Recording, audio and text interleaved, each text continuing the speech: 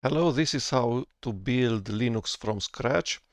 Thank you for subscribing, joining, and helping this YouTube channel. This is the wiki page for Linux from scratch. LFS. This is the website. There's multiple versions. We're going with the simplest version, which is LFS. Doesn't contain graphical user interface applications or the X server. These are some of the packages that we're going to build from source and install.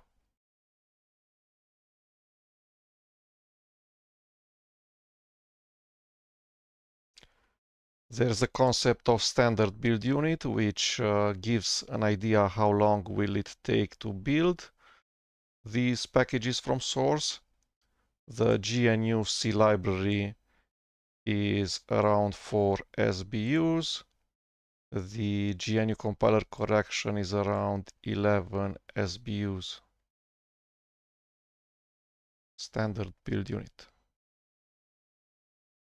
I have tried many times to build Linux from scratch, and just once I have been successful.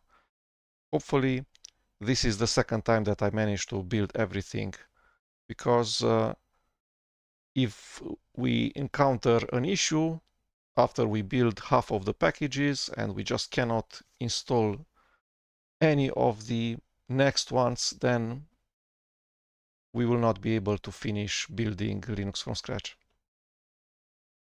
This is the homepage, linuxfromscratch.org. These are the multiple versions. So the simplest one is LFS, then there's BLFS, which starts from an existing LFS installation and adds additional packages such as graphical user interface applications and the X server, desktop environments, including for instance, the Firefox web browser. Then there's ALFS, which is an automated way of building Linux from scratch. So let's go with LFS. We need to go to download, and we have the options of an old book, the current development version, or the stable book.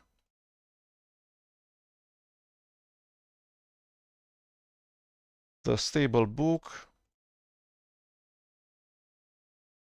looks like this. We will choose between stable and stable with systemd, and I'm going with stable with systemd. So I have clicked in here, current stable, this link.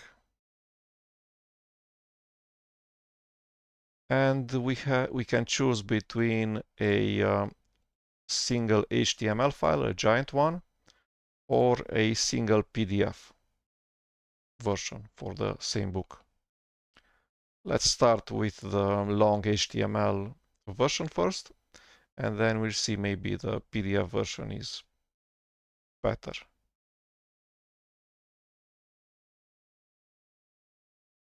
Okay. Gerard Beckmans.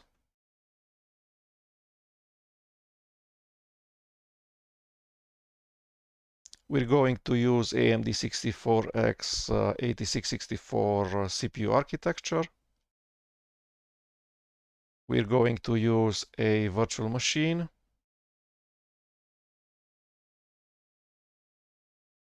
I know how to build GNU style software.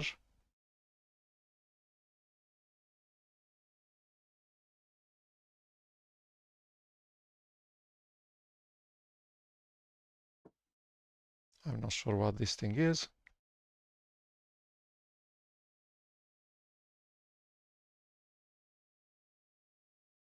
It's usually you get a tarball archive, so a compressed directory, compressed file containing the release of a open source project, Then you extract it. You usually use tar if it's compressed with tar. And then you run /configure and tell it where to install the package. By default, it's going to install in /usr/local. And then make to compile. And then make install to put the files in the correct directory that you have selected at the step configure.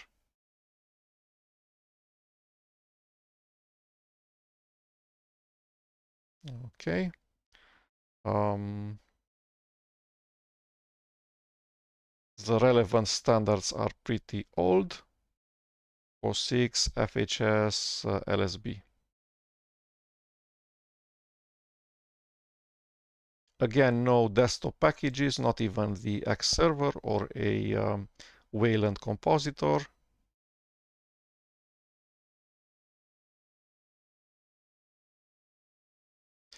But if you go to BLFS, so after you have finished installing LFS, you can continue with BLFS, where you'll install GTK and all of the software stack for GNOME.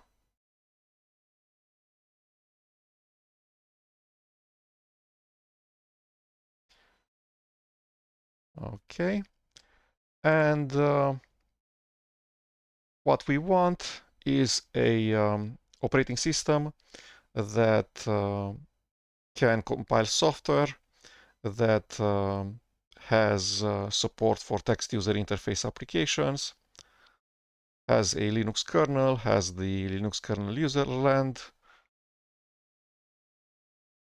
but it doesn't have graphical user interface. So a ton of the packages will be related to building software such as AutoConf, AutoMake, Bash, binutils, Bison, bzip, etc. Then we will have a minimum userland to create partitions,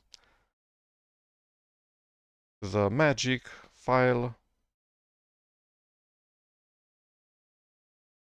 get text for internationalization, a bootloader,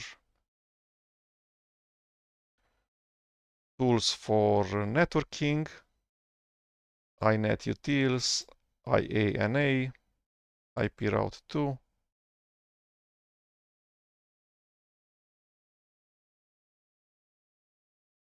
the Linux kernel,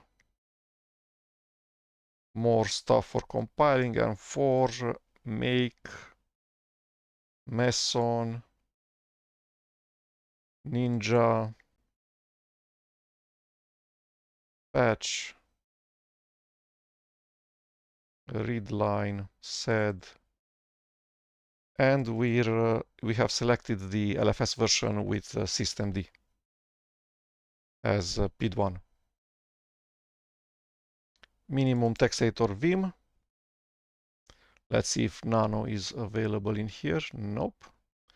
Ncurse is for text user interface applications such as Vim. No Midnight Commander.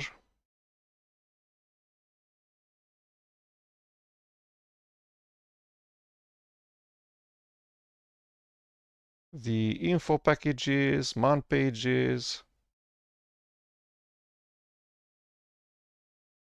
file management, command line applications,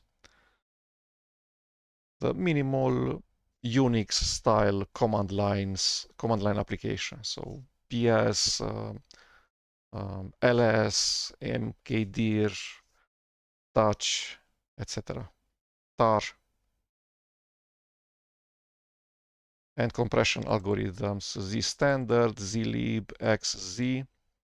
All of these are needed for building source code, because usually you get source code by downloading compressed archives of source code, and those might be compressed using xz or zlib or zstandard or bzip2. Okay, this is how the formatting looks like. This is a command line that we should copy paste. we use backslash for line continuations. This is actually setting an environment variable, and then it's starting an executable configure.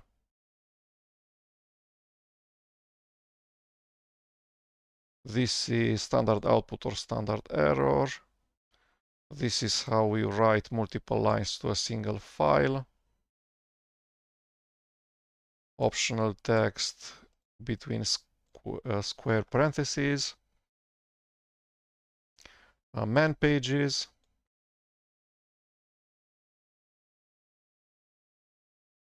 Okay. We're going to need a virtual machine that could be from the Debian Linux operating system family. We're going to go with the current newest version of Kubuntu, which is 25.10.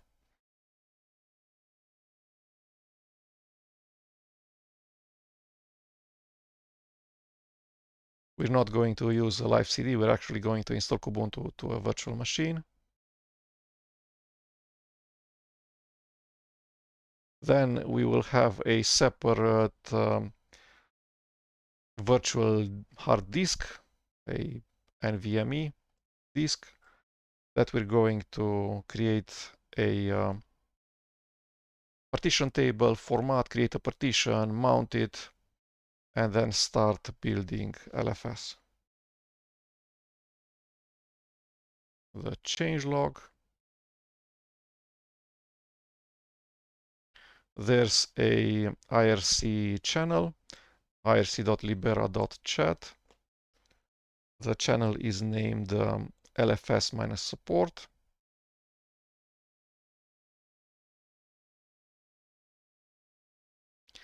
There's an FAQ that you should probably read before going anywhere.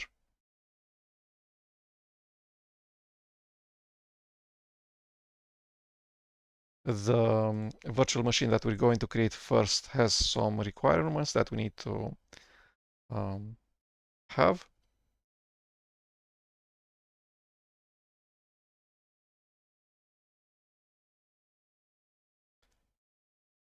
Preparing the host system, so the virtual machine that we're going to create. At least 4 vCPUs and at least 8 gigabytes of random access memory.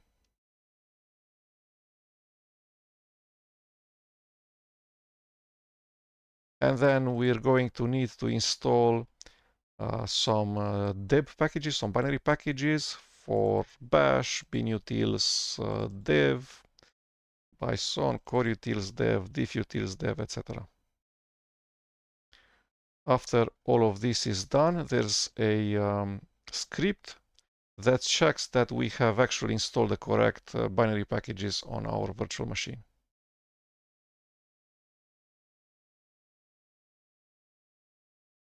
Okay, so let's get to the point where by running this script, we check that the virtual machine that we have is ready and has enough software installed to continue installing LFS, building LFS from source.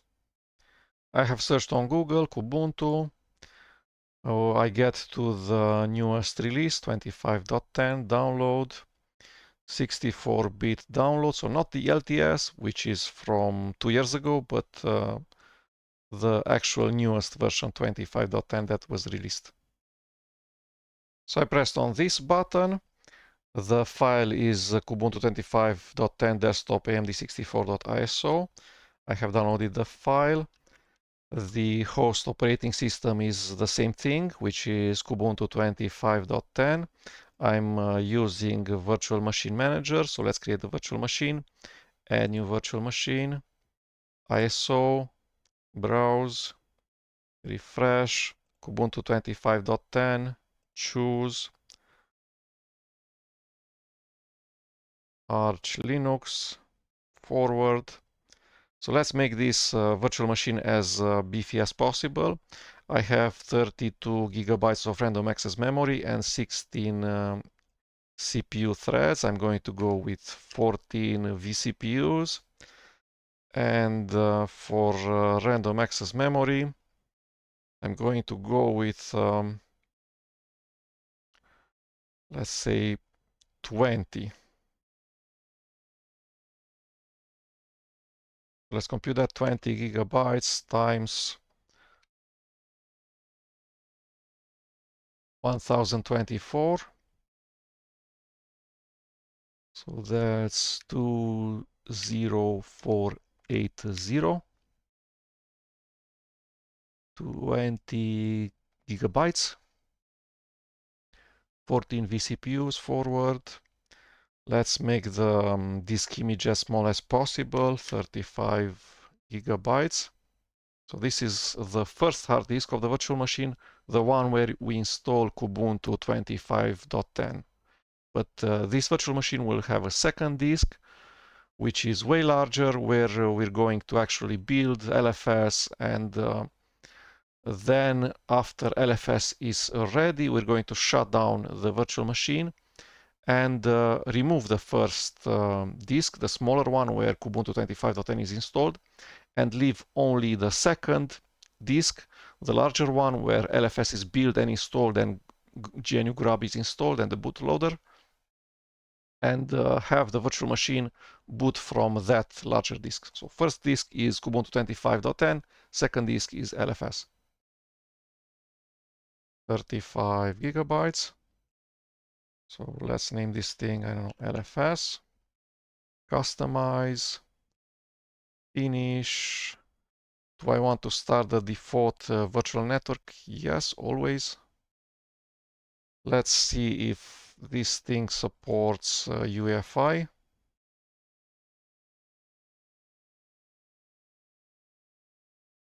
Yeah, we'll see. It's going to be an adventure because virtual machines do default to BIOS still in the year 2026.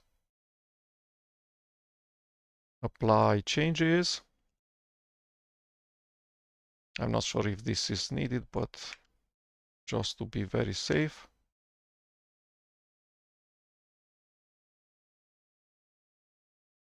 Okay, the disk is the fastest possible, which is VirtIO disk bus, not SATA.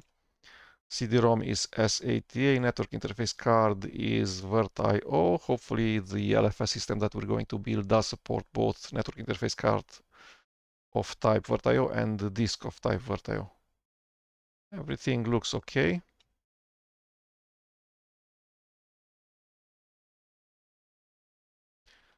Try or install Kubuntu.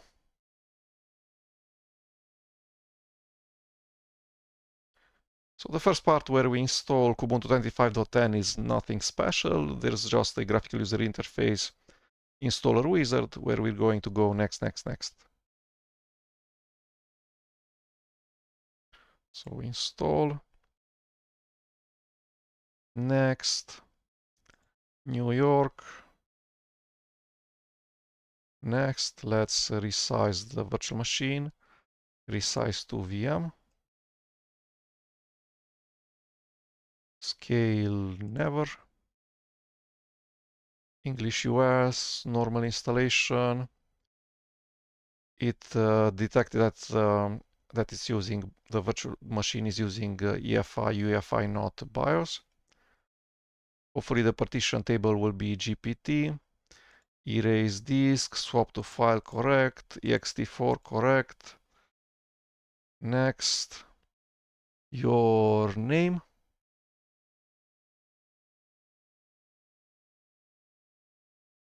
Name of this PC. The same as the virtual machine name, which is LFS.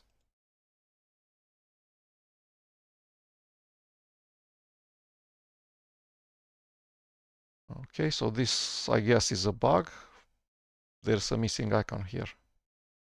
Administrator, LFS, password, don't log in automatically, next. Looks okay. Install now. And the installation will take around 6 minutes. Maybe less.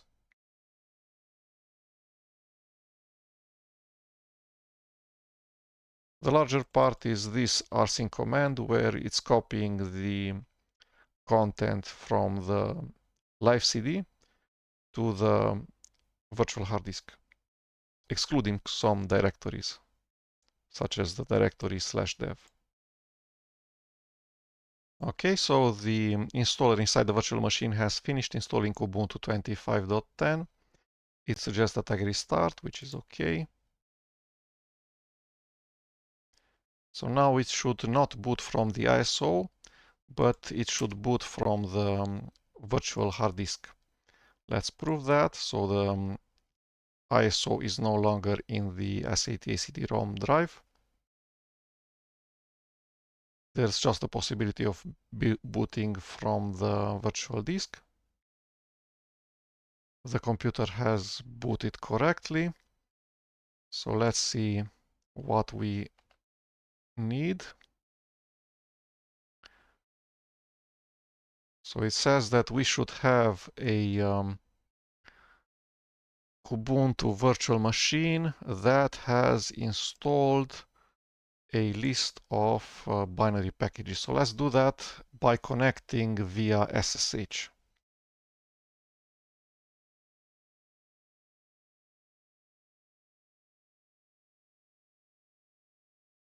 It's going to be easier to copy from the host machine, from the web browser towards the virtual machine.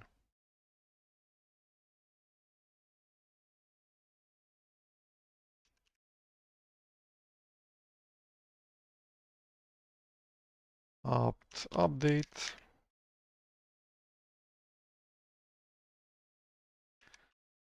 Upgrade. So this installs the newest versions of binary packages, deb packages. Unfortunately, this virtual machine also contains LibreOffice, which it should not contain.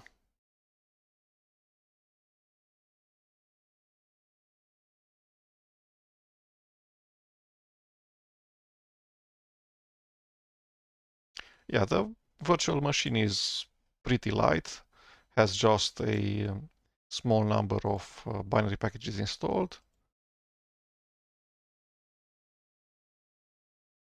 The larger one that's installed and is totally not needed is LibreOffice.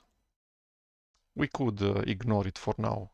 We're just going to install a bunch of packages and then run the first steps of LFS until we can mount the second virtual disk where we're going to actually build LFS outside the chroot and then inside the chroot, and then at some point we will restart the computer, remove the virtual machine, remove the first virtual disk, and remain with just the second virtual disk, the larger one where we have LFS installed. Since I have installed binary packages including the Linux kernel, we'll need to reboot the computer, the virtual machine. Because the new version of the Linux kernel has been installed, the bootloader grub is being updated. Let's see how we remove LibreOffice.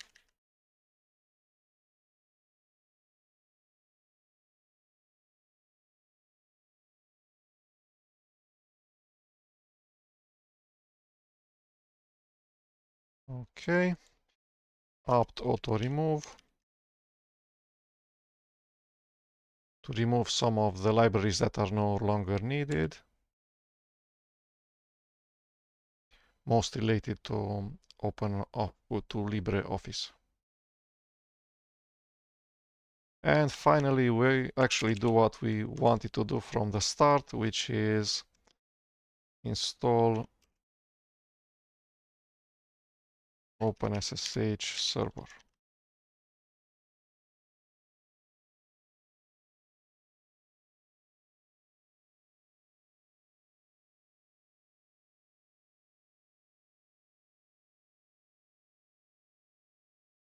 Hopefully the firewall is disabled. UFW status. And it is. Next up, we just reboot. And then hopefully we're not going to need to connect in graphical user interface mode to the virtual machine.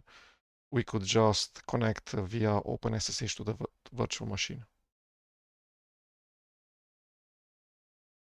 Okay, so network interface card has this IPv4 address. Let's start a terminal. SSH, username, IPv4 address. Yes. Password. Okay, and now we're at this point. So it says that we should have bash, which we already have.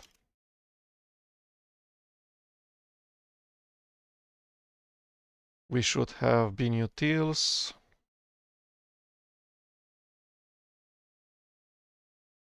apt search binutils grep dev.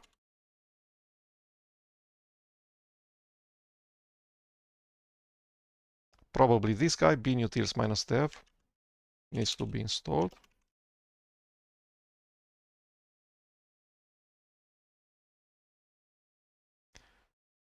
Build essentials is probably very required.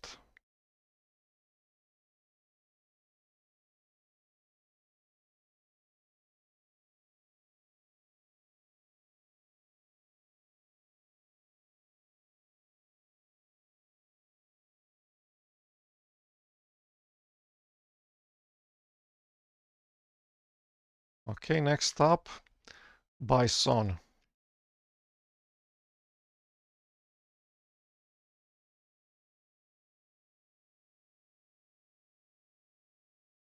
Unfortunately, we always need to repeat ourselves when we go apt search. So apt search something and then pipe grep that's something. Otherwise, we get hundreds of results and it's not actually what we want. Because apt search doesn't only search in the binary package name, but also searches in something else. I'm not sure what, the description of the package. So we want Bison, which is an executable, doesn't have a dev package, it's not a library, but it's still not installed yet.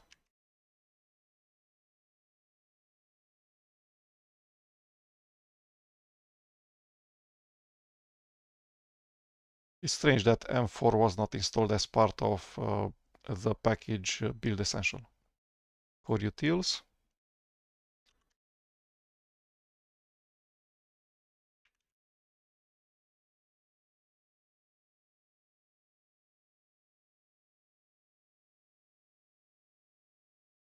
okay, and we want the dev, if there's such a thing. No, it's just executables. It's not a library.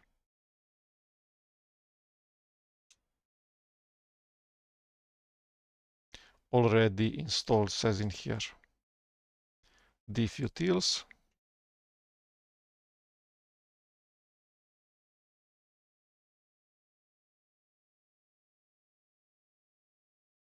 It's already installed.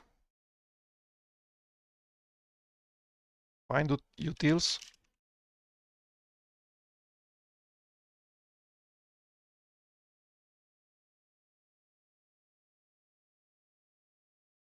Already installed.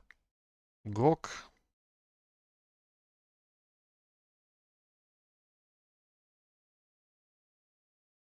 See, if I don't use grep, the result is not really useful.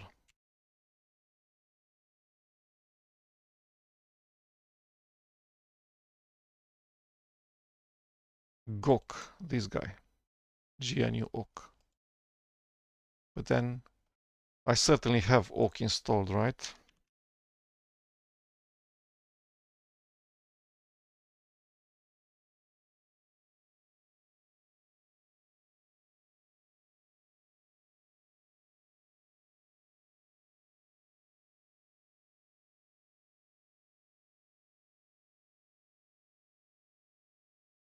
It's mock. Wow. What is mock? mock. Okay, so we need to both install gok, gnu awk.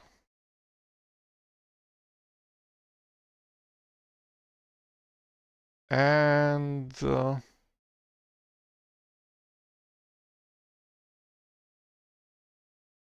we need to see again. Okay, this is what we wanted. So slash usr slash bin slash awk point, it's a symlink that points to slash etc slash alternative slash awk, which is a symlink that points to slash usr slash bin slash gok. Correct.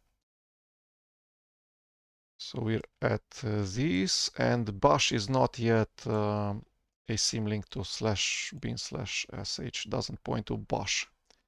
Next up, gcc and g++. Both were installed when we installed the binary package build essential.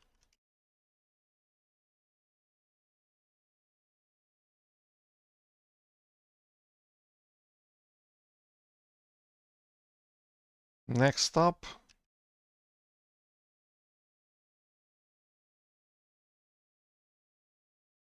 now this is a command line full of greps.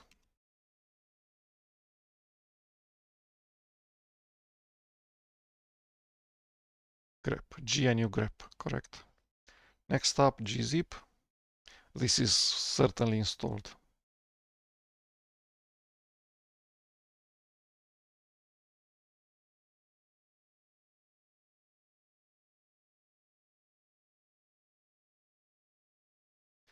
And we probably also need to install the gzip dev. So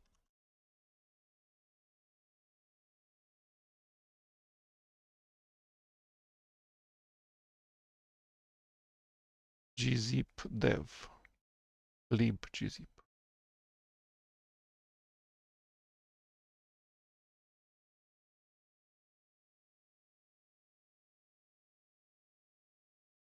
There's no such thing as a gzip dev. Oh, that's unexpected.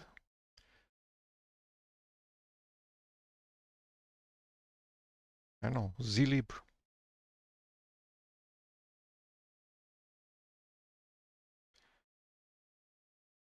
What's the name of zlib?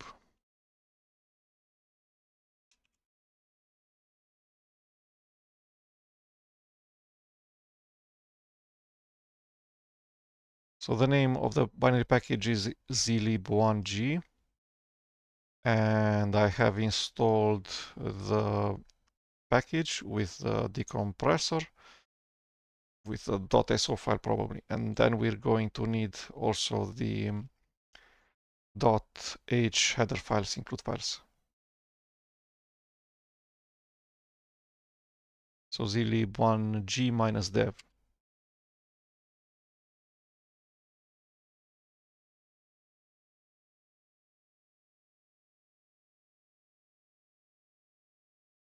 I'm not sure. So this gzip thing, let me search for it. So zip grep dev.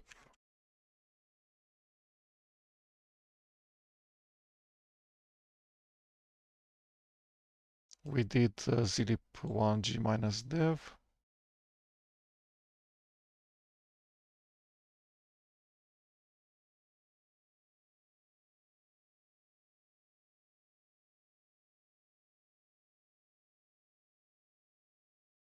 Who knows? Maybe it's this one. I'm not sure. We'll run this long script and it will tell us what we still need to install. And we need the kernel.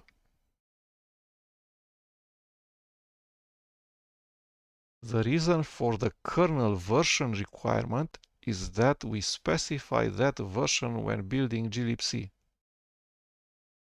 So why a specific version?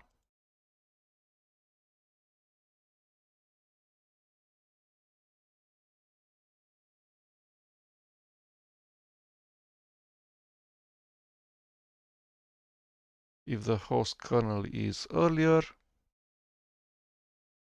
Yeah, so the Linux kernel must be 5.4 or greater, so greater or equal to 5.4, and all of these other versions are the same thing. So bash should be greater than or equal to 3.2 and binutils greater or equal to 2.13.1. Who knows what the binutil version is? Yeah, there's a number of limitations, minimum versions that you need, but there's also a number of limitations, the maximum version that you should have. So for binutils should be less than or equal to 2.45, and for GCC should be less than or equal to 15.2.0.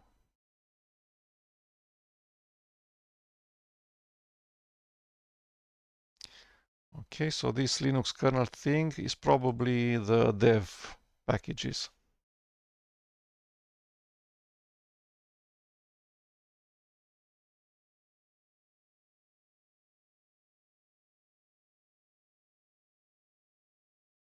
Or headers, or what the name of the thing is.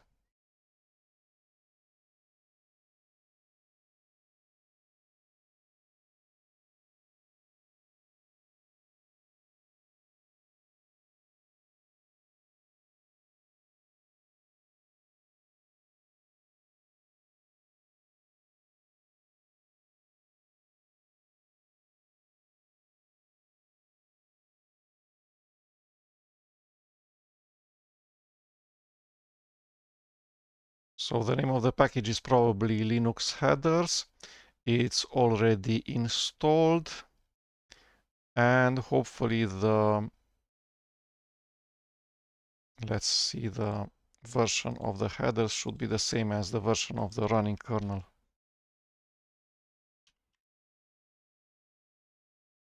6.17.0 minus 8 minus generic, correct. Let's also fix this /bin/sh pointing towards bash. Let's see how that is done.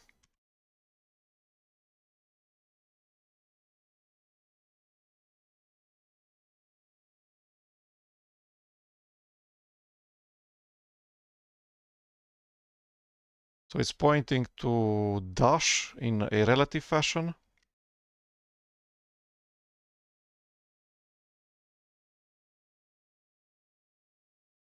There's no alternatives mechanism being used in here, so we'll need to actually edit the link ourselves. How do we do that? cd/bin mvsh sh_bak.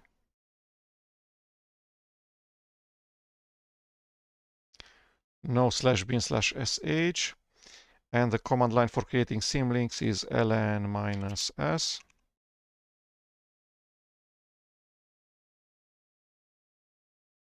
So create a symbolic link, not a hard link, and target, and then link name. So target being a file that already exists. So ln-s hard sh soft the other way around. Okay, so the thing that already exists is the file bash, and then the name of the symlink is sh.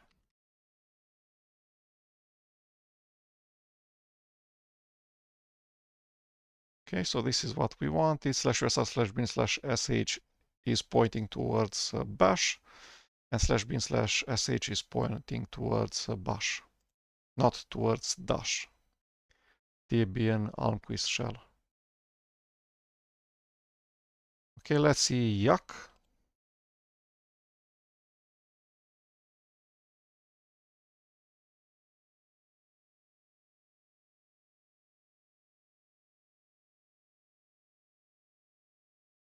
It's /etc/alternative/yuck.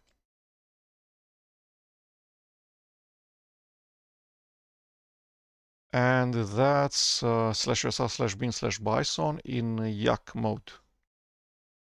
Correct. We already looked at awk, it's pointing towards gawk. We did grep, gzip, Linux kernel, now M4. We just installed M4. When we installed, I'm not sure what, G++, GC.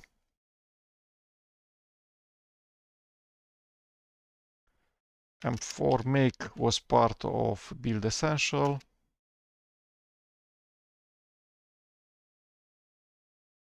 M4 is macros, make is an executable, patch is an executable, Perl.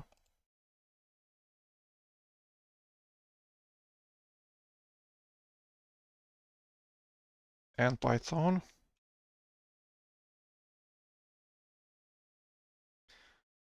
Okay.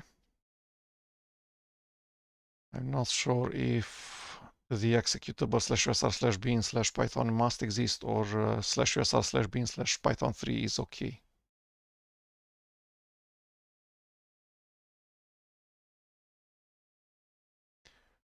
Sed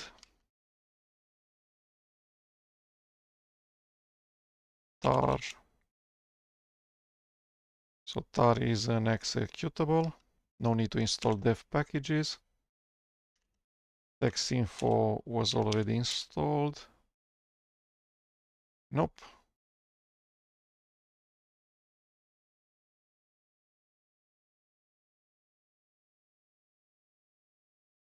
I'm not sure what Texinfo is. XZ, we certainly need the dev package.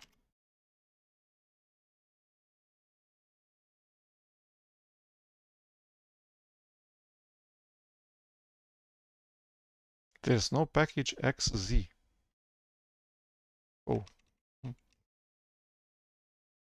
Apt search, not apt install.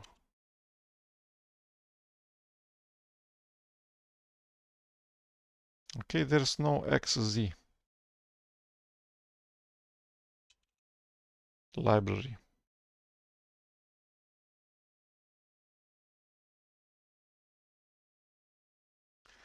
Okay, we'll see.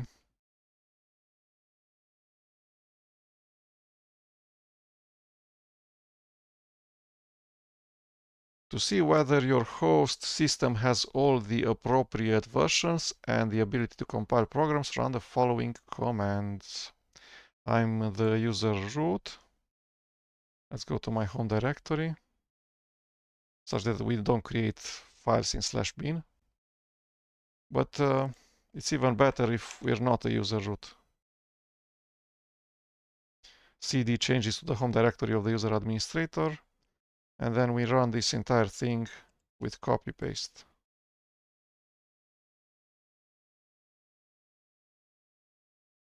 Okay, core utils is too old.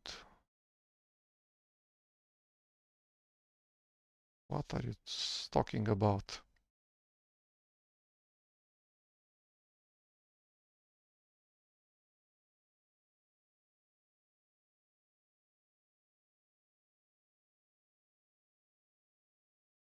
So core utils is version 9.5, which is way newer than 8.1.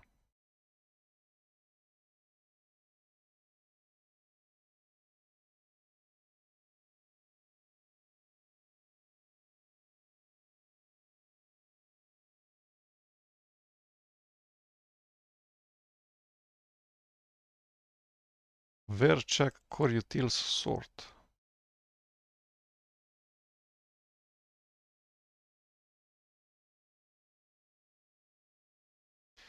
Whoa, cool bug. So we're on Kubuntu 25.10, and this uses Rust versions for core utils, UU utils, and at least also for sudo. So we're going to need a core utils that is not the Rust core utils. So GNU core utils is already installed. And We probably want to uninstall this package, core utils from uutils, and install core utils from GNU. Let's see how that works.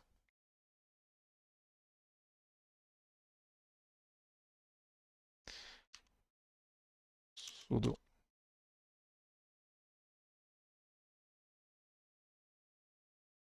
Okay. And let's uninstall core utils from uutils first.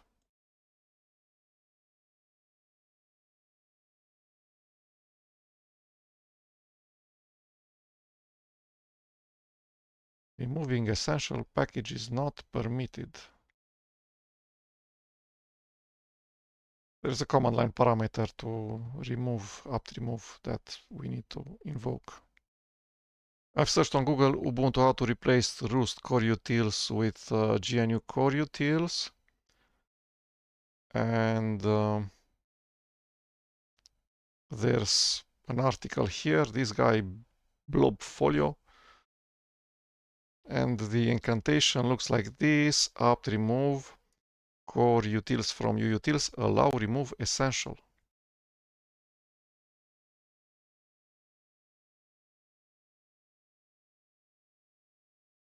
So it says that the following packages will be installed: core utils from GNU. The following packages will be removed: core utils from uutils. And I agree.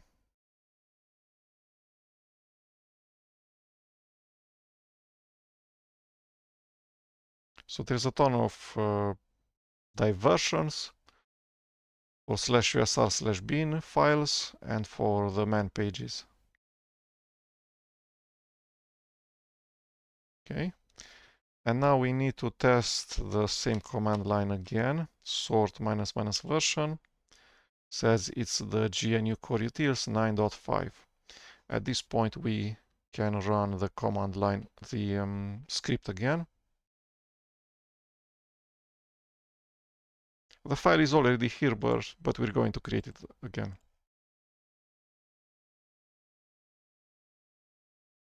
So let's see what it says. Everything's okay. The symlinks are okay. Compiler checks are okay. 14 vCPUs. And we're at the point where we created a virtual machine and we've installed all of the needed software there, which is a checkpoint. And maybe you should stop the virtual machine and create a snapshot at this exact moment. Let's actually do that. How do we shut down the computer?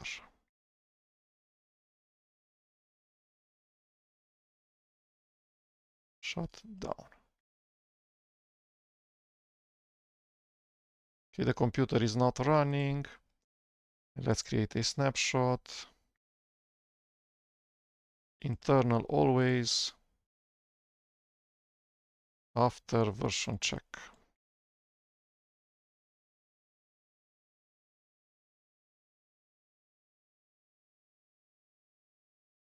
Let's start the virtual machine again.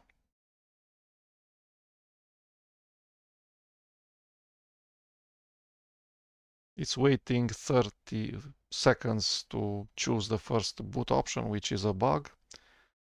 Any bootloader should not wait more than 2 seconds before deciding to boot in the correct entry in the bootloader. Okay, let's connect again.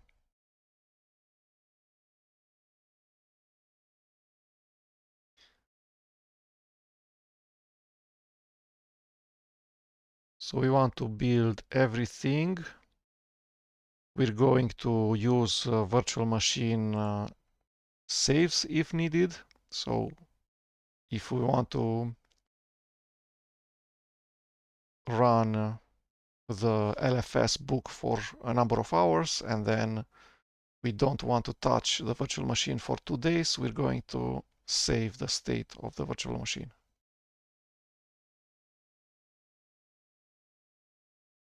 Okay. The procedures performed as the root user after section 2.4 must have LFS environment variable for the root user. We have a partition /mnt/lfs.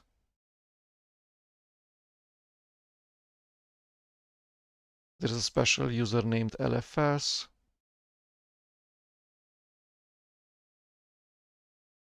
Okay, so let's see. Like most other operating systems, LFS is usually installed on a dedicated partition. Okay, let's do that. It says that 10 gigabytes is enough, but we're going to go with at least 200 gigabytes. So for that, we're going to stop the virtual machine, shut down, edit the virtual machine,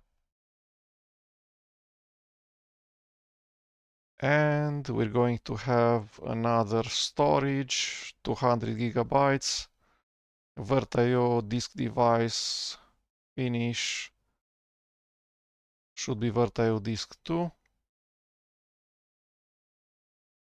So these two 200 gigabytes, disk 1 35 gigabytes.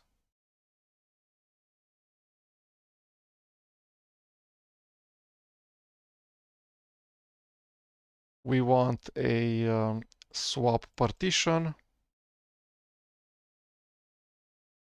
We're going to use cfdisk or fdisk. It doesn't say anything about UEFI.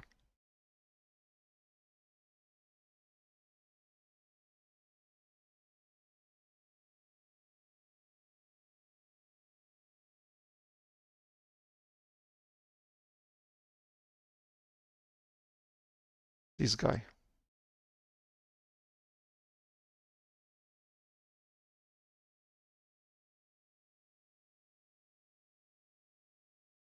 Well, it's jumping through the steps extremely easy. It doesn't really specify what we want to do. It doesn't say start fdisk, press F, press M, press H, press question mark, press.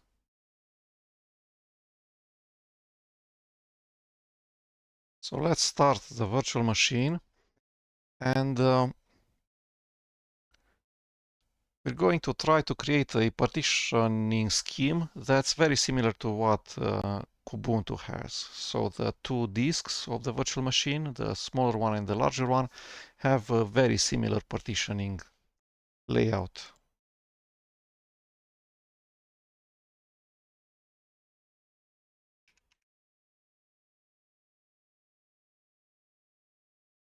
So ls/blk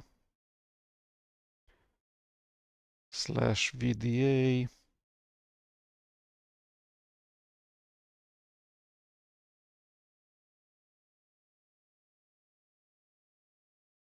/vda is the smaller one. We want to list print the partition table, so P.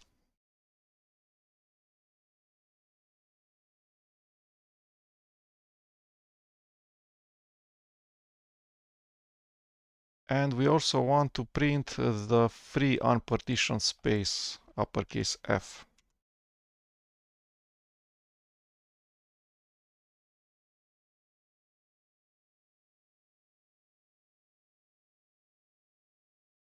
So let's read a bit. So there's a /dev/vda, which is VirtIO virtual hard disk 35 gigabytes. There's a GPT partition table, GUID partition table. There's an empty unallocated space at the start of /dev/vda.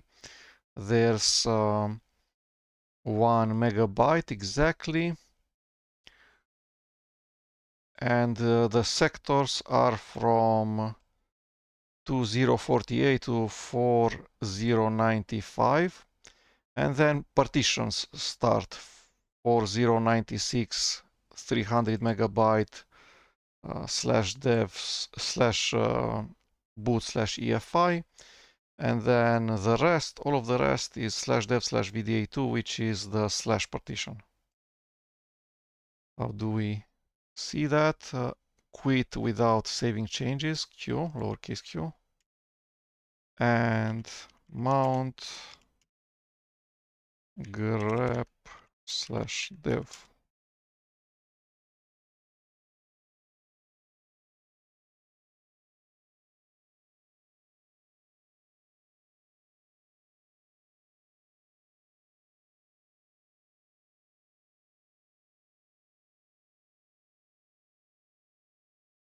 And this is probably also available in /etc/fstab if such a thing exists. And it does exist.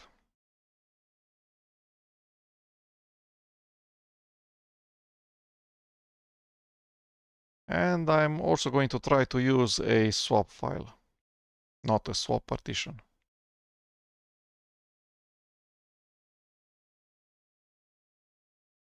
Okay, so 200 gigabytes virtual hard disk virt.io/dev/vdb, 1 megabyte unpartitioned space, VDA to 300 megabyte EFI system vfat /boot/EFI, and the rest is /ext or exactly what we have in Kubuntu. I want to also have on the newer partition, on the newer disk, the larger virtual disk. So we're not going to have /home, /boot, /usr, etc., etc. ext4 for / vfat for /boot/EFI. There's makefs. We're not going to use a swap partition, but a swap file.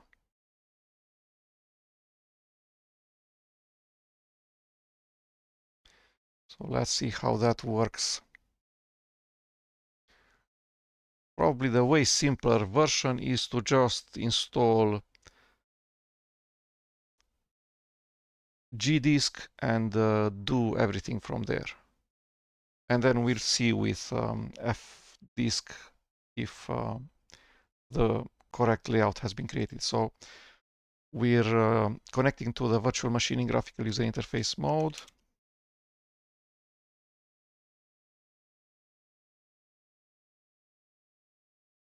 Okay, let's install the graphical user interface application named gparted.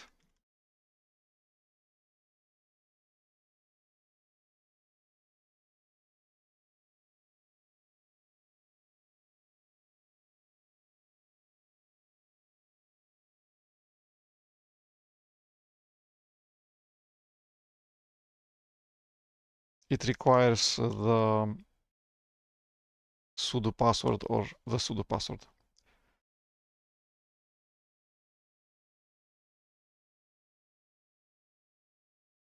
Okay, we don't touch /dev/vda, the smaller virtual hard disk, but we touch the larger one, 200 gigabytes /dev/vdb. Nothing's allocated. Let's create a partition table. How do we do that? Device, from the main menu of gparted, device, create partition table.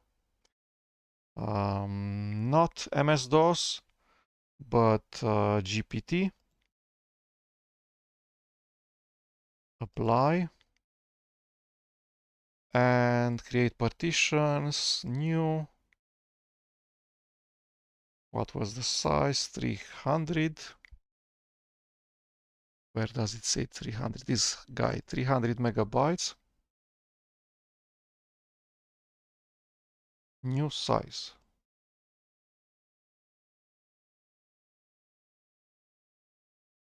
And primary and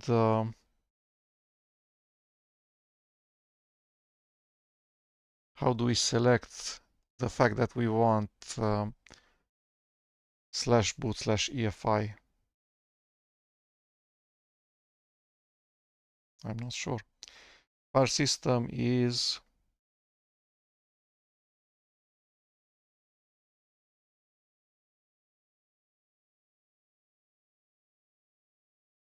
probably FAT32. There's no other options.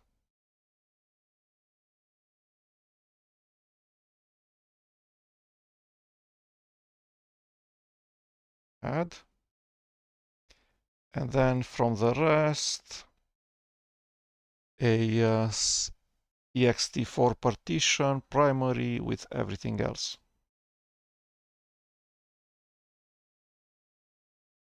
Okay, and then we need to apply all operations. Are you sure you want to apply the pending operations? Which are which? Doesn't really say. Let's see what it does.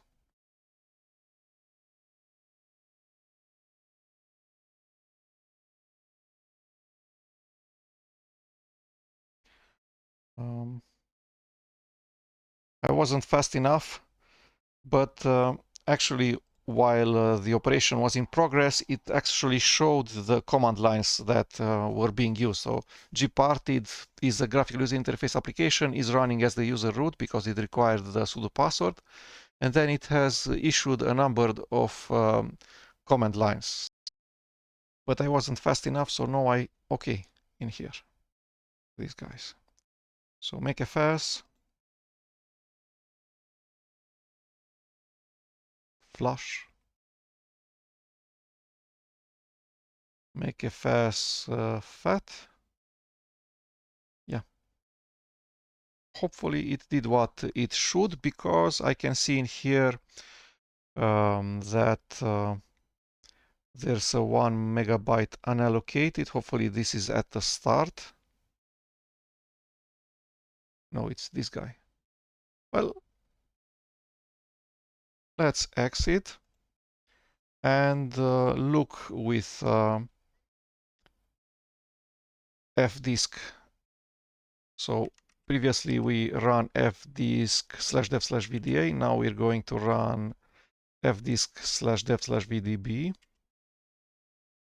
And we want to list the partitions, lowercase p. So should be a /dev/vdb1. Microsoft Basic Data, that's wrong. It should be EFI system. And then /dev/vdb2. The rest, Linux file system, that's okay. Let's see the non-partitioned space, uppercase F.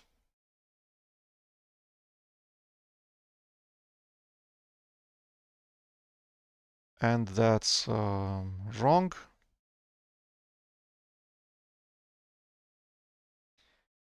So this was not okay.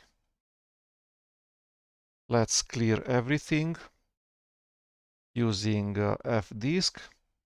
So we want to create a empty GPT partition table, lowercase g. Enter protective hybrid MBR. Let's try with lowercase g first. Okay, and now let's print the unpartitioned space. And what it says, unpartitioned space is everything. Okay, that's not what I wanted. Let's create the partitions. Should we enter protective hybrid MBR or not? New partition N. Partition number 1. First sector. Wrong. Should be 4095.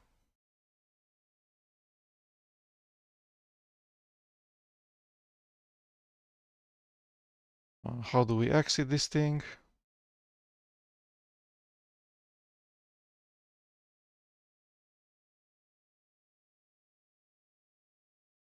I don't know, Q, Control C. Okay. So create a GPT table lowercase g, uppercase M,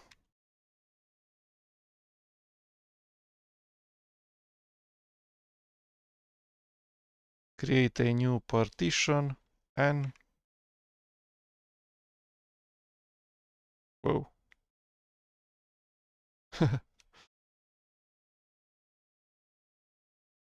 I have recreated the GPT partition table, and now I'm creating the first partition, which should be /boot/EFI, but I'm trying to not make it start on 2048, but make it start on 4096. Maybe this is enough.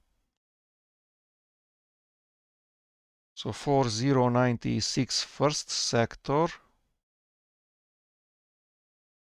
and last sector 300 megabyte. Hopefully this thing is correct. Or we could use, yes. So size M, let's say the size 300 uppercase M.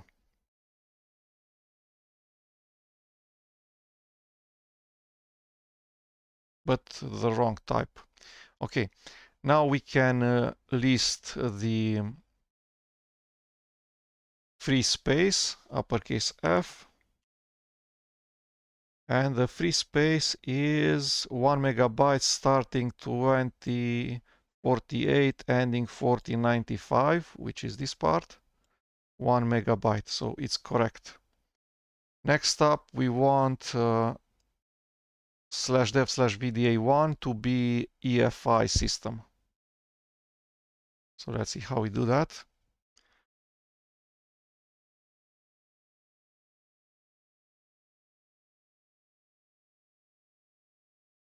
We want to change the partition type.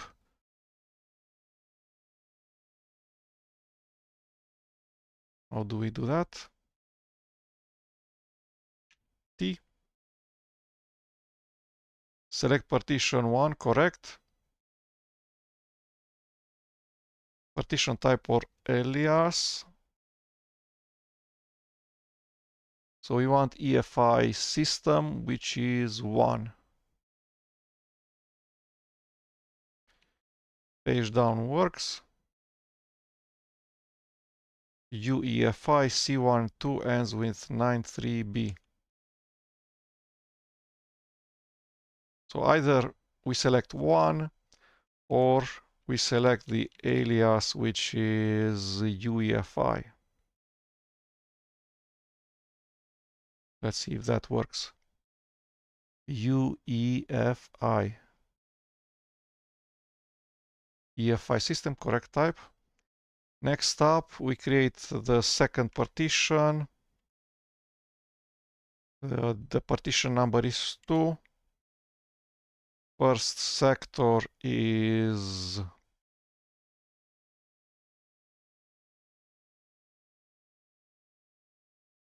what is the first sector? The first sector should be 618496.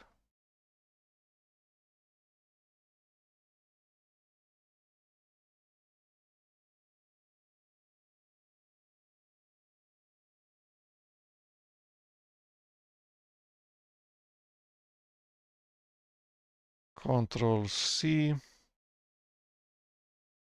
Let's list the partitions with p, lowercase p. Wow, so we created a EFI system 150 gigabytes in size. Okay, delete a partition. P N1 4096.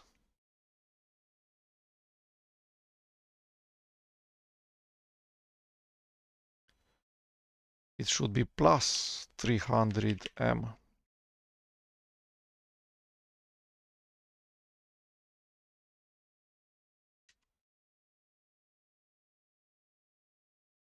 Okay, P to list.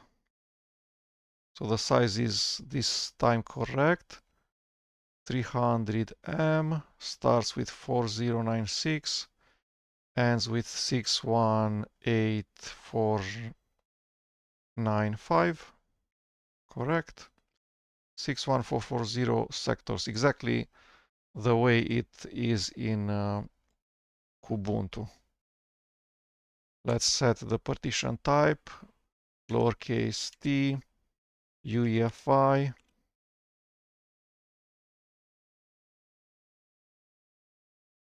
Print again. New partition 2, 618496, correct. The default is the last sector. Linux file system, correct.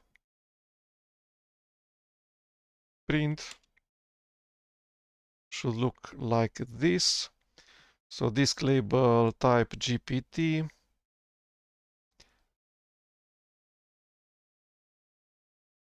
Five 2 bytes sectors. VDB 1 and 2 starts at the correct place. VDB 2 starts at the correct place, correct size. The types, EFI system, Linux file system are correct. And let's print the free unpartitioned space. And it's this output. 1 megabyte, 2048, 4095, 2048. Looks okay. How do we save the changes? Write table to disk and exit this option.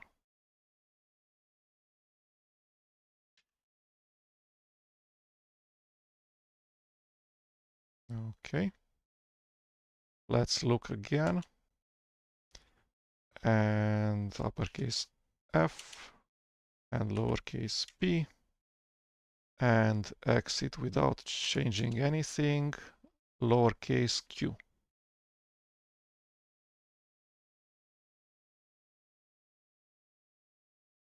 Hopefully we don't need the grub BIOS partition. We use GPT.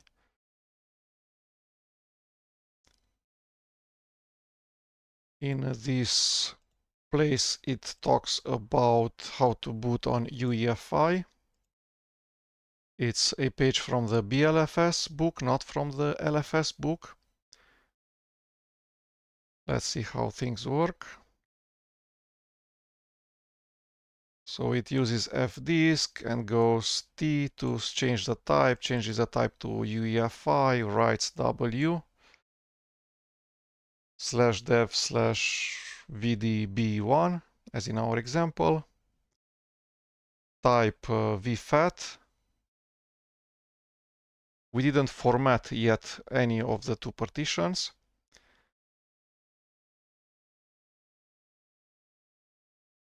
Okay. And then /boot/EFI, vfat.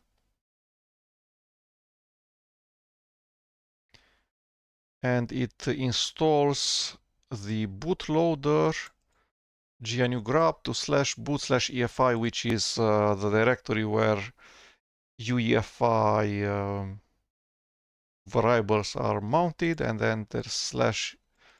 So this is the Linux system, and this is the UEFI operating system with its binaries and portable executable style binaries.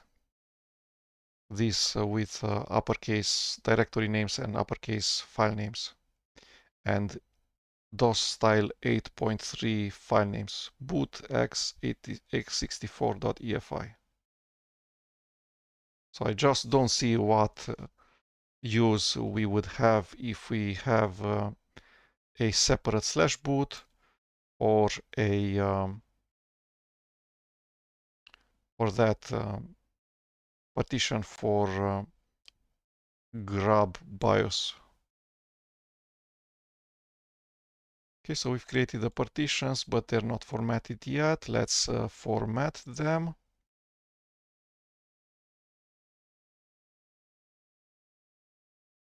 Where does it say about UEFI? It doesn't yet. Maybe we could ignore the first partition for a while until we actually install GNU grub.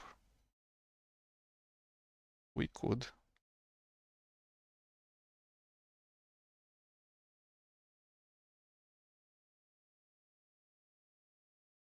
Okay, but first we're going to need to actually create this partition. This we're going to need to format /dev/vdb2.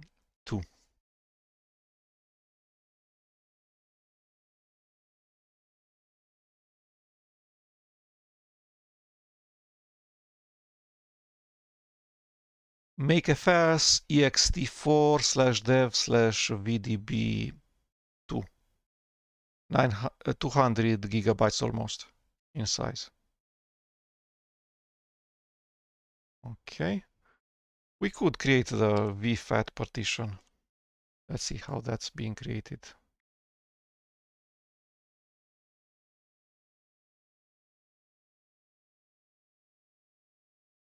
This guy. So makefs .vfat/dev/vdb1.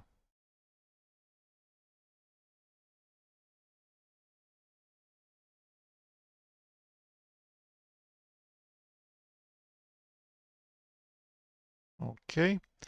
We're not going to create the swap partition yet. No, it's when the book Linux from Scratch is going to try to swap on this partition, then we're going to create not a swap partition, but a swap file and run make swap on it and mount it. Okay, setting the LFS variable and the umask. There's a special environment variable called LFS, all uppercase, which is actually the directory where the larger virtual disk, the ext4 partition from there, is going to be mounted. This is how it looks like.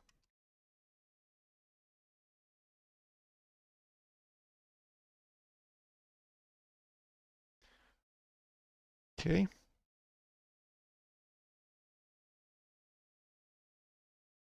Should we run these things as root or not?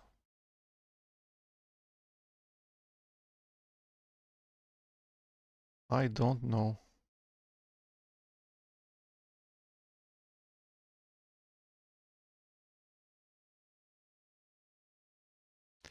Now set the file mode creation mask to 022.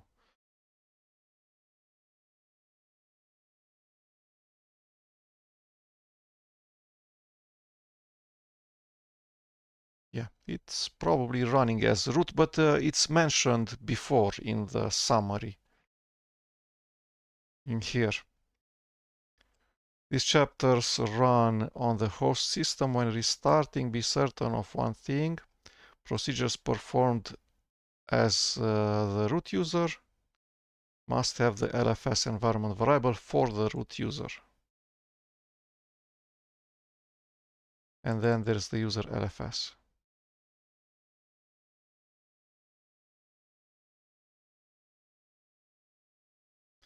Whenever we're the user root on the smaller partition, then we need to have the environment variable LFS for /mnt. Okay. So it's probably okay what we're doing here.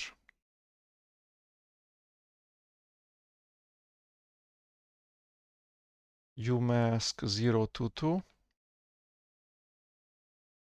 Newly created files and directory are only writable by their owner, but are readable and searchable by anyone. I don't know.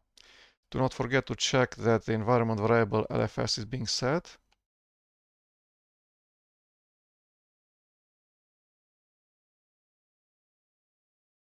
whenever you re-enter the current working environment,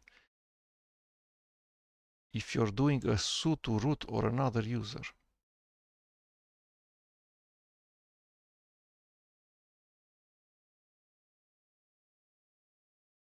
Okay. umask 022.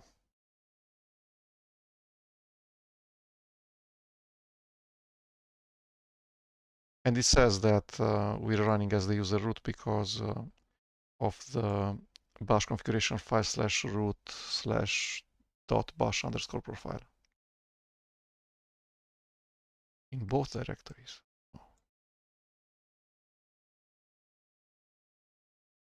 Okay, so make dir -p and then the environment variable lfs, which is /mnt/lfs. The directory /mnt certainly exists, but the directory /mnt/lfs does not exist. Make dir -p will create the needed directories. And verbose, this parameter. Okay. Then we're going to mount. This is vdb2. And then $LFS.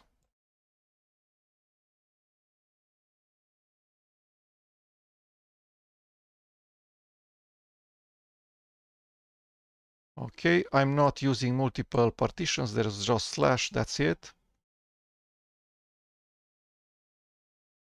Set the owner and permission of the LFS directory to root and 755. Okay.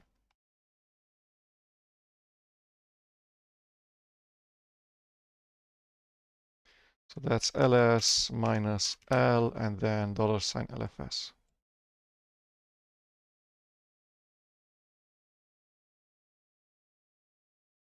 Not like this, just /mnt. So 755, this is 7, this is 5, and this is 5, and user root, group root.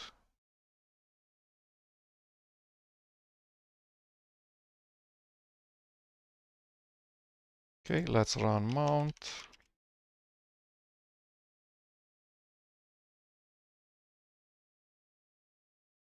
/dev/vdb mounted on /mnt/lfs ext4 read write. No suid, no dev should not be present in here.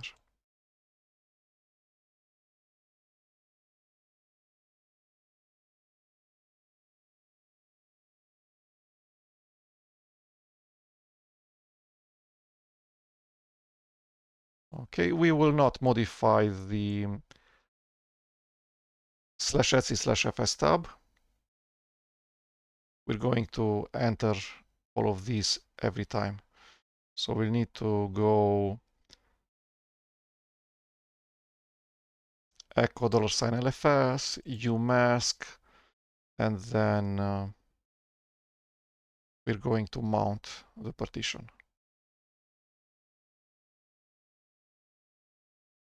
This thing.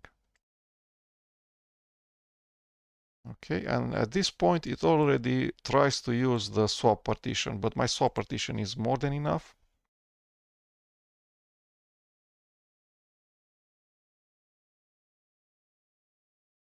No, it's a virtual machine. So it has,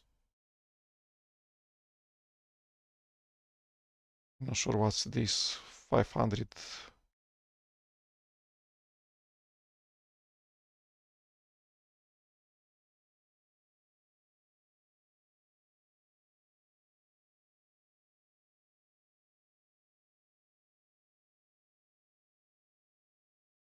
Half a gigabyte.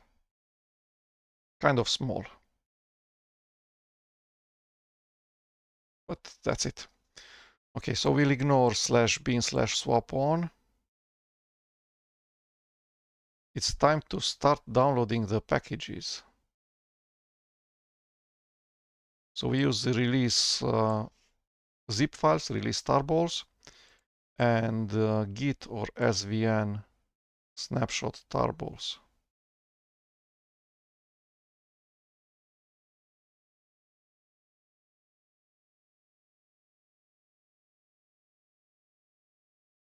In the large virtual hard disk, in the large partition there, /mnt/lfs, there will be a subdirectory sources where we download everything. We want to make the directory writable and sticky.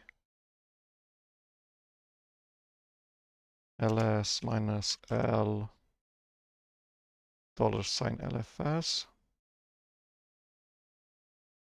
So sources is readable, writable by root and readable by others.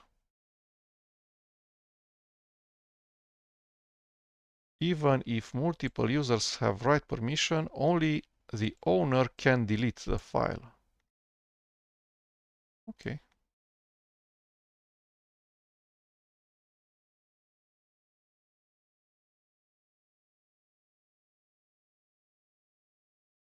We have a stable version of the book.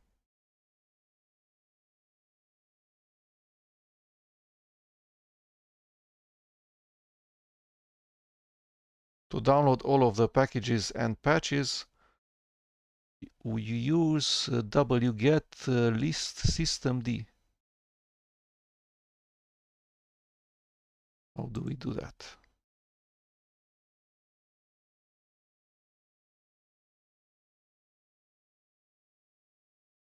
We can download packages one by one manually, or we can download all of them at once.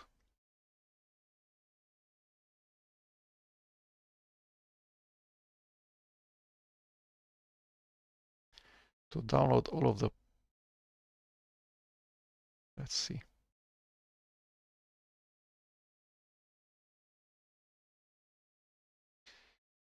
So cd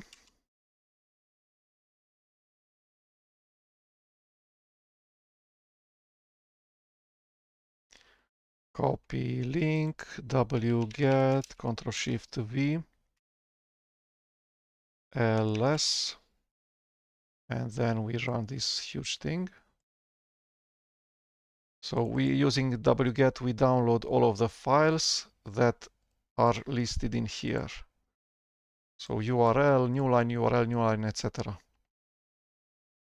In here in input file wget list systemd, the file exists in the current directory. And we tell it where to download everything into /mnt/lfs/sources.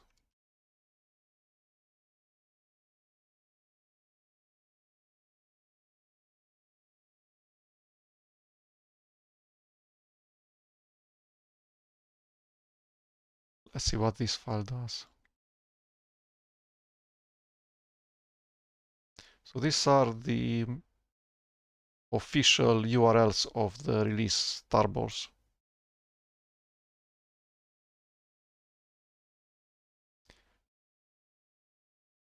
For SourceForge, it uses the SourceForge mirroring mechanisms.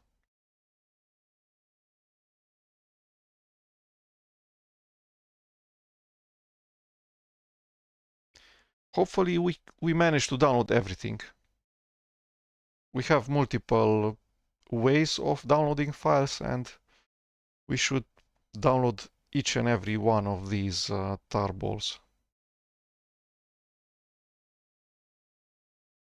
We'll see if this script errors out. But it seems to be successful so far.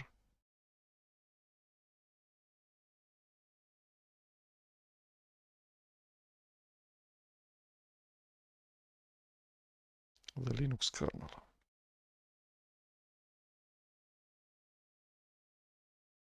Man. And curses.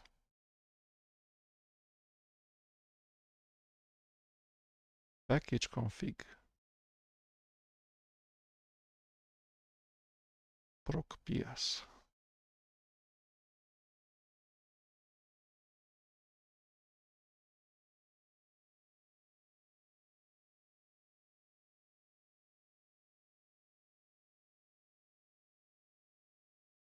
Okay, so 3 minutes to download. It has downloaded 92 files. Let's see if that's the correct number. Yeah, seems to be correct. Let's actually list the content of the directory. So ls tilde lfs/sources.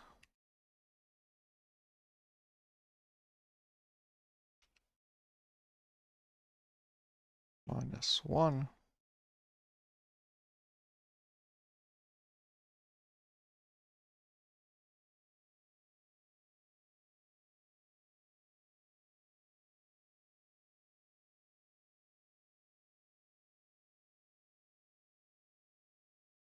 -95. Hopefully these are the real files, the real tarballs, not some error written to standard output and then piped through to files with the correct name. We'll see immediately. Okay, so where we are, there's also a separate file md5 sums, which is just great.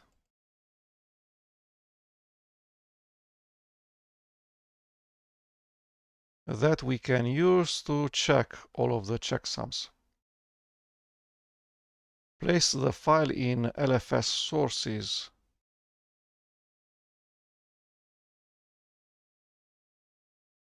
Okay, let's do that. MV MD5 sums.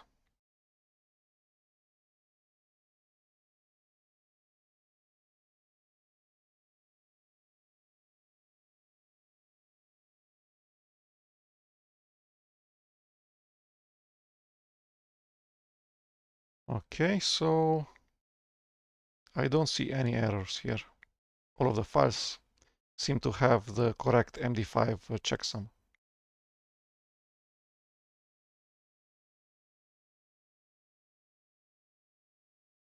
I did not download files as a non-root user.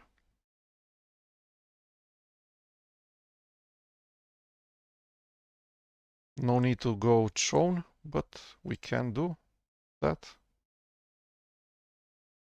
just to be extra safe. Okay. So what we have downloaded are a number of tarballs and a number of patch files.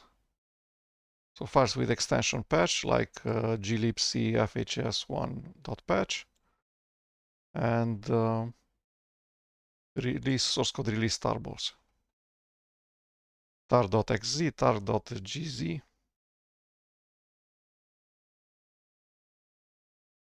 Next up,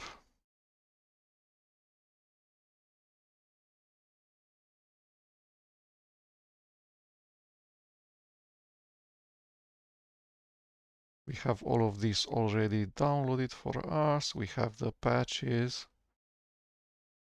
final preparations.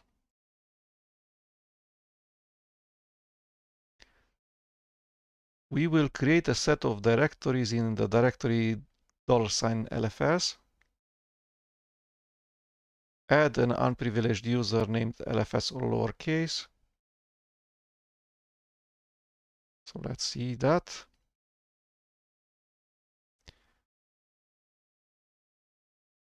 So make dir -p or $LFS, which is the directory /mnt/LFS.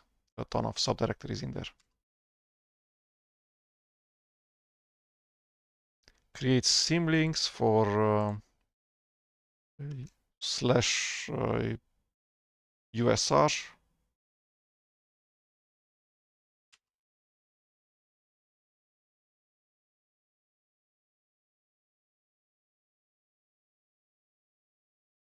We will use a cross compiler, special directory for the cross compiler named tools.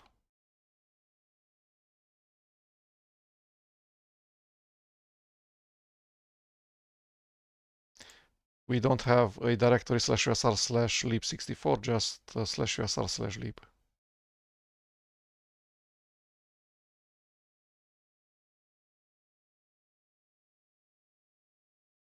Okay, we're creating the user LFS. First, a special Linux local user group named LFS. Then a local Linux user named LFS, which is part of the group LFS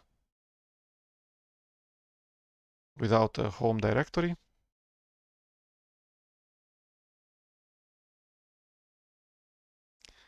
We're setting a password.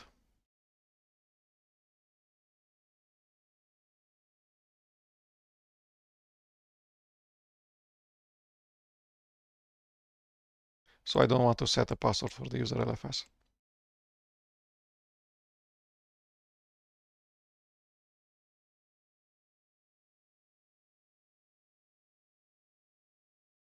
Some files and directories are inside /mnt/lfs are owned by root, others by the user LFS.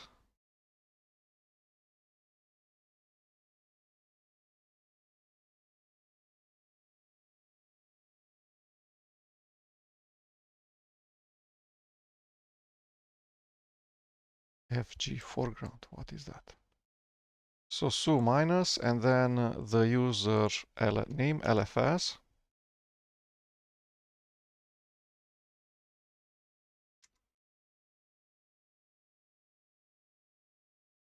A login shell. We're setting up the environment with a home environment variable and a prompt. pwd, we should be in the home directory of the user LFS, which user has a home directory, but -k doesn't copy the /etc/scale directory towards the /home/lfs home directory of the user LFS. Okay.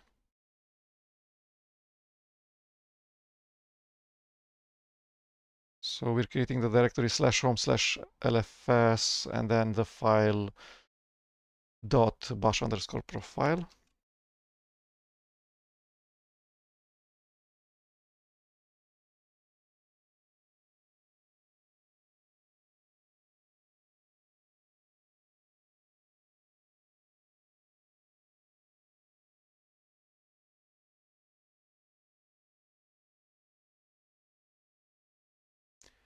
Replaces the running shell that's created by the system with the one that's completely empty environment, doesn't have any environment variables except the variables home, term, and ps1.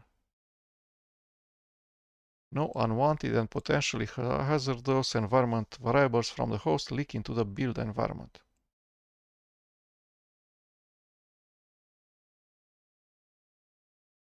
Okay, and we also want a ~/.bashrc file.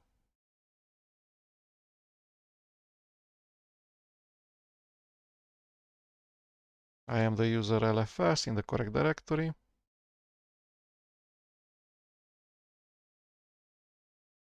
No hashing. umask022. LFS environment variable.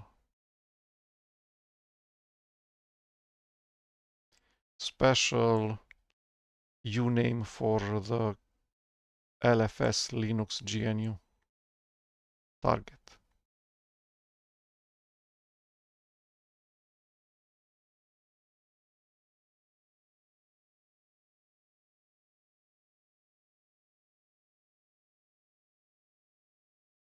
Okay. Several commercial distributions add an undocumented instantiation of /etc/bash.bashrc to the initialization of bash. This file has the potential to modify the environment variable of the user LFS. To make sure LFS user environment is clean, check the presence of /etc /bash .bashrc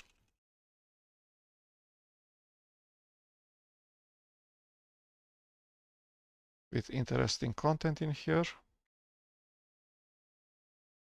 As the user root, we should rename the file /etc/bash.bashrc to /etc/bash.bashrc no use. How do we do that? Control D. We're back the user root.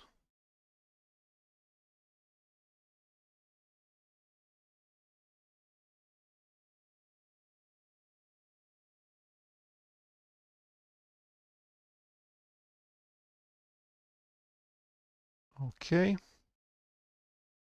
If we're going to use make, we need to specify the number of threads, CPU threads that we want to use.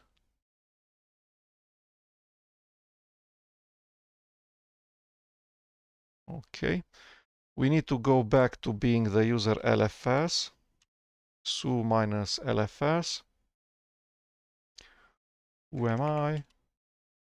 PWD. CD.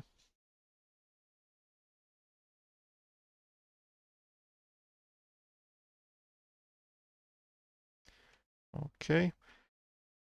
So we have the hardware computer has 16 vCPUs. The virtual machine has 14 vCPUs. And I'm not sure if it's a good idea to let it use all 14 vCPUs. Maybe 13.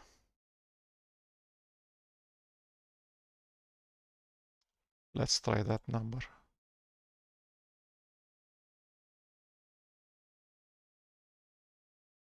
So instead of 14, I'm going to use 13.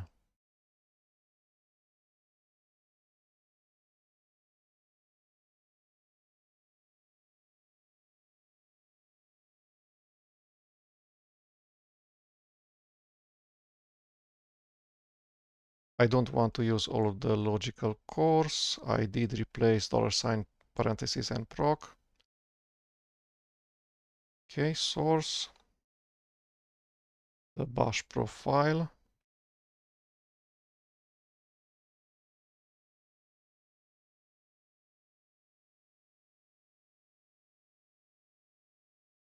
This doesn't look like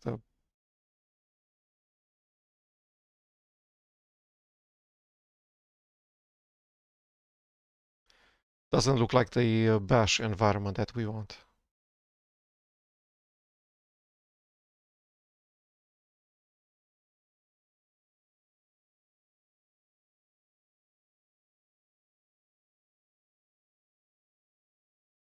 Or do we create a new shell? I don't know. Hopefully, if extra environment variables are present in the bash of the user LFS in this session, nothing wrong will happen. I'm not using power profiles. It's not a laptop tuned minus a DM. Test suites. Is a good idea to run them. Building the Linux from scratch cross toolchain and temporary tools. 3 stages. Build a cross compiler. Using this toolchain, build several utilities. Entering the chroot, constructing the remaining tools. 3 steps.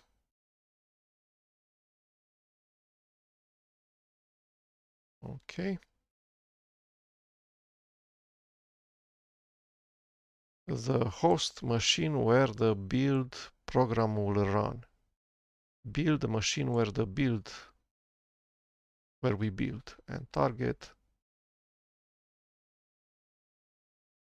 the machine the compiler produces for. Oh.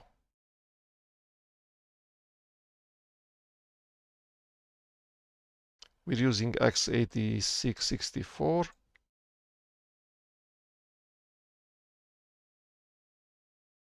Okay, we're not going to read this part of the theory.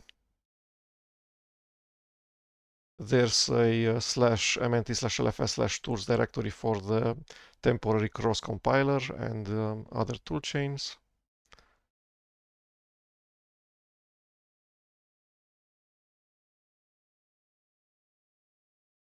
Okay, so I'm the user root.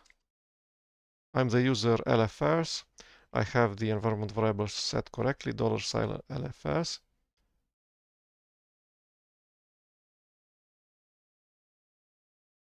Why don't you say you should be the user root or the user LFS?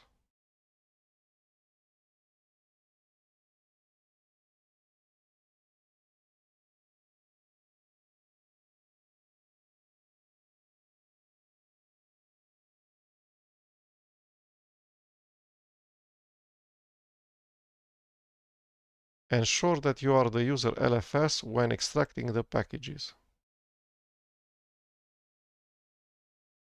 So we go to the sources directory. There's a ton of tarballs there.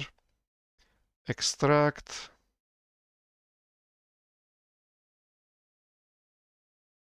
Change into the new directory. Run the instructions to build. Go back to /mnt/lfs/sources directory.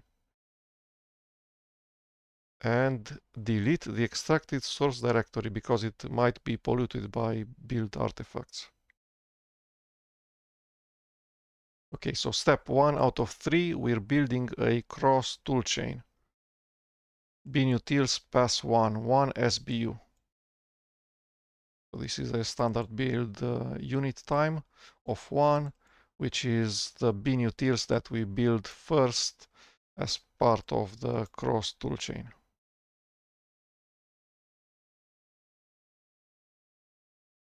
Okay, so these are instructions only for cross binutils.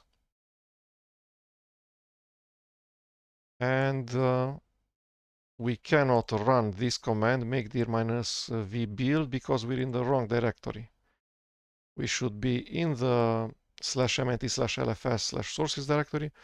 We should extract using tar the tarball of the package, which is binutils. And then we should change into that directory, and then only chapter C we should replace with whatever is written in chapter 5.1.2.1. So let's do that. cd/mnt lfs sources ls.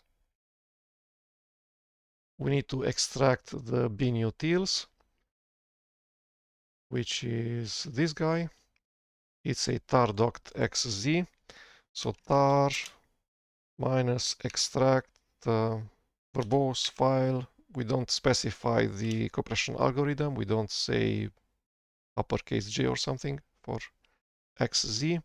And then just the name of the file,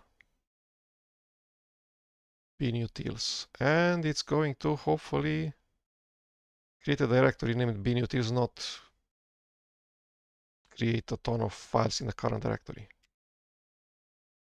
And that's the case, okay?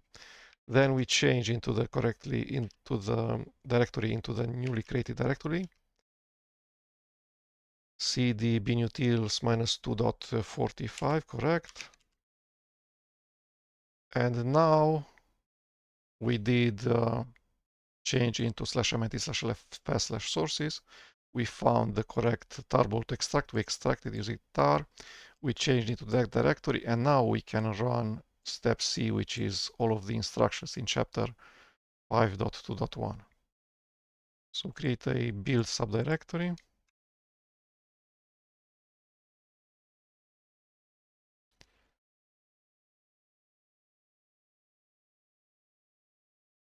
Measures the time it takes to build this package from the configuration up and including the first install. To achieve this easily wrap the commands in a time install.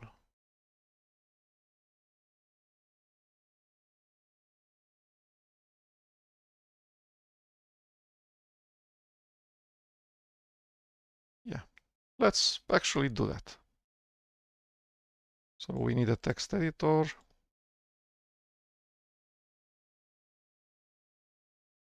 And inside the curly brackets, we have the invocation of configure.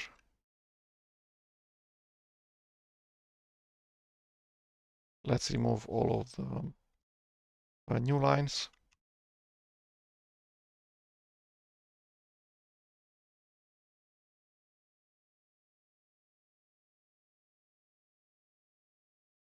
I'm pressing and backspace delete and backspace delete and backspace delete.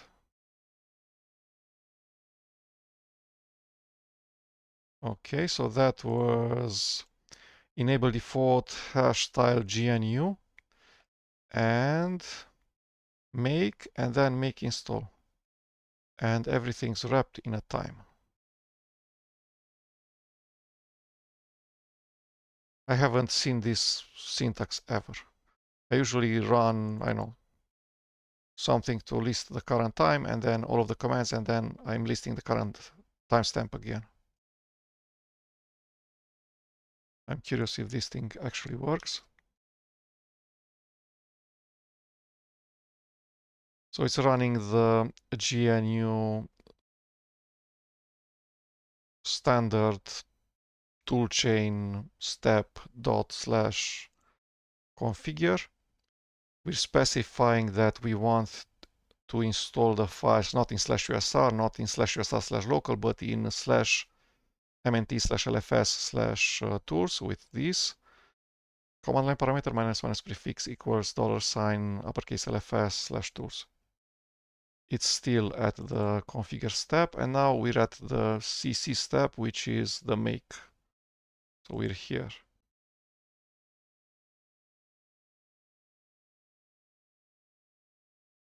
It's building gprof. It's building ld.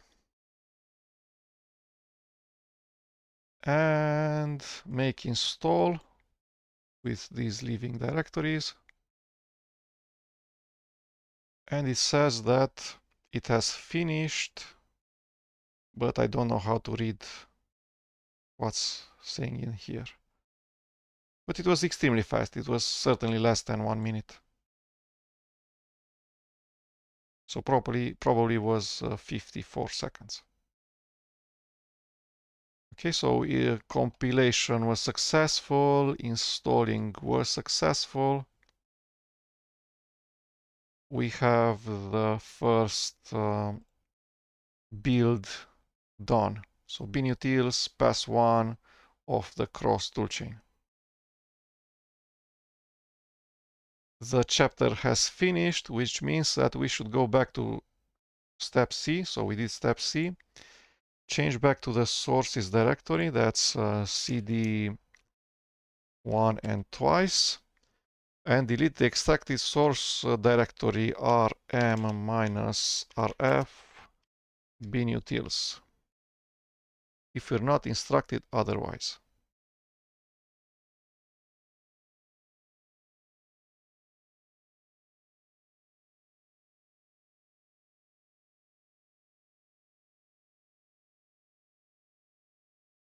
Yeah, it doesn't say that we should keep the directory binutils -2.45 around. So I'm going to actually delete it. Next up, GCC. So let's find GCC in here, ls gcc asterisk * extract verbose file gcc.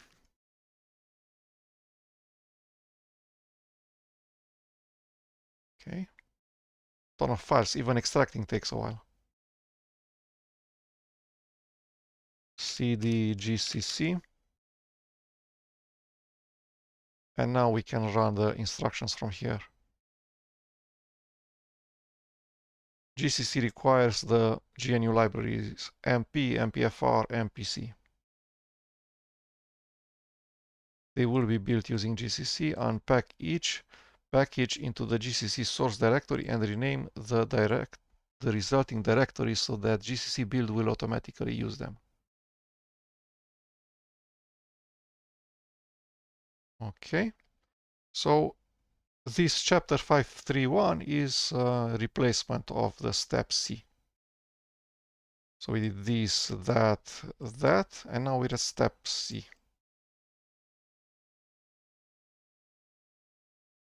So this part, extract 3 tarballs and rename them, rename directories.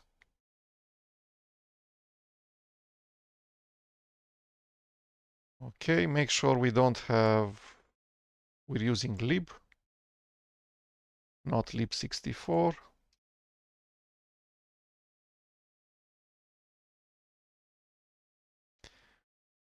We're doing an out of 3 build with a subdirectory named build.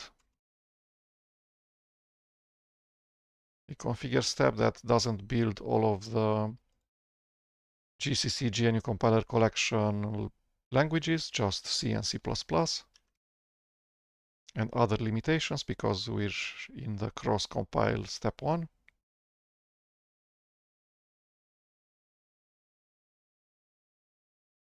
Okay, make and make install.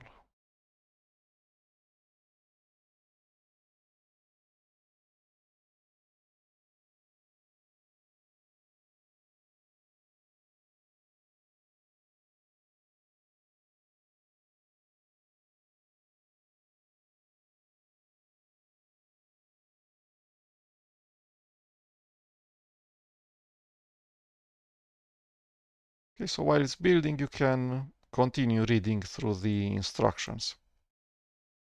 For instance, these instructions just document why you need to run these 2 command lines. Install the package, documents why you're running make install. Compile GC running, tells you why you run make.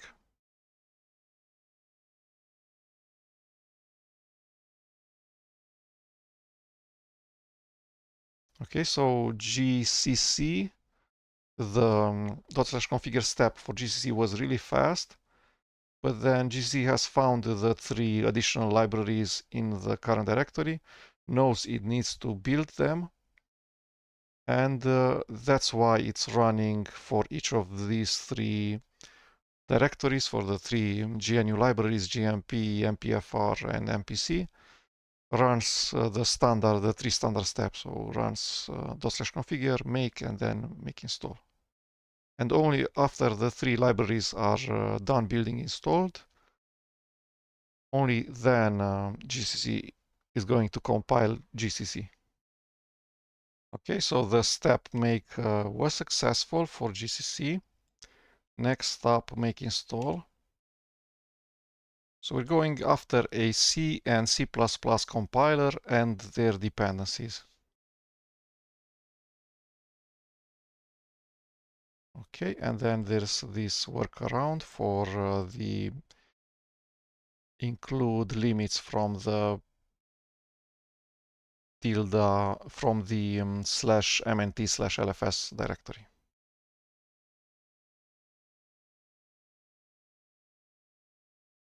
Okay, let's see. Let's see what is this. Yes, we didn't copy correctly things. So we changed to the parent directory, which is the directory where we uncompressed the GCC release tarball, and then we run in there a command. Okay, so chapter is done. We're at step C again. And then we need to follow steps D and E. So change back to the source directory and then delete, otherwise instruct if instructed, if not instructed otherwise. We're not instructed to keep the GCC directory, so let's do that. Change directory to the parent directory, delete recursively the directory GCC.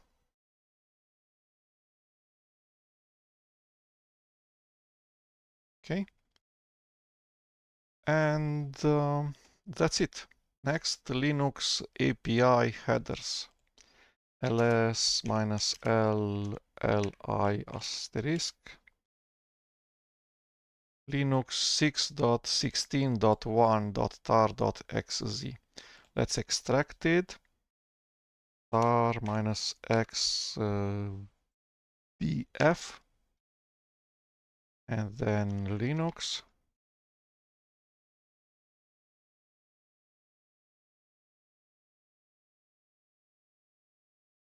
Change into the Linux directory. 0.1 SBU, so extremely fast, 1 second, 10 seconds. Installation of Linux API headers, make Mr. Proper. And then run this thing, make headers, find and copy.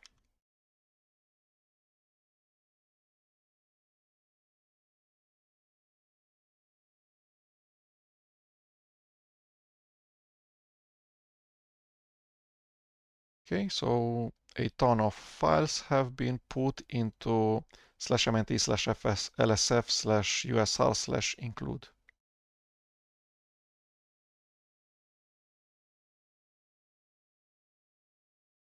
And including /usr/include/linux.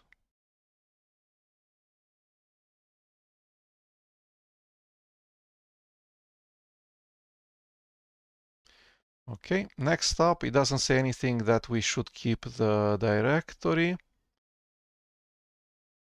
Let's delete the directory, change to the parent directory, rmrf linux.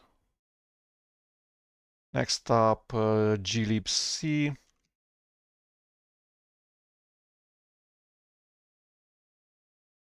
There's a glibc patch and a glibc tar xz, so let's extract the thing that can be extracted. Extract vf dot tar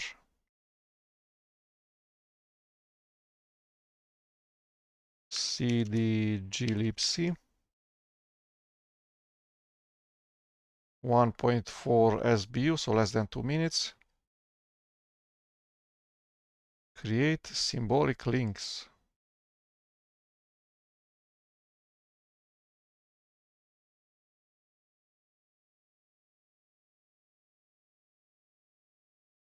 Okay, and now we're applying the second file, which is the patch.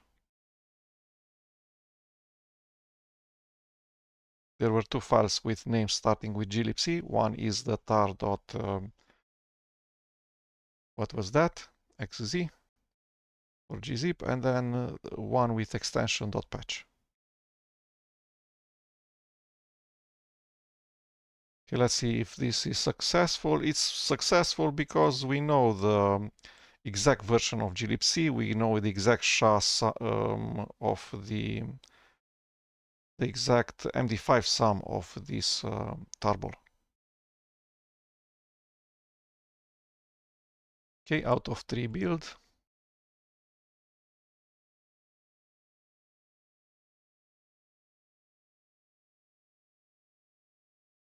ldconfig and sln are installed in /usr/sbin.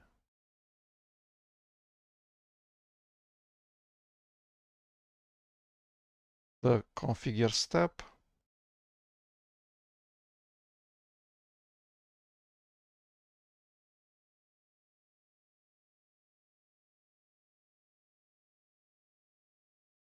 Okay. No, these auxiliary programs are misleading or incompatible versions. And this message is harmless. Okay, let's compile.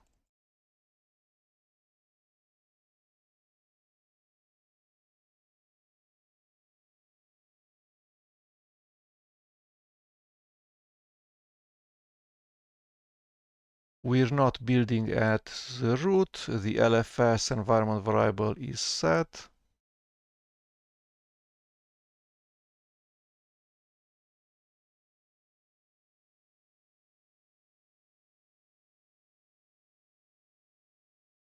Okay, so make was successful.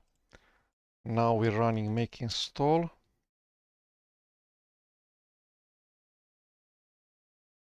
And we have a number of additional fixes as command lines. A sed, an echo, a grep,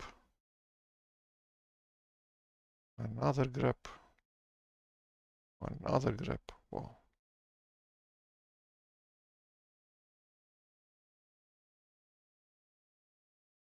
Okay, so the next one will be this guy.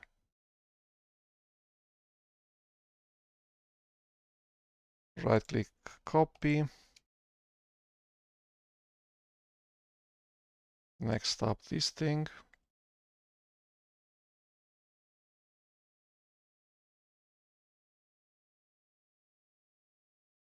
So was it successful or not? An echo and a read elf.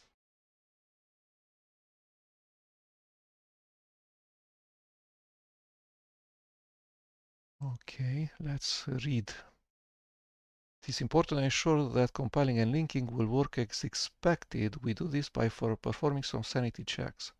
There should be no errors, and the output on the last command line will be requesting program interpreter /lib64 ld linux x86-64 so2. Should not contain /mnt/lfs because we want to chroot.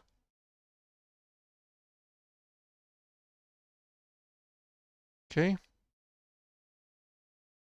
Start files. /mnt/lfs/lib scrt1 crti crtn. Looks okay.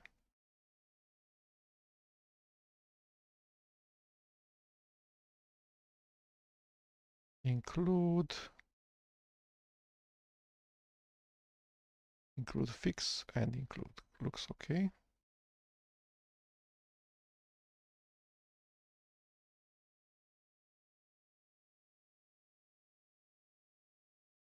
/mnt/lfs/tools usr local lib 64. Yes, looks okay.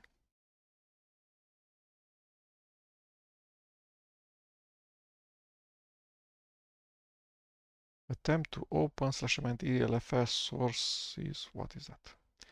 /mnt/lfs usr libc6.so.6 succeeded.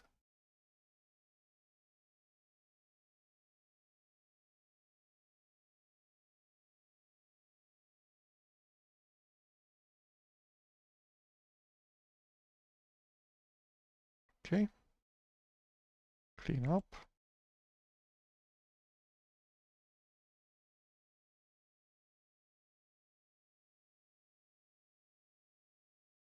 Why are we cleaning up if we're going to immediately delete the directory?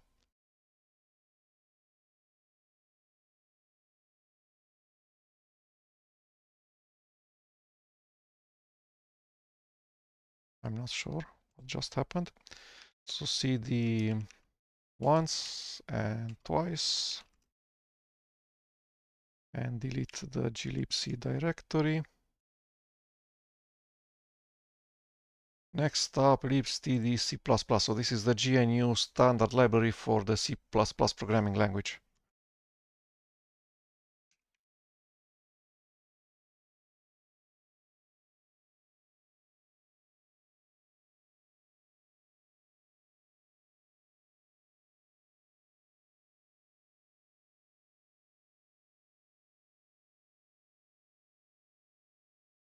How do we get to this file?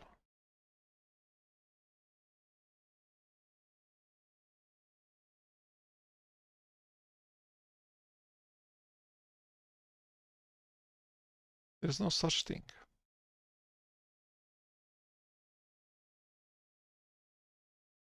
libstd C++ is a standard C++ library. It is needed to compile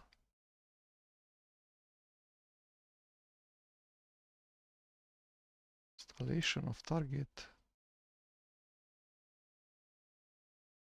Okay. So it says that libstdc++ is not a standalone tarball, but it's part of the GCC tarball. So let's do that. Tar GCC and the command line parameters to extract minus extract verbose file.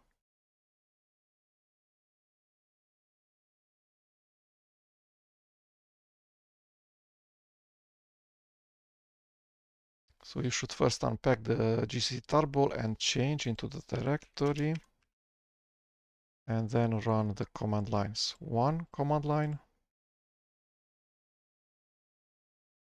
second, the configure step from libstdc++,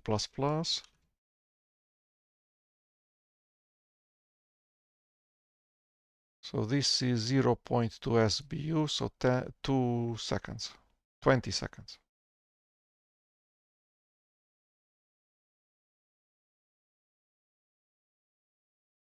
That was the configure step. Make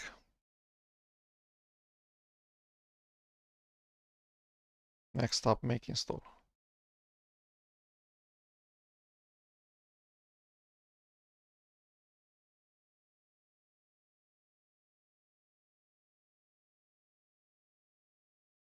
Make install and libtool.la files. And that's it. Doesn't say that we should keep the files around, so let's clean up. Move to the parent directory twice.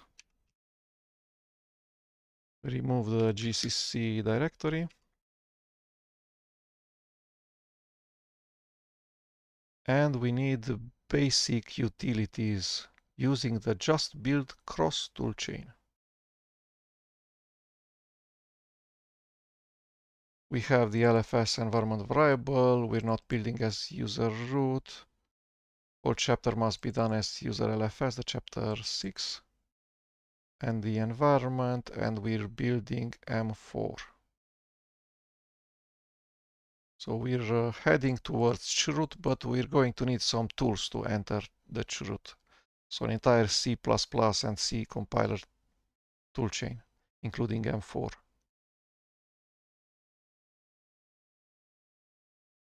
Okay, so we should be in the sources directory. We should find M4 there. Tar extract VF M4 CD M4 10 seconds 0.1 SBU.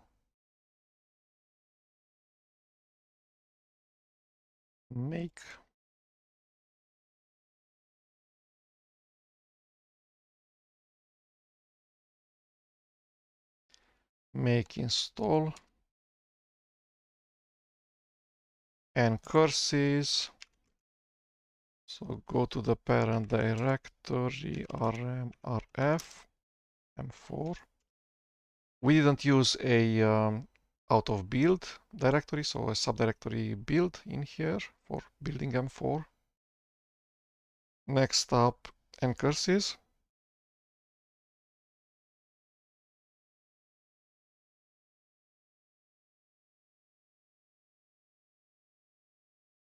Extract ncurses. Change into the ncurses directory. Build a TIC program.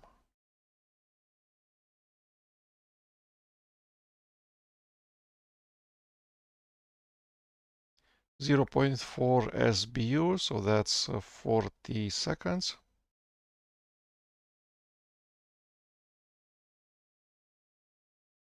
Then the configure step.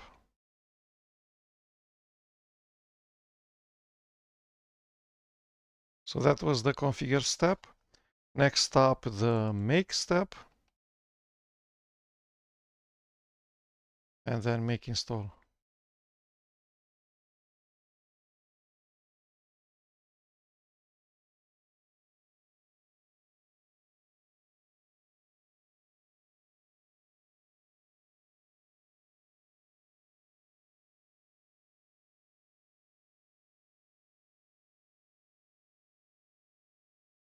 Okay, and that's it for n curses. So let's clean up. Parent directory. Delete directory. Find bash. Extract.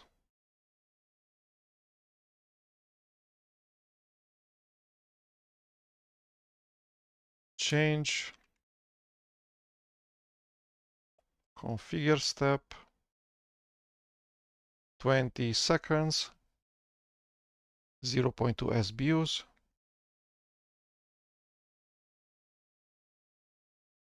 Next up, make.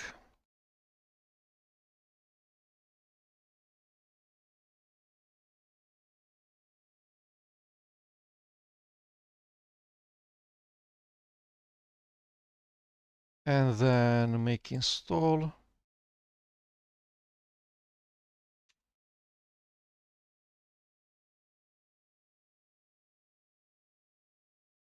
And then we're creating a symlink in slash mnt slash lfs slash bin slash sh. And it's relative such that unified USR works correctly. Okay, that's it with the bash.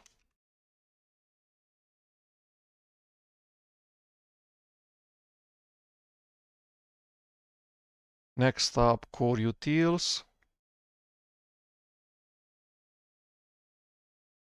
So there's 3 core util files. One is a tarball, this guy, and the rest have extension .patch. Tar, extract verbose file, core utils.tar.xz, cd core, configure step,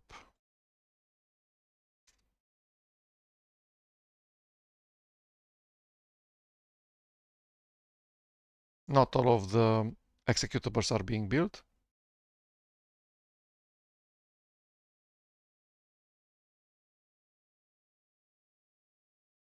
Enables the hostname binary to be built and installed because it's disabled by default. Okay. And that's 30 seconds, 0.3 SBUs. Next up is going to be the step to build, make.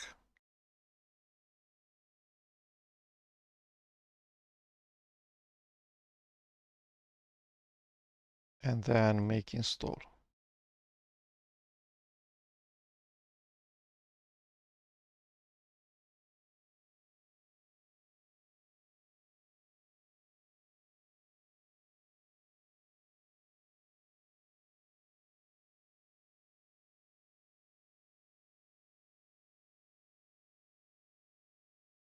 And we're putting /usr/bin/chroot also in /usr/sbin. We're actually moving it, not copying. Okay, that's it for core utils.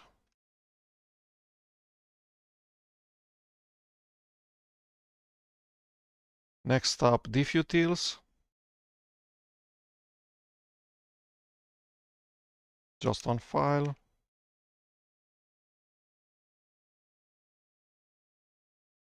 Change directory into the diff utils -3.12 directory. 10 seconds, 0.1 SBUs.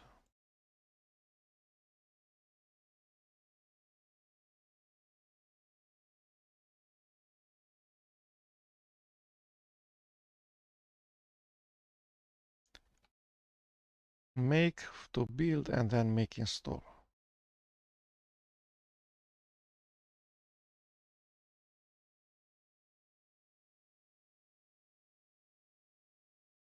And that's it with diff utils, clean up.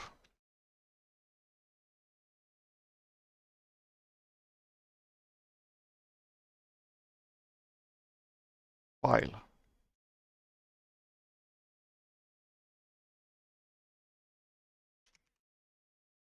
tar -xvf file.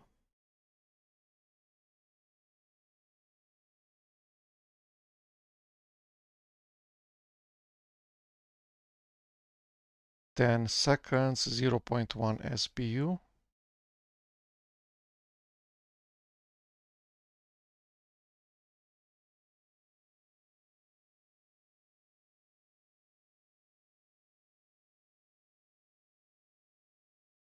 Make a temporary copy of the file command. Configure step.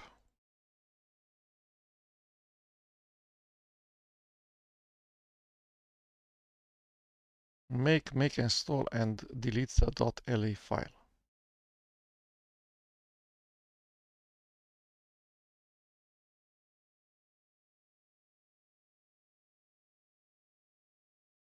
Warning. Okay, that's it with file.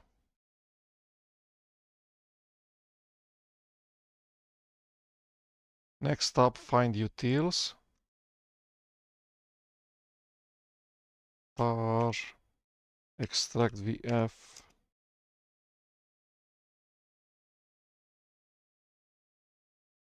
cd find utils.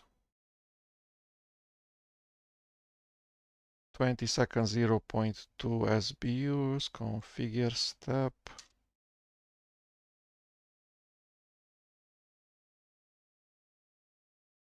Building.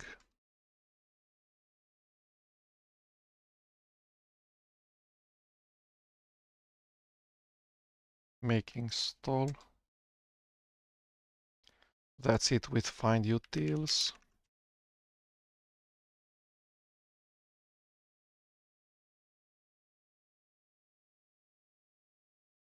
Gok.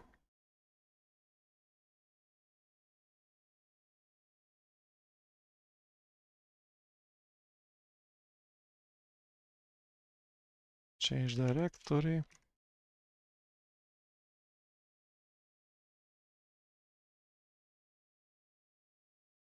Unnecessary files are not installed.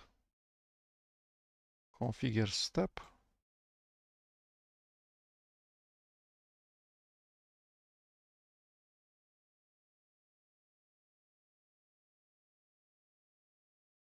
Zero point 0.1 SBUs, that's 10 seconds. Make.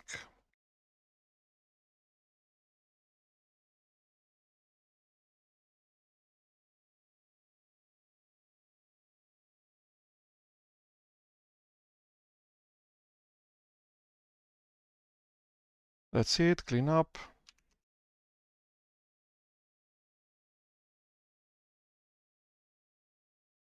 Grep.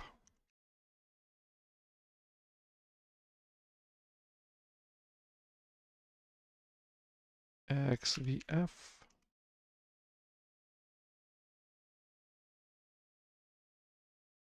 Change into the grep directory. Configure step. 0.1 SBUs, that's 10-second build time.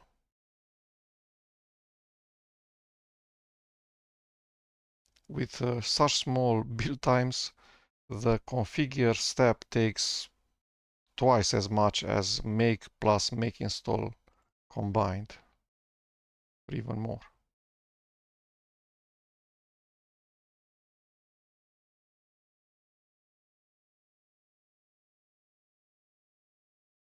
Okay, that's it with grep.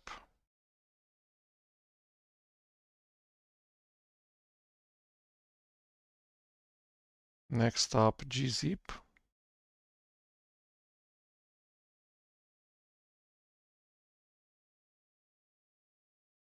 Extract. Change. Configure step.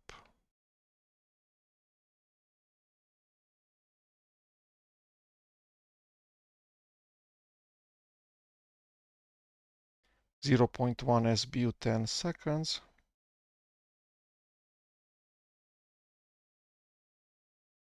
make,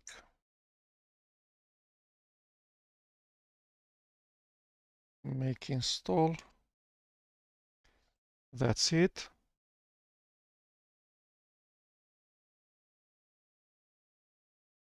Make,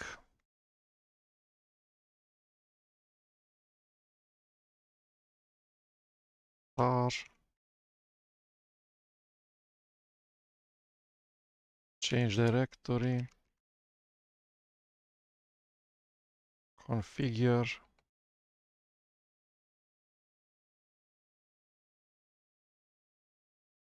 .1 SBUs, 10 seconds.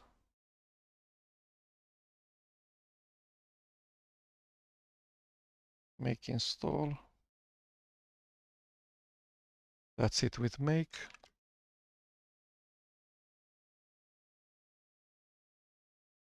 Patch.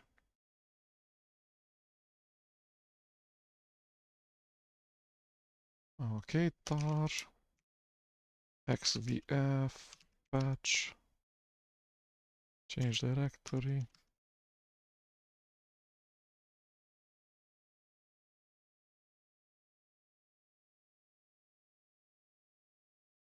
.1 SPUs, that's 10 seconds.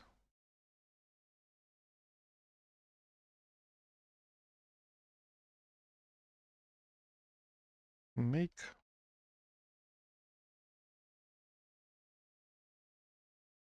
install. Next up,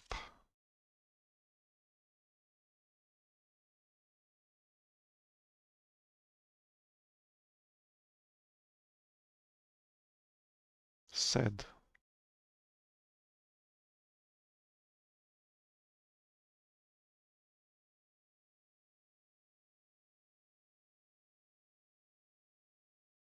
Change directory.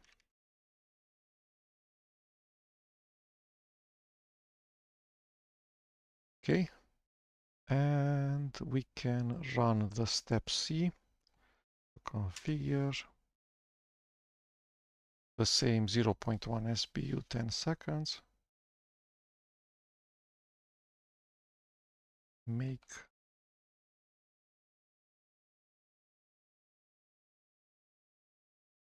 install. Clean up.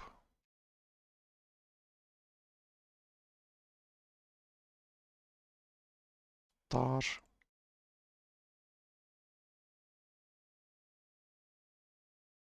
Let's extract it. Change directory. Configure. 0.1 SPU, 10 seconds.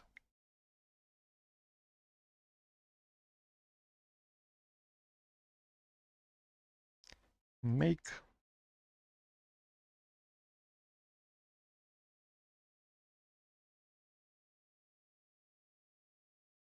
install. That's it for tar.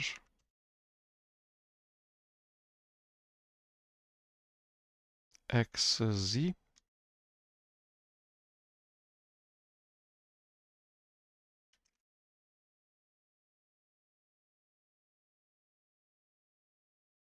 XVF.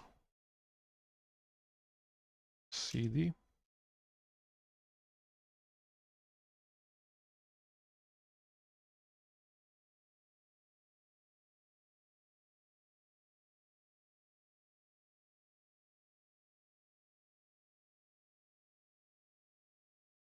.1 SBU, 10 seconds. Make,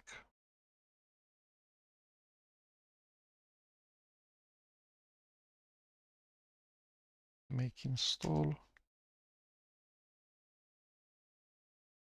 .la files. Next up,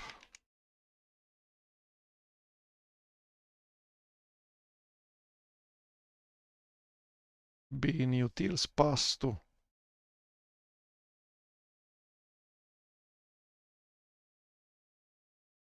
The binutils package contains the linker, the assembler, other tools for handling object files. Binutils building system relies on a shipped libtool copy to link against internal static libraries. But libeberty and zlib do not use libtool. Okay, that's it. So pass to binutils first.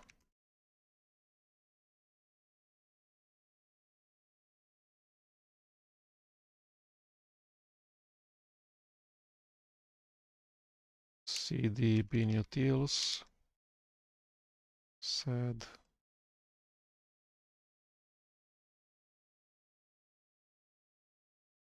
intermediate build directory configure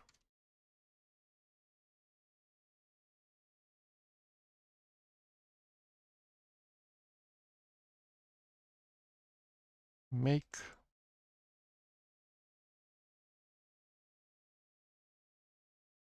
it's not clear to me what's happening here. So it using the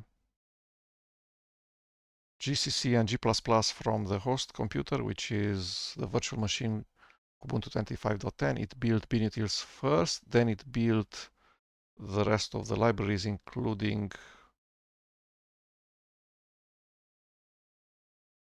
not. I don't know.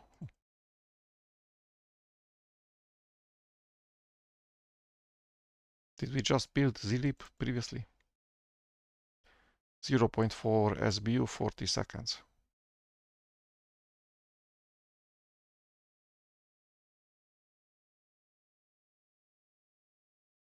Okay, so that was make. Next up, make install. Remove .la files. And we don't need binutils directory any longer.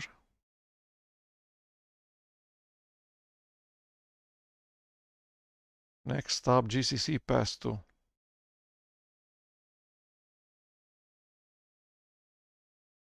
Okay, so that's ls gcc asterisk tar xvf gcc.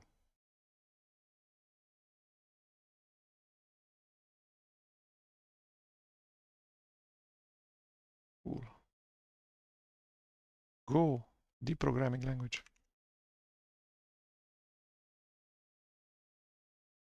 The three GNU libraries. lib64.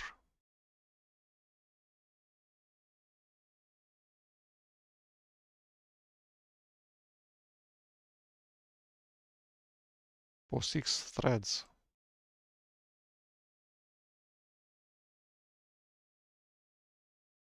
The configure step. And this takes 4.5 SBU, so that's 4 minutes and a half.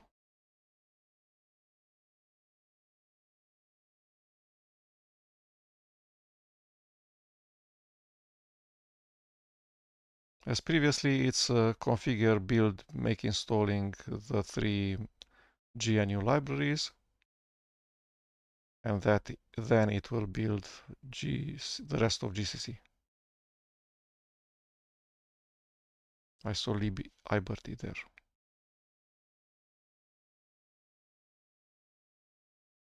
GMP, one of the three libraries.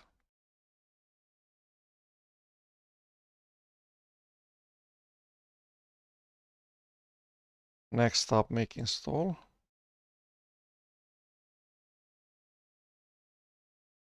And then we're making a symlink for GCC towards the C compiler CC.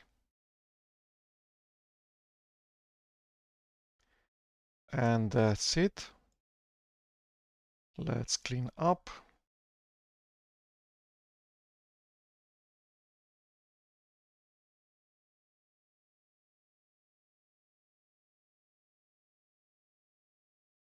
Okay, and we're entering a totally new chapter, which is chroot plus building more tools. So let's see. So it says that we needed to build GCC twice and glibc twice because there were some dependencies that were circular. And now we have in /mnt slash lfs slash usr all of the files that we need, which will allow us to chroot into /mnt slash lfs. All of the commands for building until now have been run as the user LFS. Now we're switching from the user LFS towards the user root. So we were previously the user root, and now we've SU'd towards the user LFS, which means that we can go back by exiting, Control D. Now I'm the user root. Let's look at the environment variables.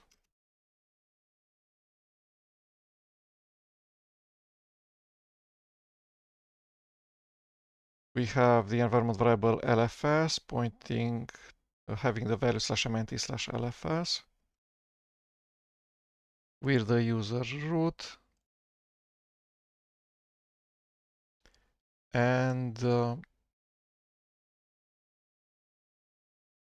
we need to do some changes because the file system, the directories and files in /mnt slash LFS are owned by the user root, by the user LFS, and the user LFS doesn't exist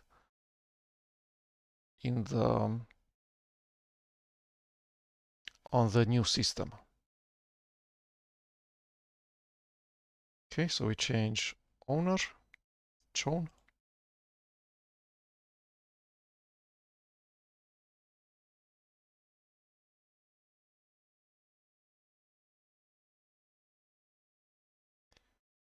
We need to prepare some directories such as /proc inside the chroot.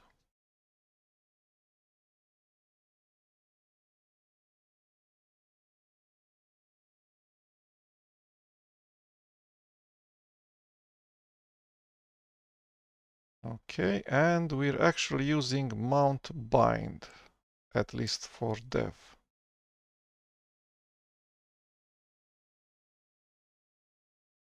A bind mount is a special type of mount that makes a directory subtree or a file visible at some other location. Okay, for the rest, dev pts /proc/sys/run.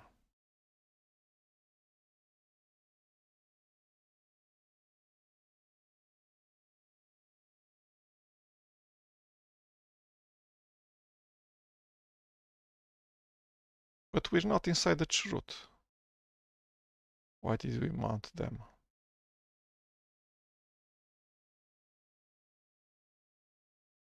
Okay.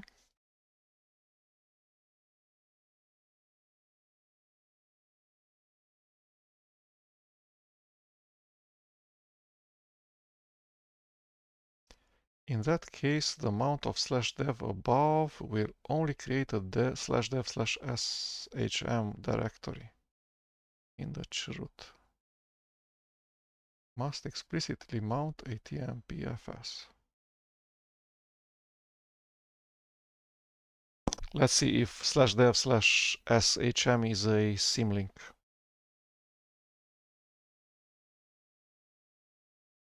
Shared memory.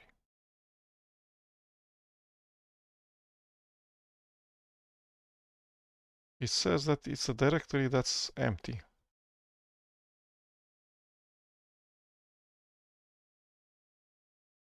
Which is probably the case. So it's a mount point for tmpfs.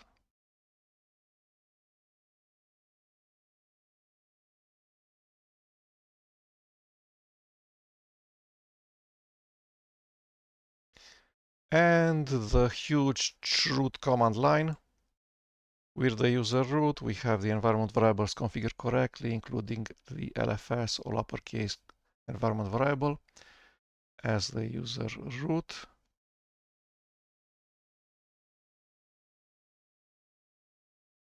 So chroot slash mnt slash LFS, the new root, and then environment variables, home, term, ps1, path, make flags, and now make flags is -j14, which is a bit much.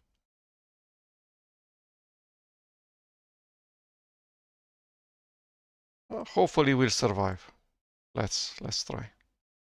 So I should have replaced the $sign and then between parentheses and proc with 14 minus 1, which is 13.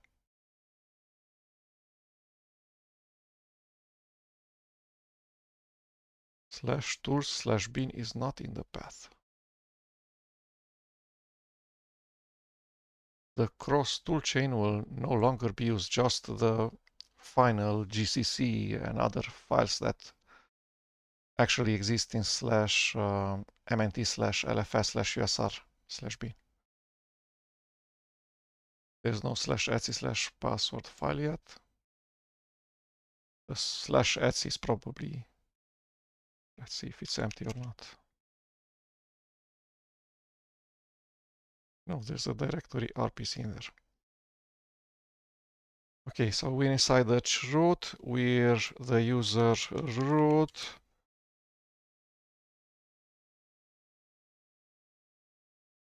We're on the slash. Okay, it's creating slash boot slash home slash mnt slash op slash srv. So this is the large virtual disk, the one that's 200 gigabytes in size. This will become the only virtual hard disk of the virtual machine. In here we will have the bootloader, the slash boot slash EFI. We already have a ton of files in here. A subdirectory in slash etsy, a ton of files in slash usr. The Linux kernel mode related directories are already populated inside the chmod in the chroot. And now we're creating other directories which are kind of empty.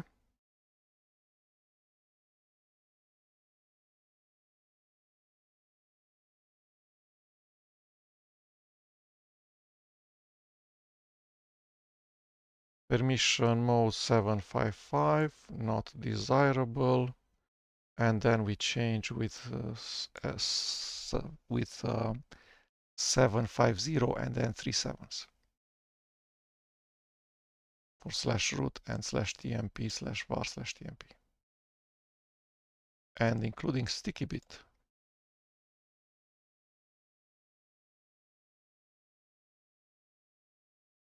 We don't have slash usr slash local slash games and slash usr slash share slash games.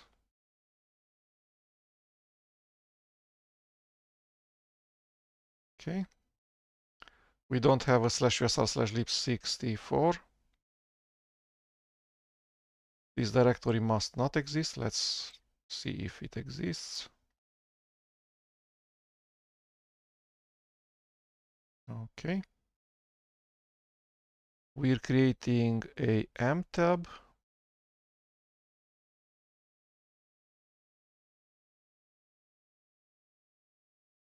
We're creating a slash etsy slash host that only knows the local loopback network interface card.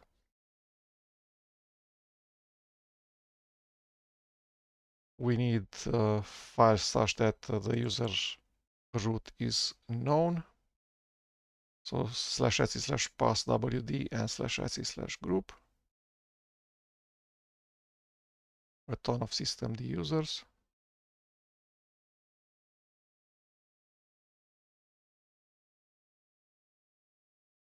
The slash tape user group.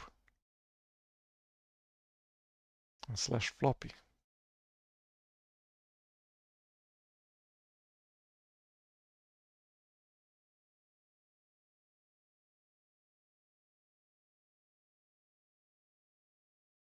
because udev wants them.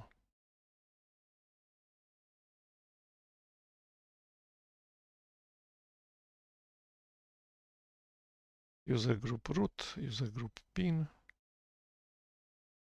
no body, no group. We need a test regular user named tester with the tester group.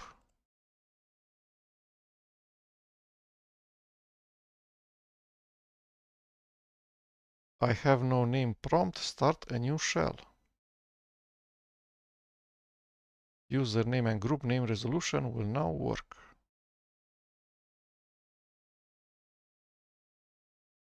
Okay, so it knows that the current username is root. We're inside the LFS root. PWD works correctly.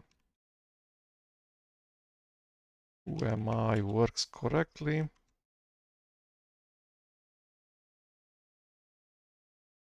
And we need some more /var/log files.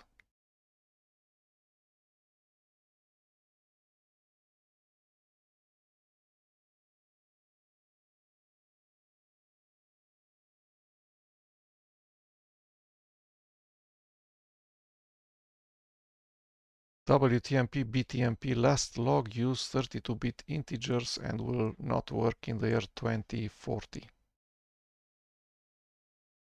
Okay, where are we? We're inside the root, which is the former /mnt/lfs, so there should be a top level directory in here /sources. And we need to build get text, so that means cd sources, find get text in here, extracted, xvf get text, change into get text. Get text is for internationalization, for translating text from English United States towards, for instance, German. Okay, configure step.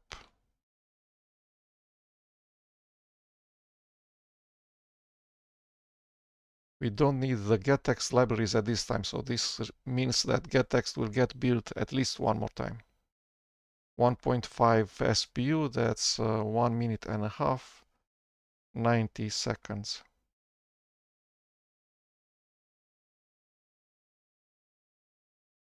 Make step.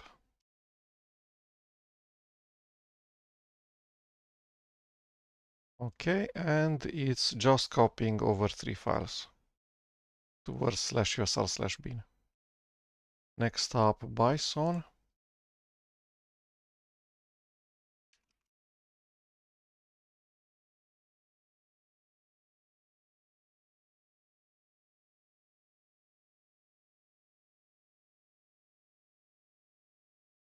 Extract the Bison tarball, change into the Bison directory, configure 0.2 SBUs, that's 20 seconds, make,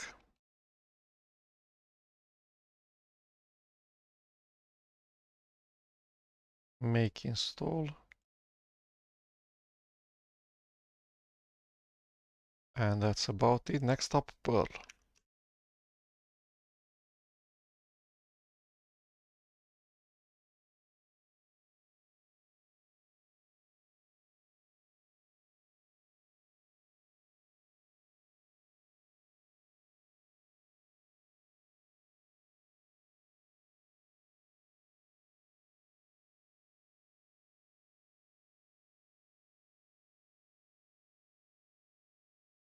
$60 seconds. See, what's that? 0.6 SBU. Half a minute. 0.6 XBU.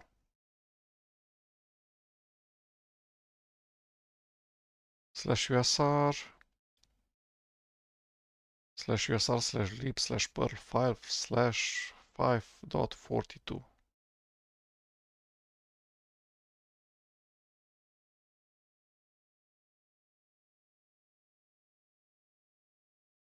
Make.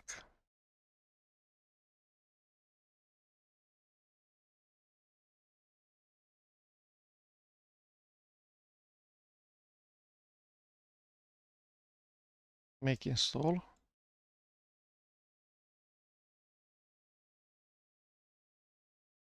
And that's it.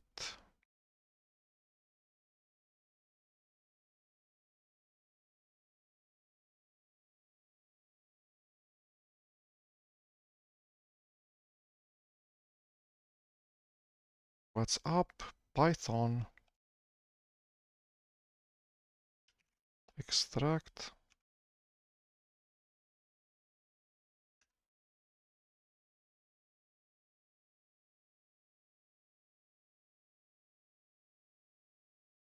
Wow, there's multiple.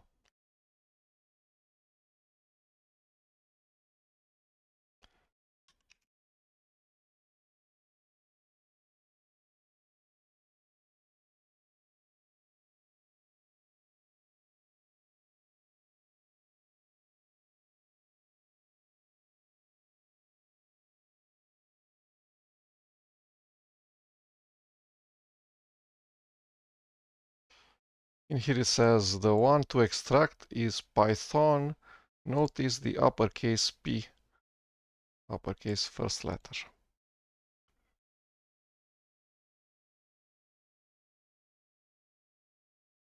Ugly. Very, very ugly. I'm not sure why you would use uppercase letters in a tarball file name.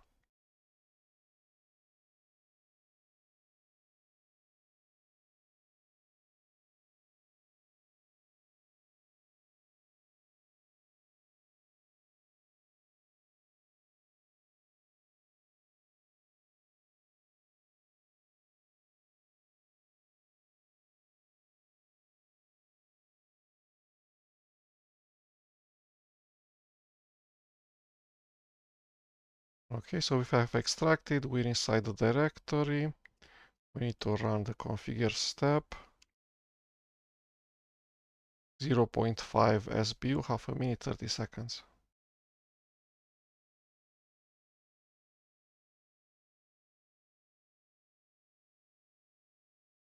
Make.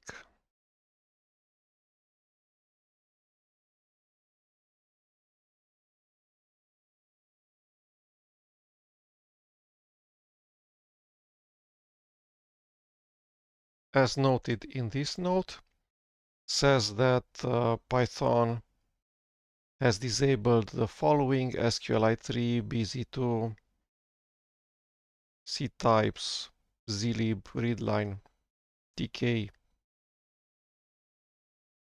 OpenSSL, which is okay.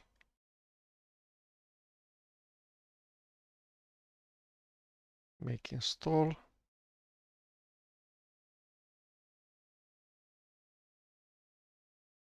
And that's it with Python.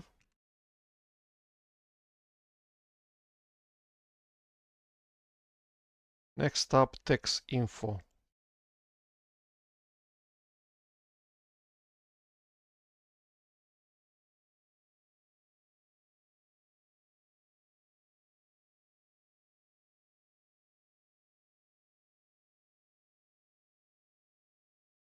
.2 SBUs. That's less than 20 seconds. Make.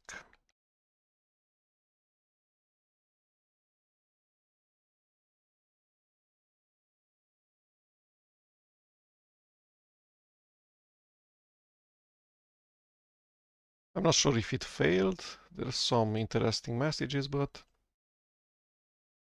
they're just warning, hopefully.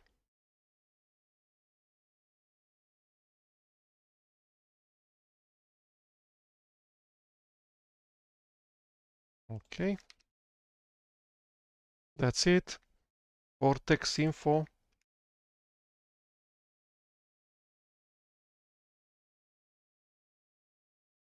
Next up, util Linux.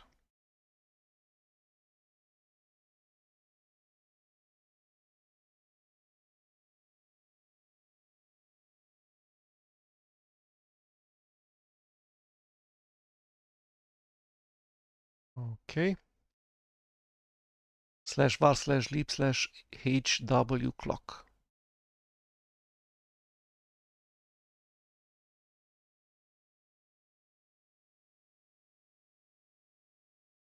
Configure. 0.2 SBUs, that's 12 seconds.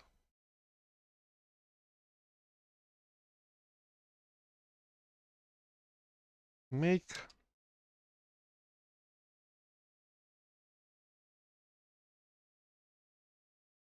install.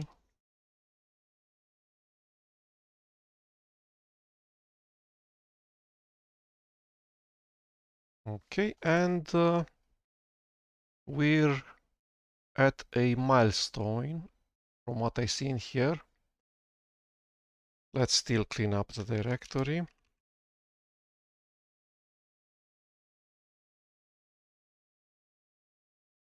Okay, it says that we have a temporary system. We're going to clean it up a bit.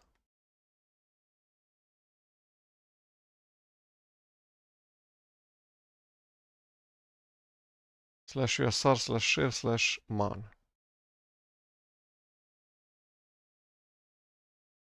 We're probably removing more .la files.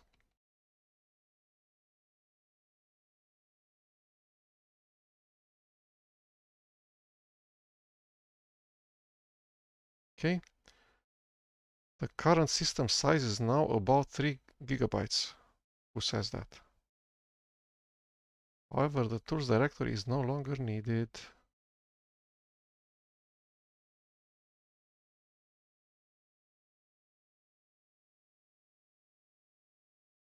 So I have run this command line, disk usage du -h human readable values, and then summarize /. The result is that the / directory takes 2.8 gigabytes. Backup.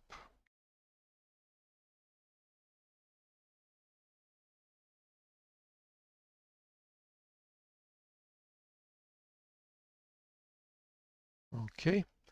If you have decided to make a backup, leave the root environment.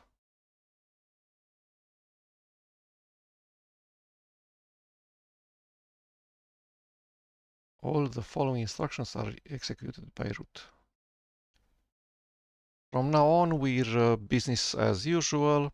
We're inside the root, we're running as user root and building a ton of software packages within the /sources directory. And now we need to install the man pages.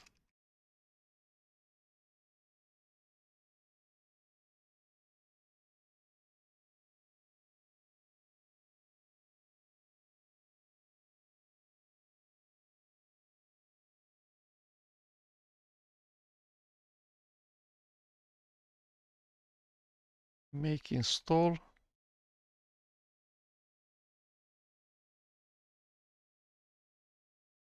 (0.1 SBU). And next, Yana.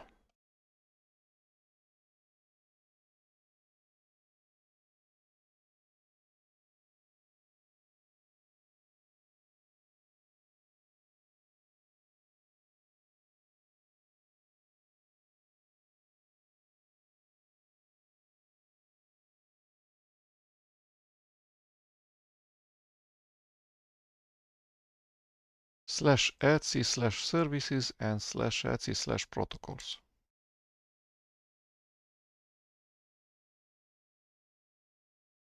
Clean up.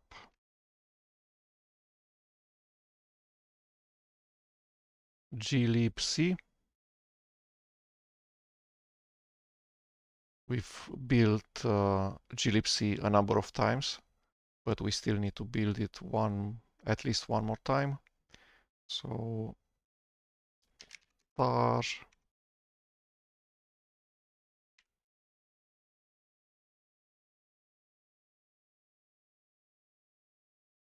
There's a patch and a tarball.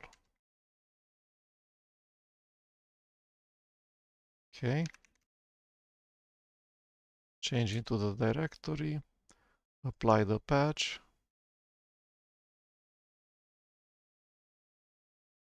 The patch applied successfully. Sed. Intermediate build directory.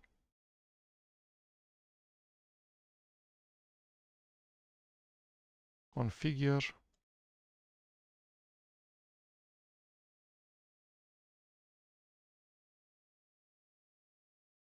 12 SBUs, that's 12 minutes.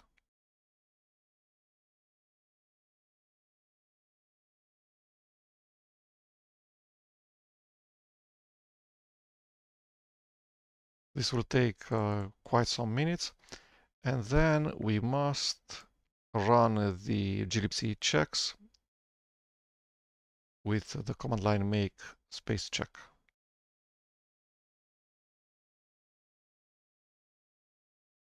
Make check.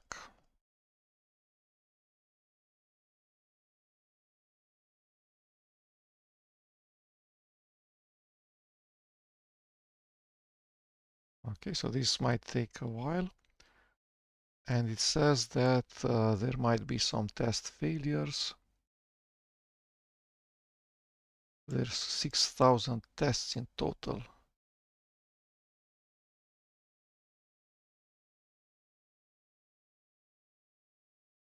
Yeah, so if the vast majority of tests pass, even if some fail,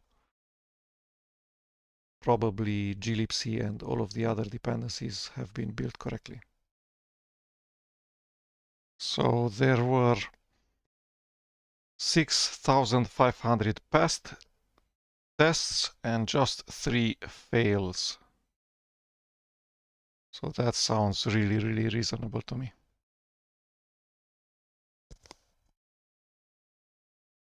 Okay, we should continue with the instructions. /etc/ld.so.conf.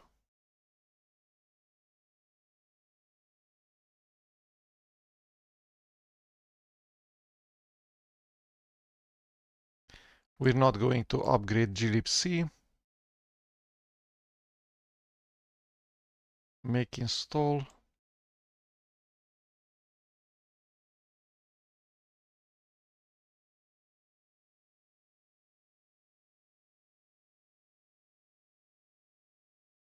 Sed.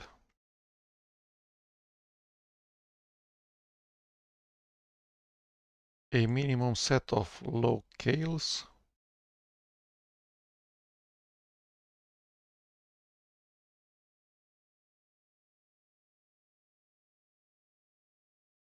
Let's see if it contains the most important one, which is NUS UTF-8.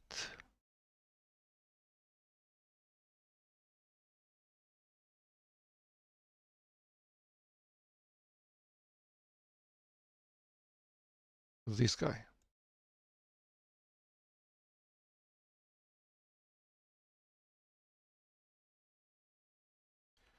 Okay. And then install locales. Alternatively, install all locales listed in locale data supported.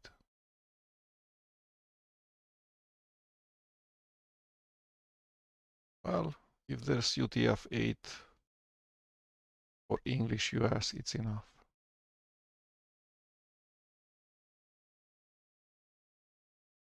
Okay, we'll skip this part.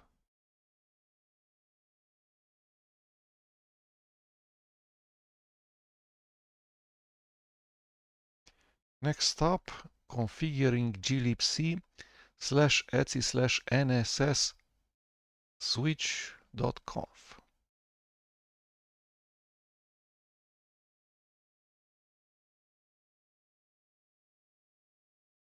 Password, group, shadow, systemd files, hosts, networks, protocol services, others RPC.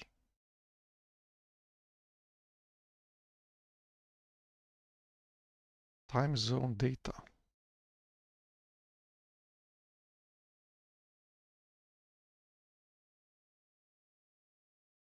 South America, North America, Europe, PO6, right, Africa, Antarctica, America, New York, correct.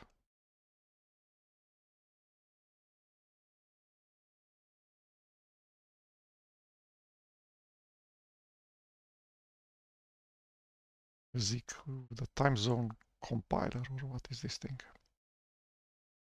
Creates PO6 time zones without any leap seconds.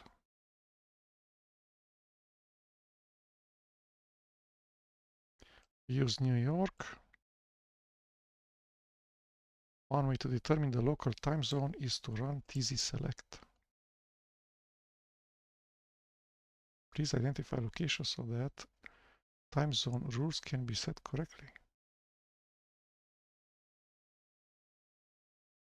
After answering a few questions, the script will return the name of the zone.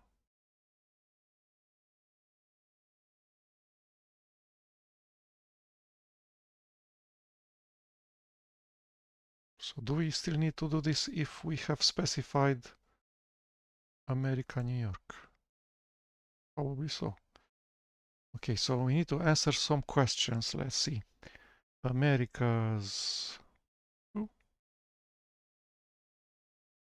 New York 49.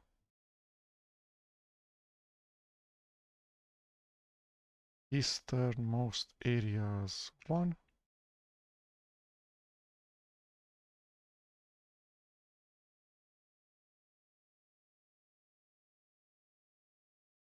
Is the information correct?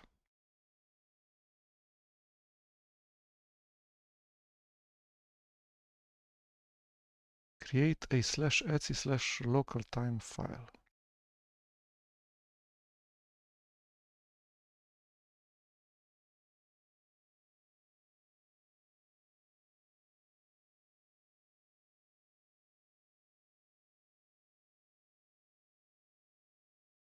/usr/share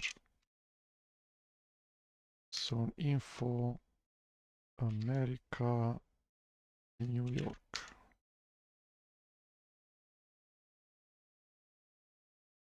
Oh, there's no New York.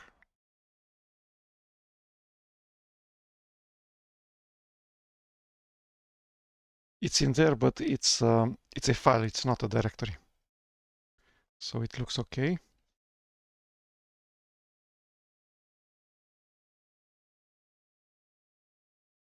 Let's edit the command line.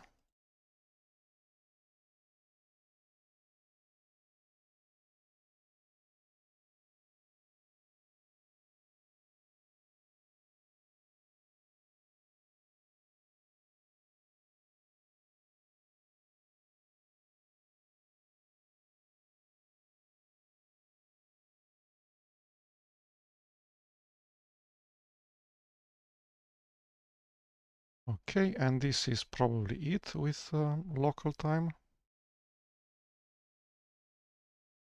Configuring the dynamic loader /lib/ld-linux.so.2.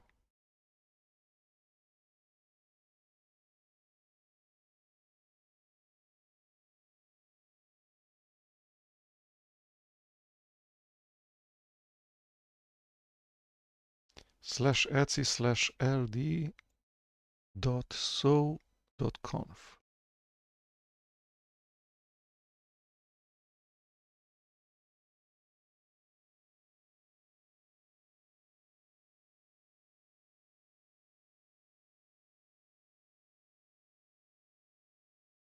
Okay, so it includes these directories, but also a all files in this directory /etc/ld.so.conf.d.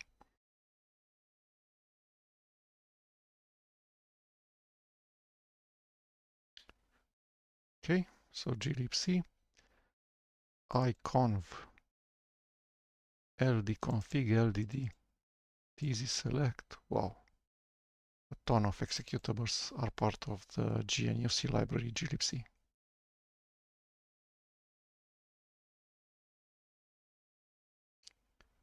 Okay, so that was glibc. Next up, zlib. So cd dot dot twice, remove the glibc directory,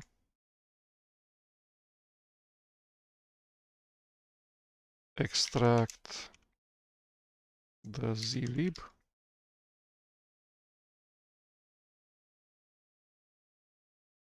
.1 SBU, so that should be fast, less than 10 seconds.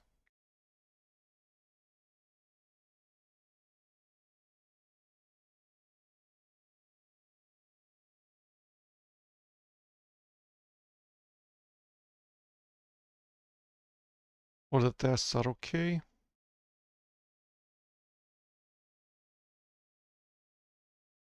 Delete the static linking libraries. Just one file, libz.so. Okay. rm rf zlib tar minus xvf bzip2 .tar.gzip.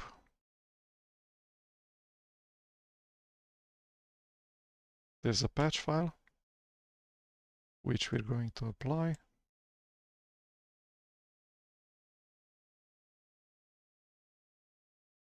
Symbolic links that are relative.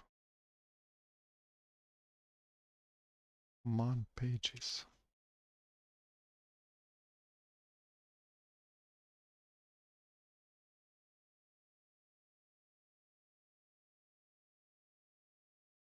Make and test.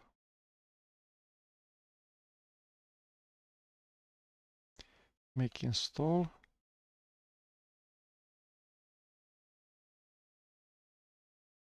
Share the library. Executable bzip2. .a files.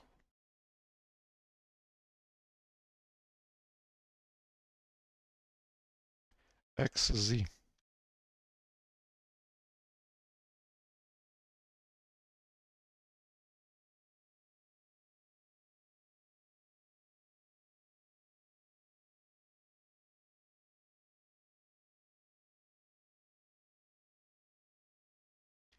Configure.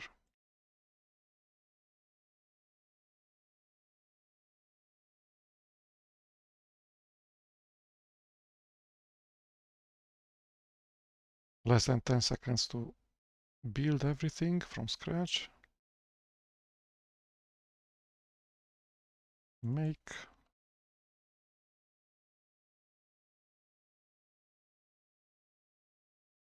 Make check.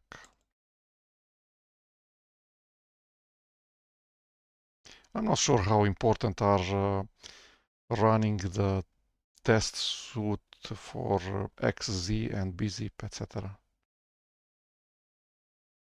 There's some packages that are really vital that you should run the test for, but then for the compression algorithms. Okay, LZ4.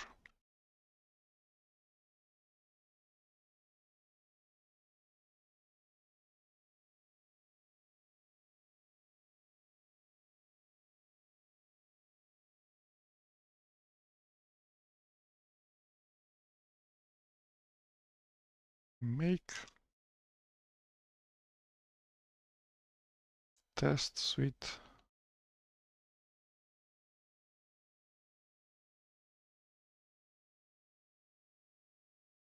Make install.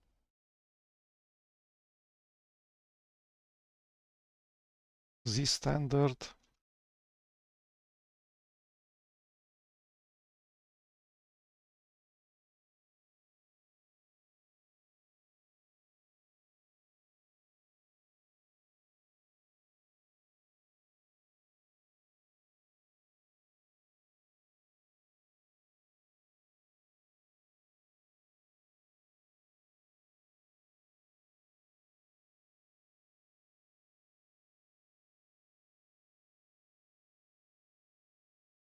So this is actually compiling.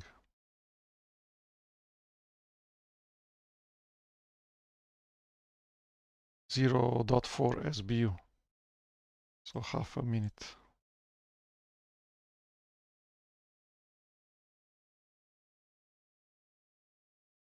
Next, make install. Remove the .a file. File.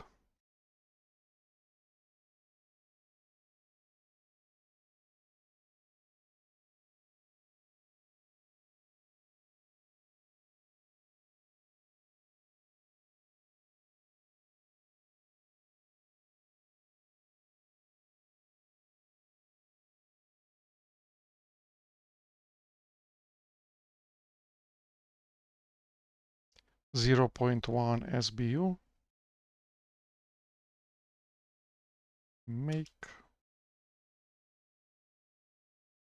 Make check. Make install. Magic. Readline.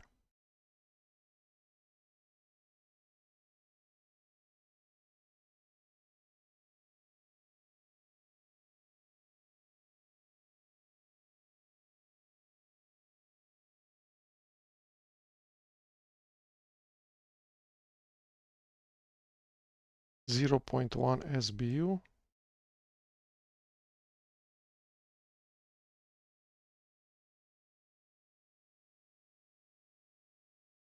Are paths. Configure step.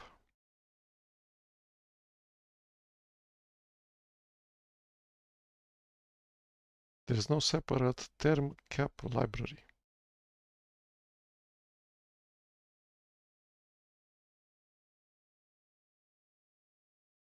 Should link against lib and curses w.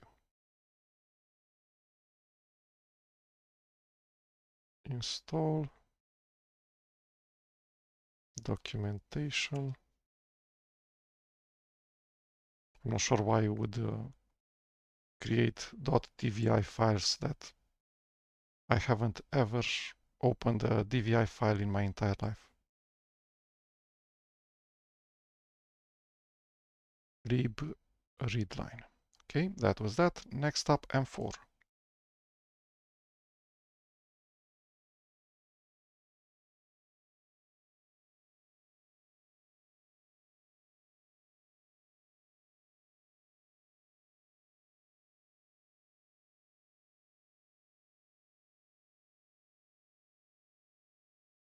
Zero point 0.4 SBU, so that's 20 seconds. Make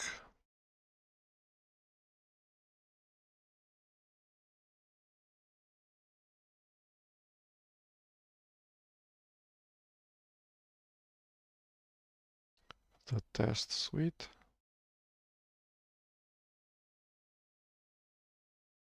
Make install. M4. Next up, BC.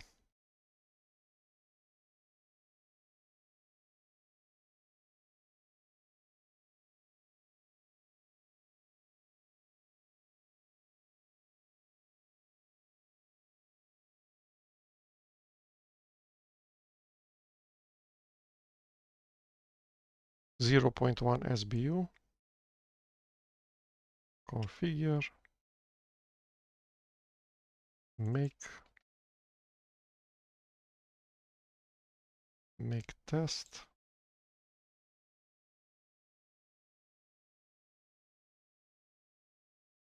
and make install. Command line calculator BC. Flex.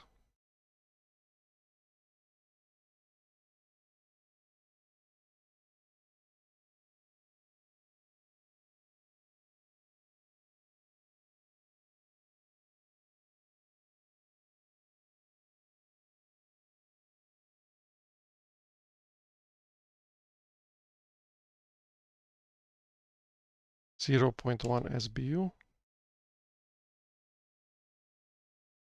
Configure step, make, and make install. Lex and flex.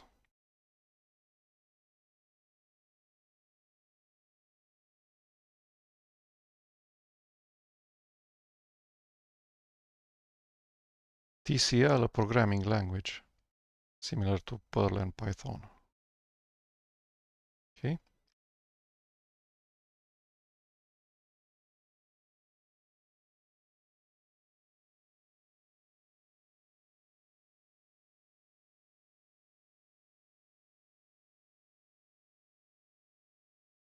There's 2 tar balls. And we need to extract the one with SRC.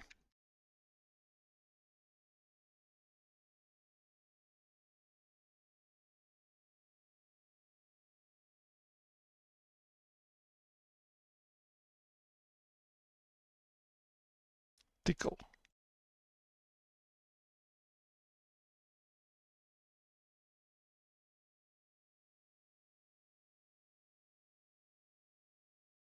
The configure step.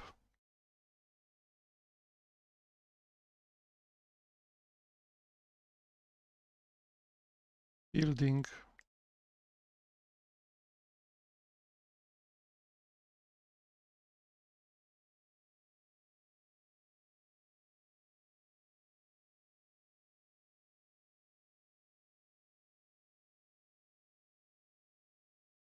So the duration is 3 SBUs, that's 3 minutes.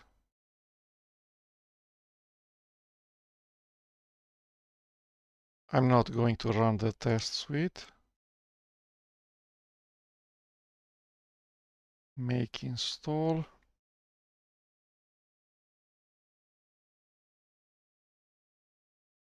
A ton of additional command lines are needed to build TCL instead of just a 3-step dance configure, make install.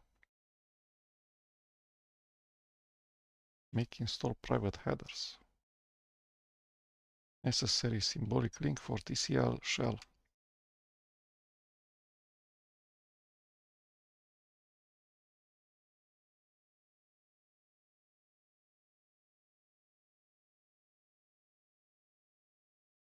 Install the documentation. TCL shell and the library. Expect.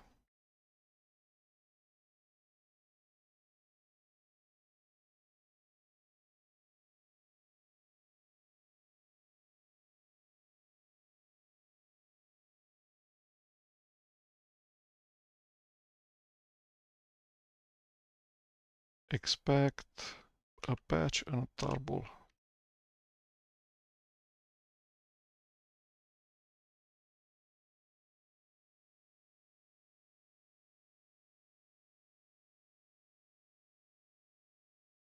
Zero 0.2 SBUs.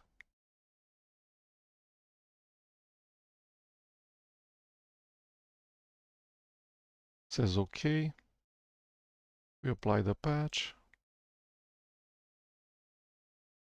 Configure step.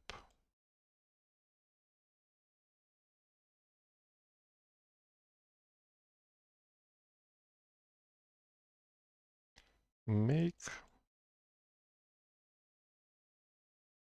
No make test. Make install. Expect the executable.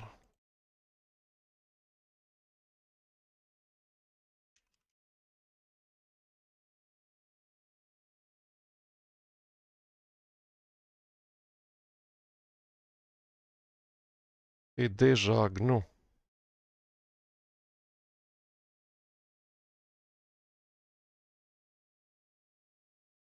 A framework for running test suites on GNU tools, written in expect, uses TCL.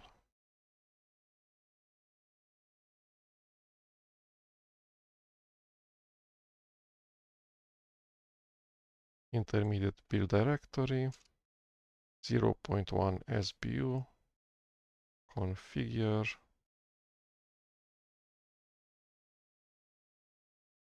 make install, package config,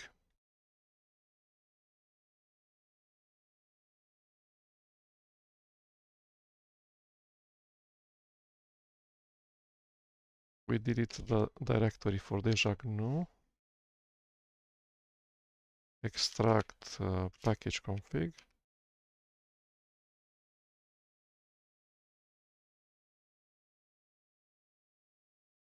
package conf. Package conf is the successor of pkg-config.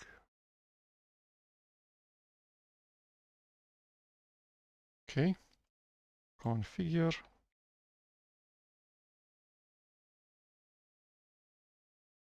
make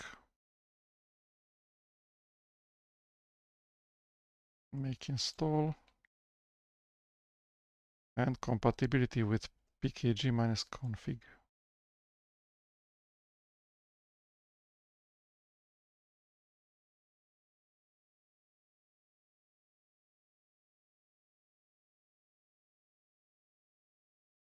Okay, next up, bin utils.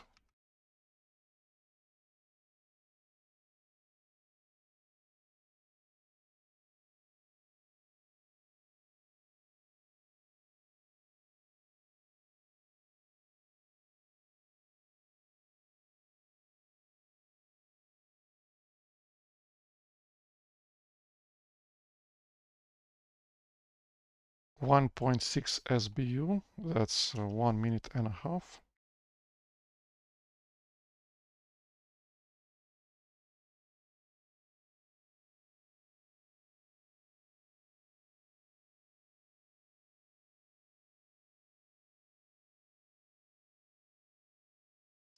The test suite for bin utils in this section is considered critical. Do not skip it under any circumstances.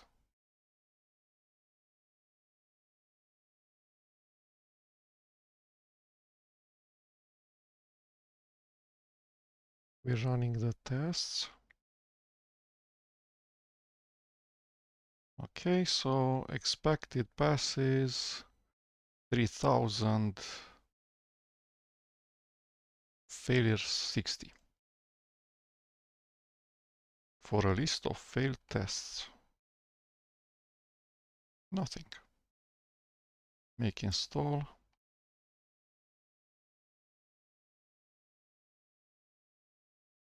.a files, GNU assembler, LD, readelf, strip, GMP. Okay, let's clean up.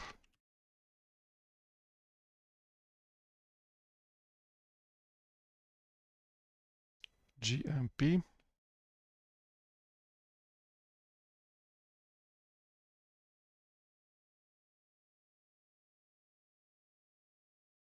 GNU math multi-precision. Okay, we're inside. If you are building for 32-bit, nope. We don't want optimization.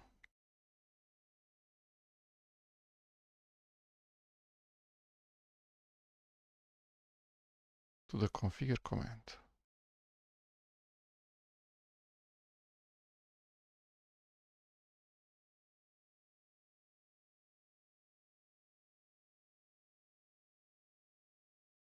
The default settings produce libraries optimized for my host processor.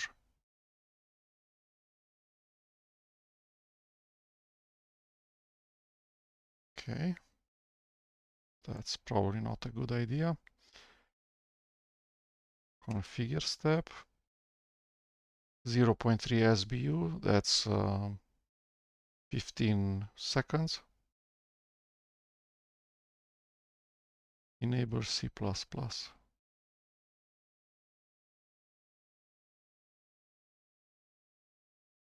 Okay, build.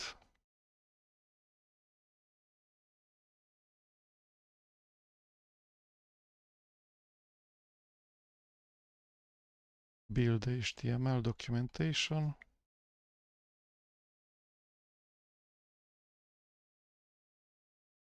GMP test suite is critical.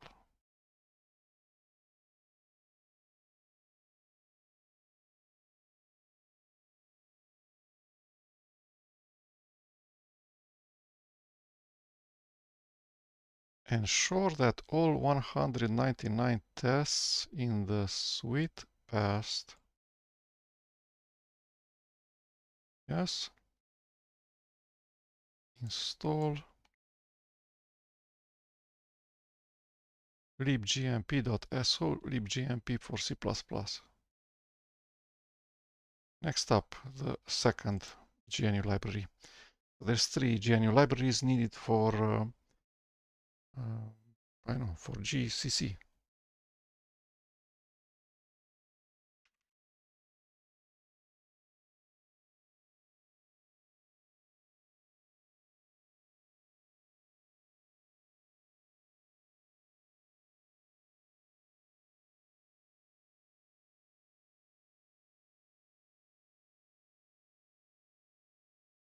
Zero point 0.2 SBU.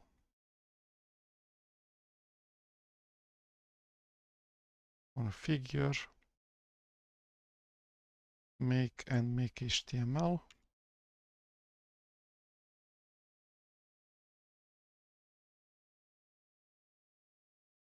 Make check. Should say that 198 tests have passed.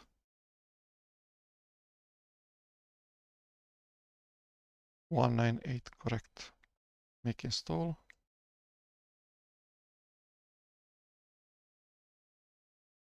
I can see that the stable latest release of the book from Linux from scratch was tested on Ubuntu. Okay, MPFR library. Next up,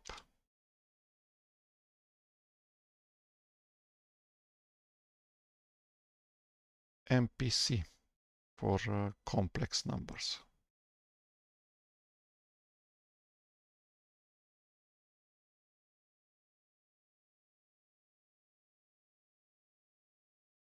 (0.1 SBU).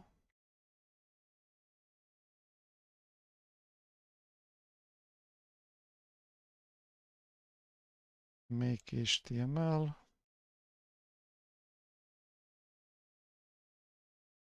Make check.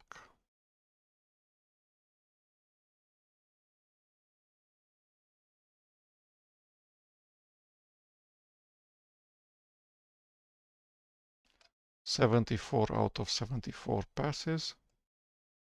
Make install. libmpc.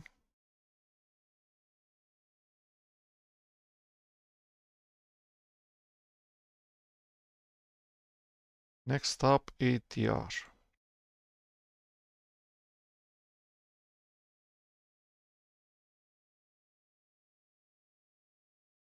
(0.1 SBU).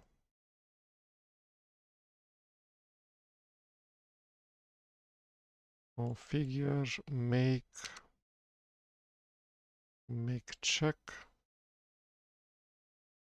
We're using ext4. Make install. The ATTR.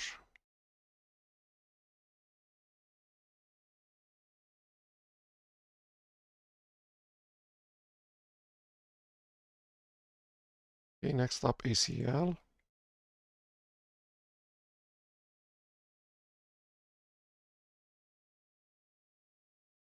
0.1 SBU.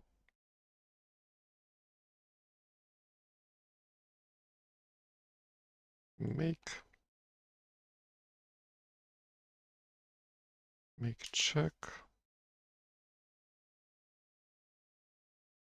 One test named test/cp.test is failing because core utils has not yet been built using ACL support.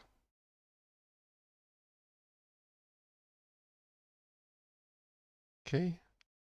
Set facal.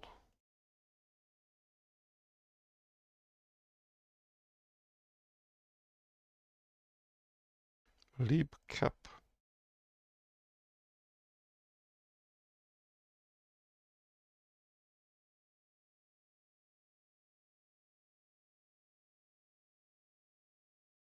.1 SBU.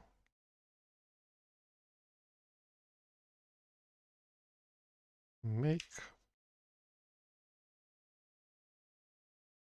test. Make install. libpcap. libxscript.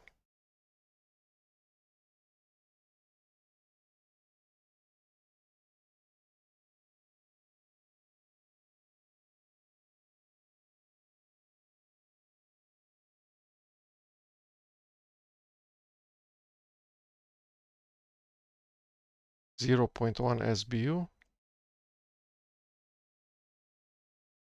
We're at the half of the book. You can see in the scroll bar. Make. I'm not sure what this thing is. Modern library for one-way hashing of passwords. I haven't heard of this library before.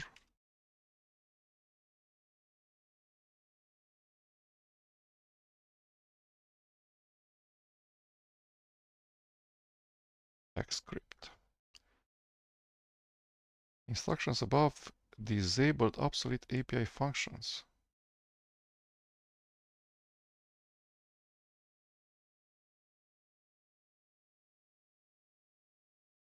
Okay, next up, shadow.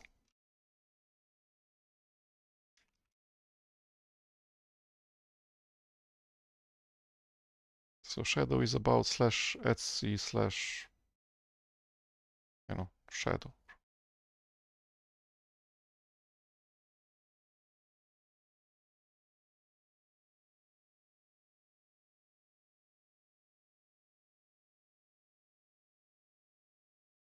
.1 SBU.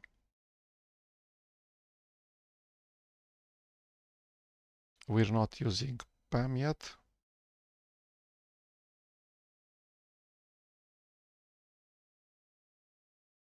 I don't want to enforce use of strong passwords.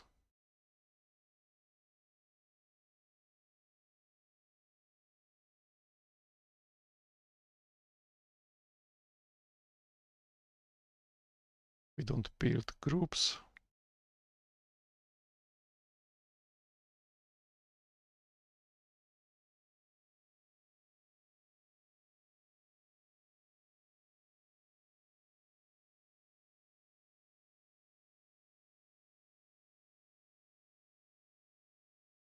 Configure.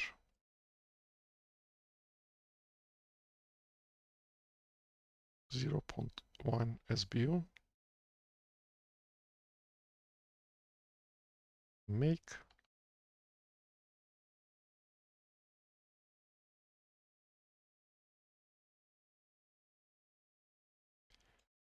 Make install.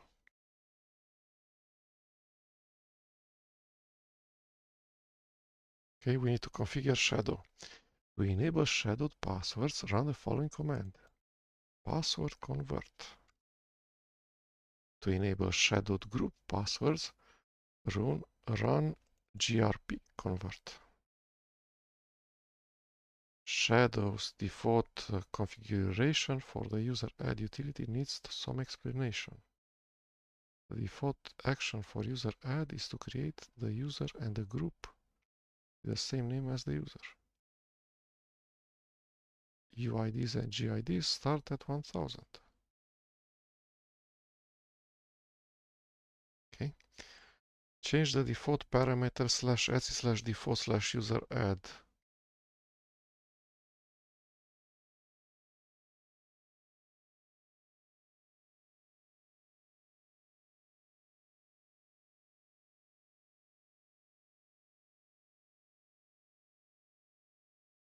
User add -d. Okay.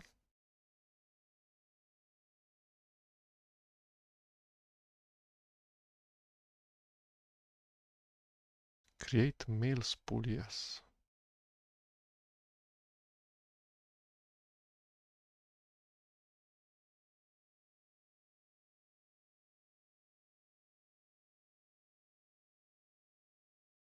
Let's look at the file. So /etc default user add group 999 create mail pool, yes.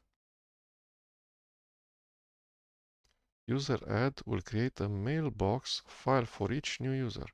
User add will assign the group ownership. If you would rather not create these files, issue the command below. We're not going to care. The root password. I'm not sure why we're doing this.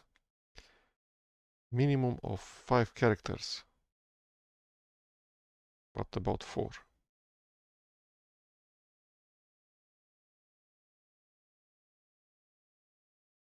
Okay, so shadow. A huge number of executables. SU. User add, user del, user mod. New group. Change shell. A ton. And password. GCC, which is 46 SBU, so that's almost 1 hour, 50 minutes.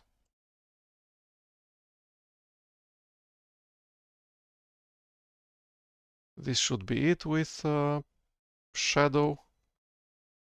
And now GCC.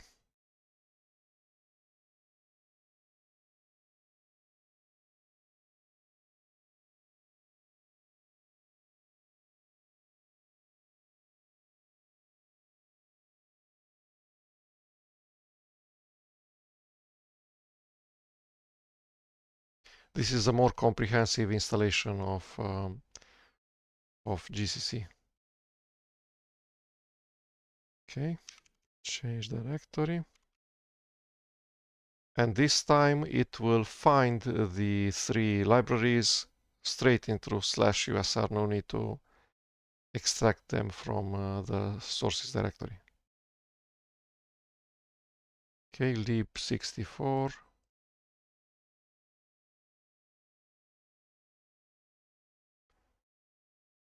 Build directory.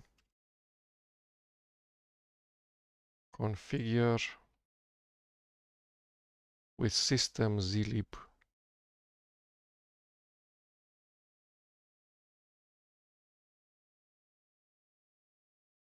Make.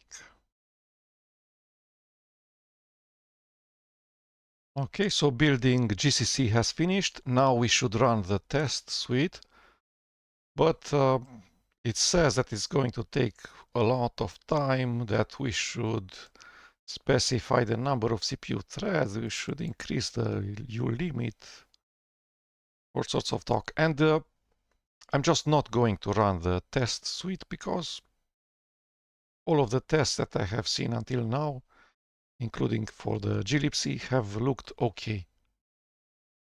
Next up, make install.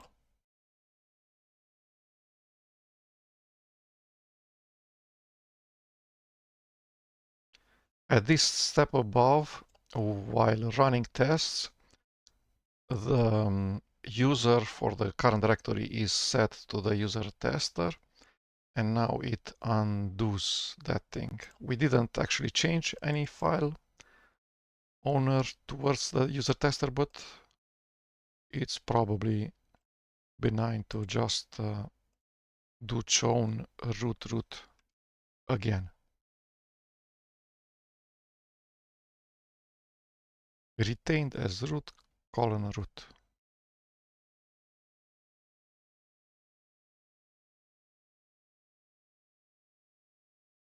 /usr/bin/cpp.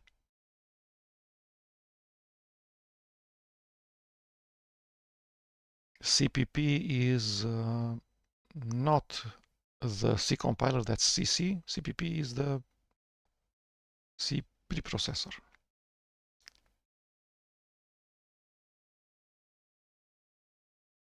Many packages use the name CC to call the CC compiler.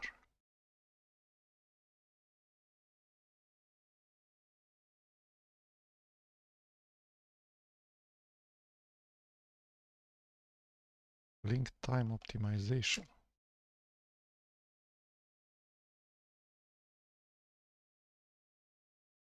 More sanity checks.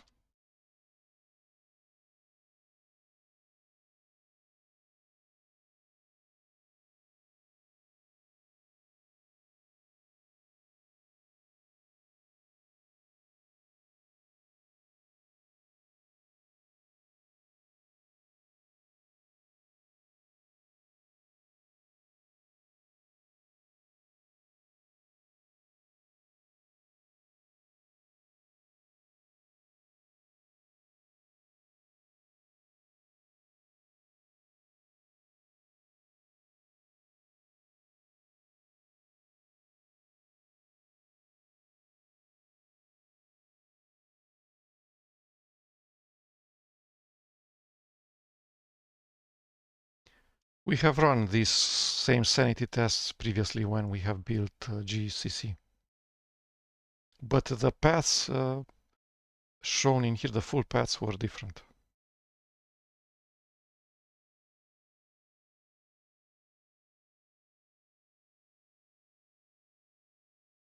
Clean up.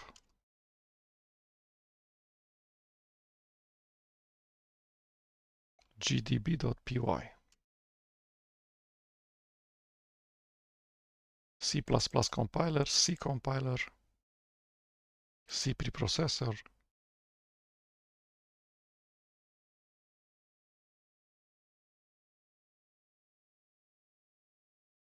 It doesn't say that we should keep the directory, so we'll remove it.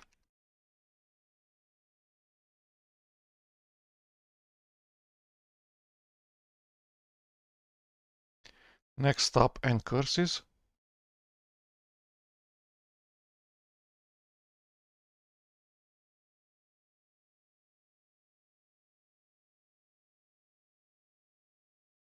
.2 SPU. 15 seconds.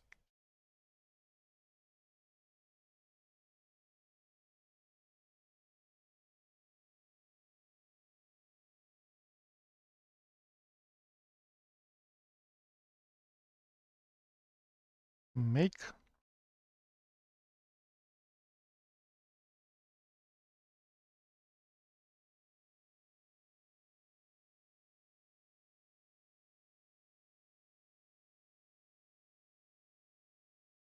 Make install.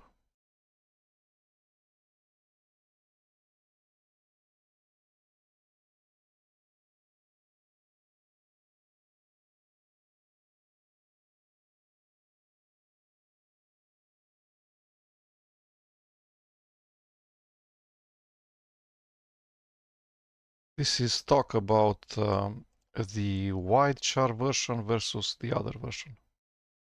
I'm not exactly sure what wide char means. We're not on Windows to have UTF-16 UCS2.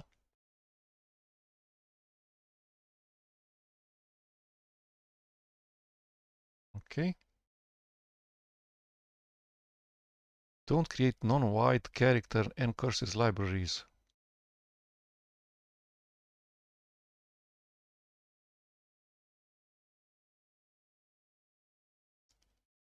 If you must have such non-wide char character and curses libraries, build again with other instructions. That's it with ncurses. Next up, sed.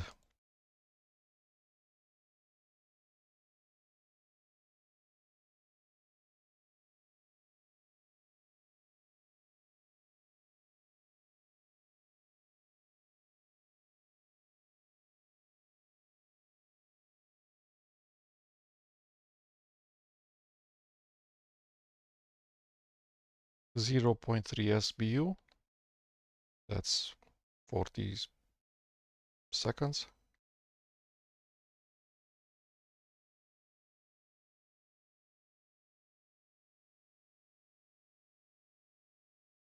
Building.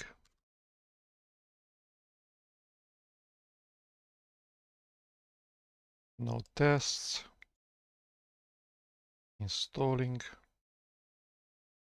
the sed executable.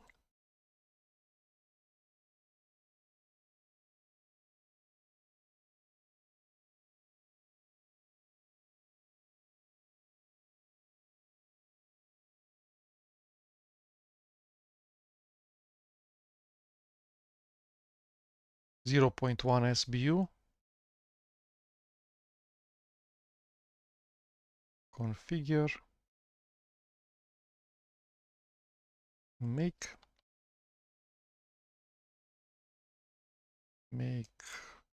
check.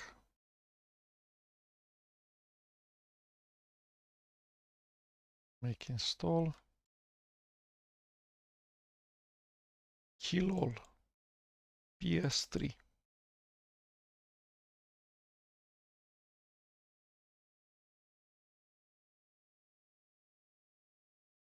And that's about it. I have never used any of the others except Kilol and PS3.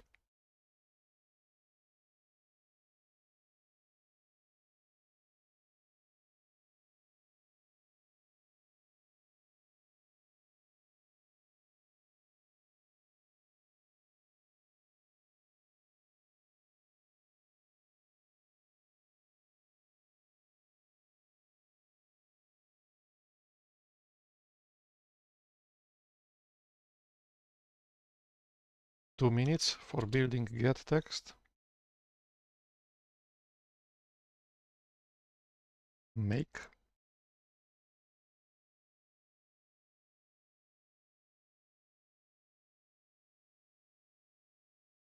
Make install.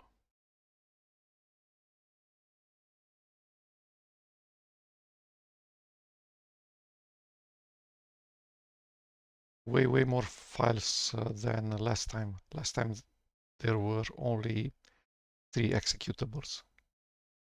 MSG merge, MSG format, and the X get text. Python.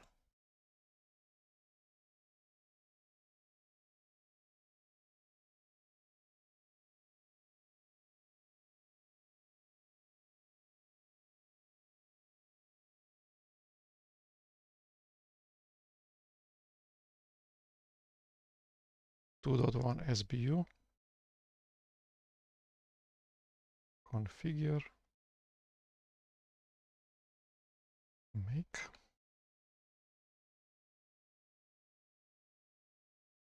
We're going to skip the checks for Bison. Make install.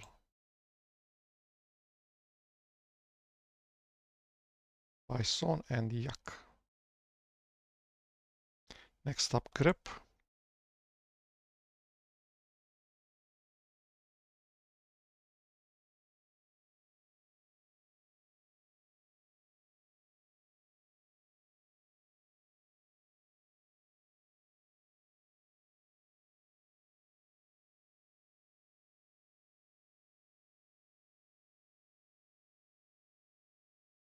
Configure.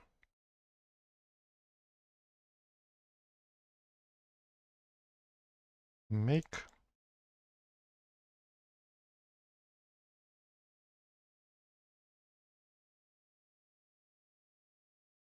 make install directly without tests.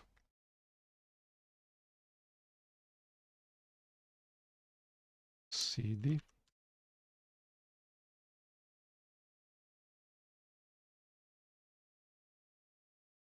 bash.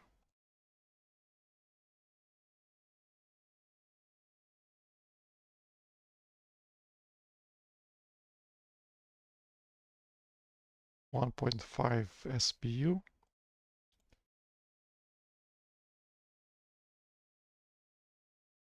Make.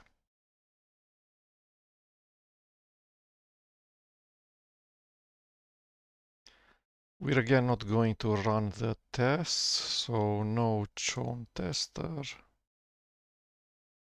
no spawn make tests, just straight make install.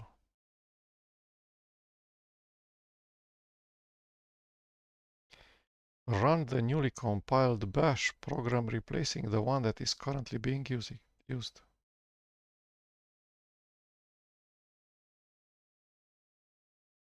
Contents of bash and sh libtool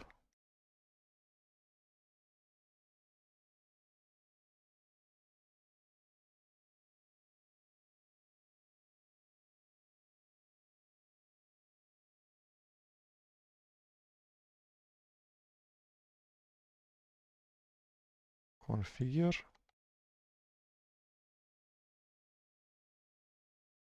0.6 SBU. Make and make install .a file libtoolize gdbm GNU database manager.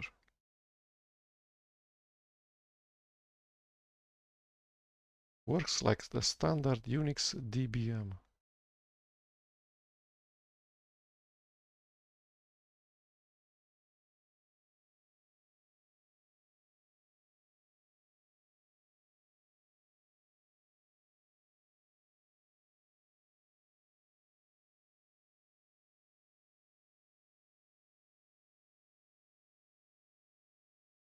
(0.2 SBU).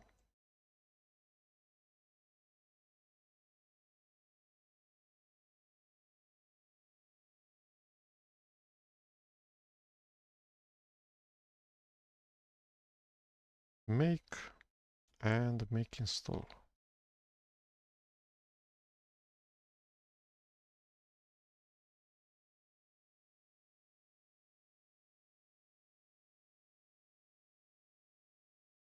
Next up, gperf generates a perfect hash function from a key set. What would that be?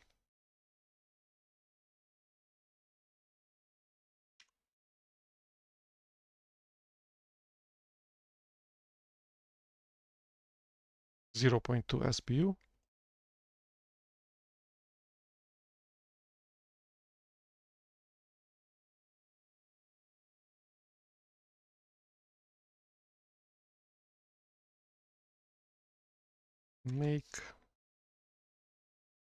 Make install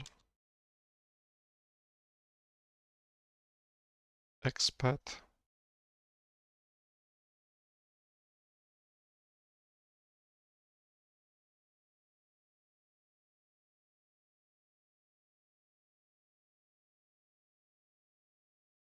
XML parser 0.1 SBU.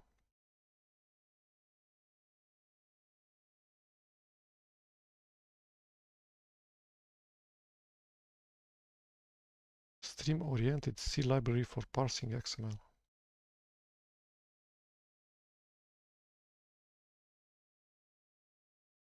Make install.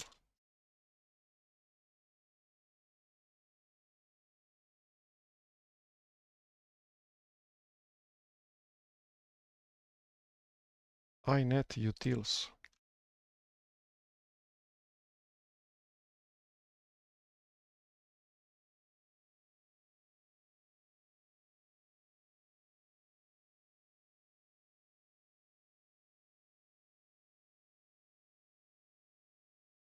0.3 SBU.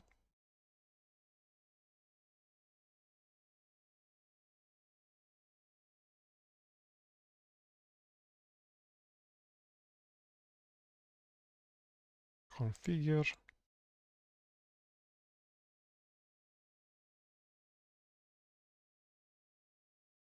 With RCP, RXSec, RLogin, RSH.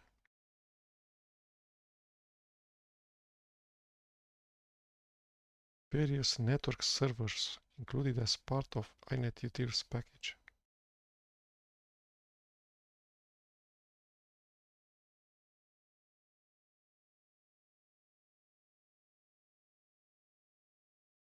So there's networking clients and servers. The servers for FTP,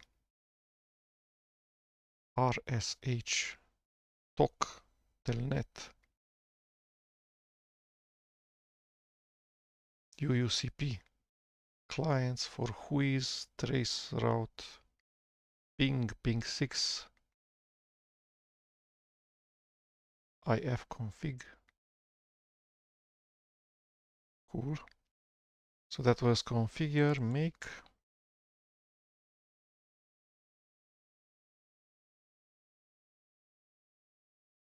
install.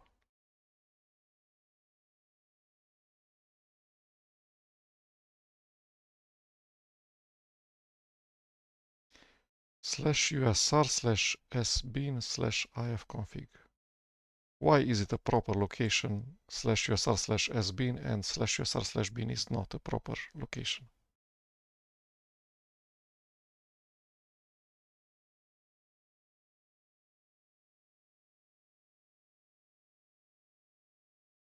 Who knows why if you want to run ifconfig to find out the IPv4 address of the network interface card, the Ethernet one. Okay. Next up, less.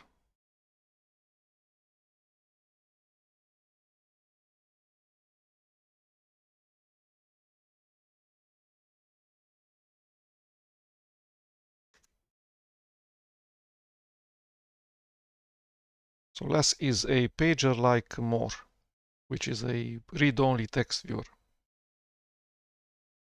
0.1 SBU.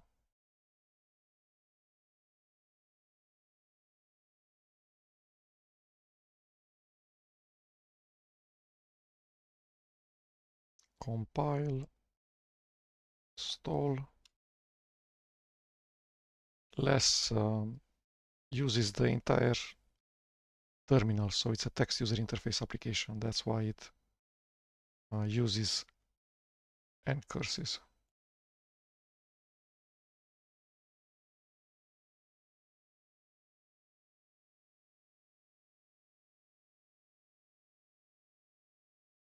Next up, Perl.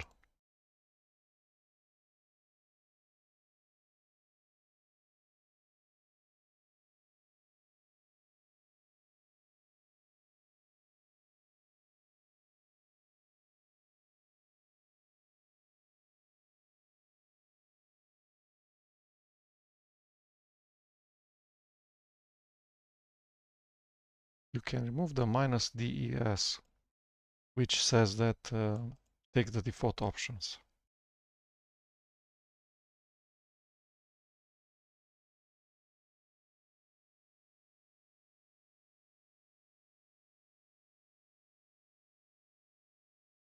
Make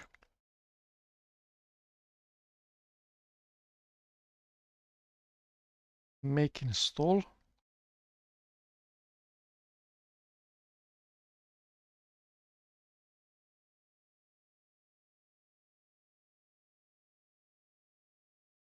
Okay, now we have Perl.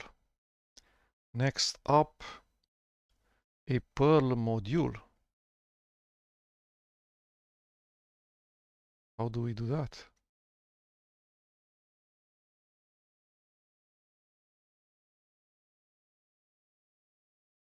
XML parser.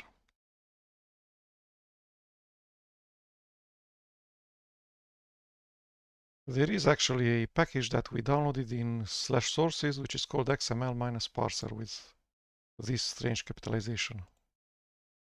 Okay, so we do not need the Perl directory any longer.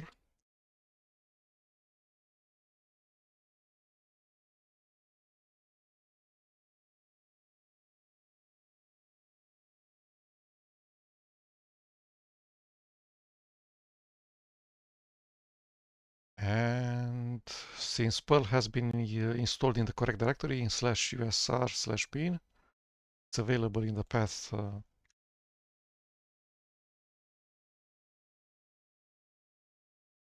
There's no which yet. Okay.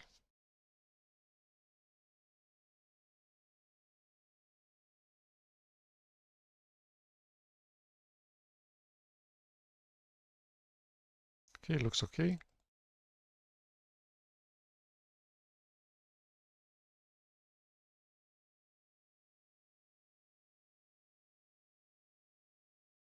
So it does work okay. It finds Perl. It knows all of the things. PCRE, cpan, modules.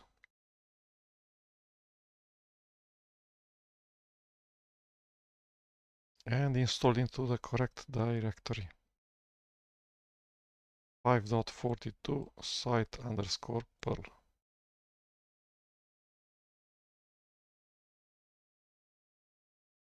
Intel tool.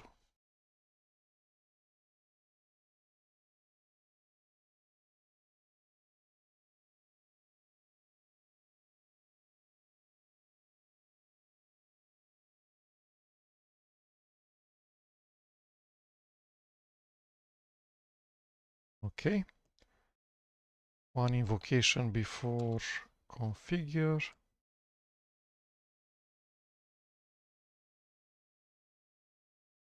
Then make.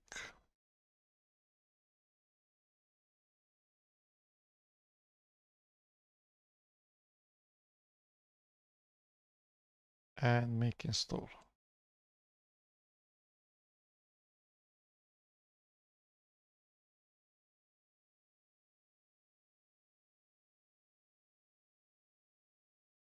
Autoconf.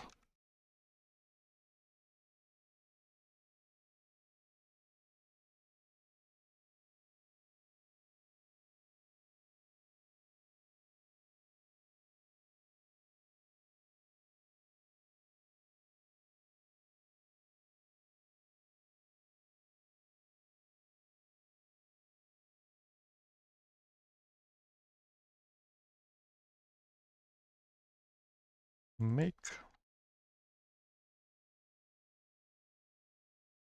install.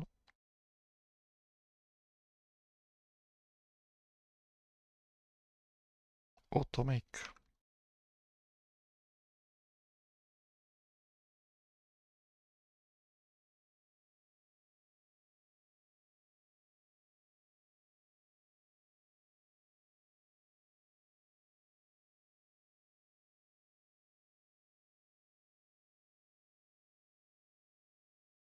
.1 SBU.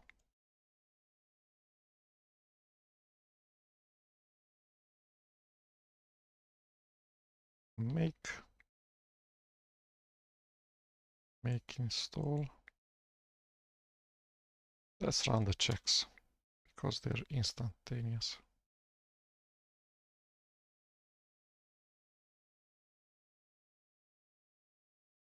Make install. And that's it for automake. AC local. OpenSSL.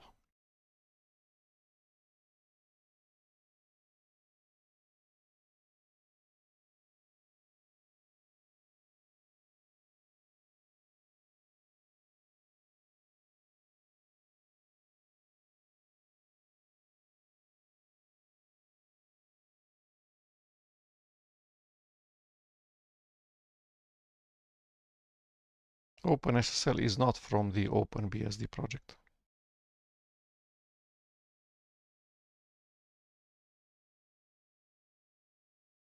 1.9 SBU, that's 2 minutes.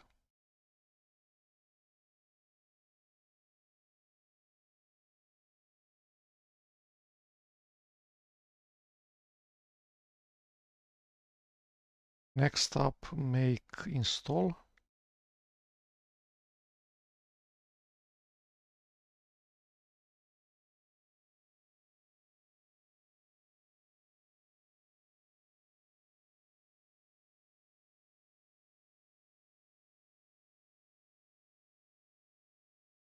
We could have skipped all of the additional command lines that will install documentation. We're not going to update OpenSSL. Lib elf from elf utils.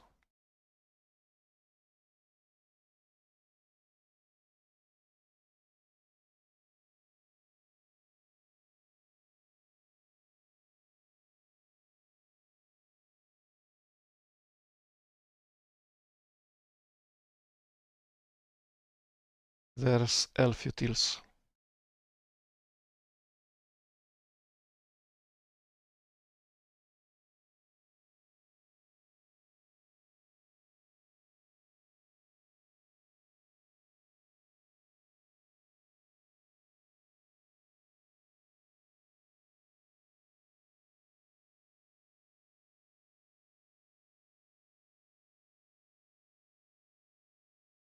The configure part.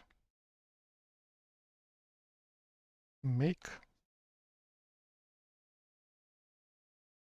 0.3 SBUs. That's less than a third of a minute. Install.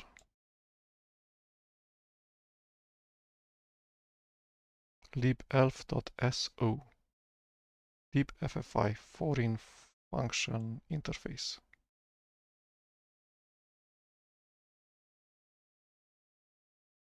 Okay.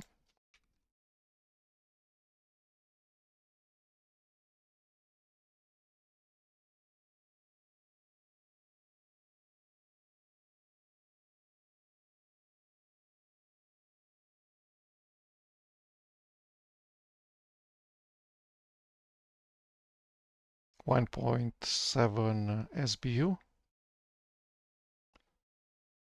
Configure step.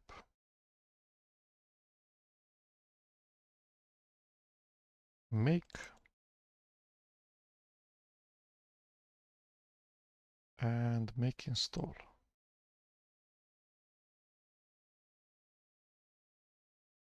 And that's it. Next up, Python.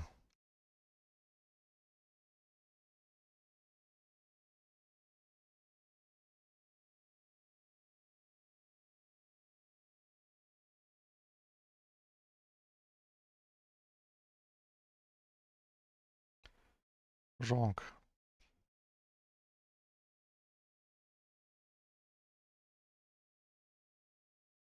So tar minus xvf and uppercase P.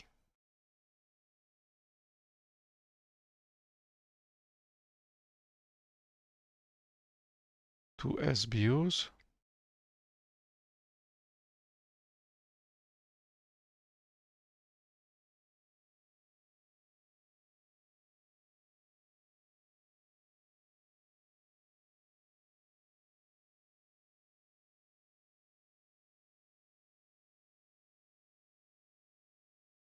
Make.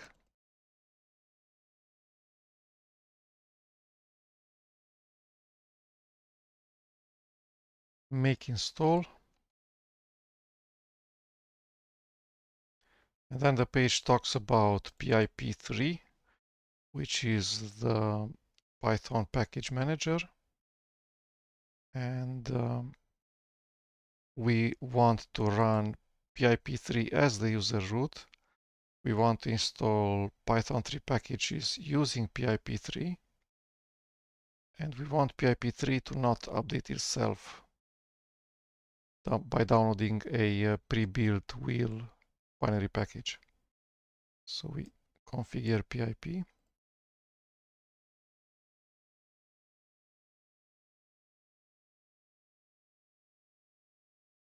We can install the documentation.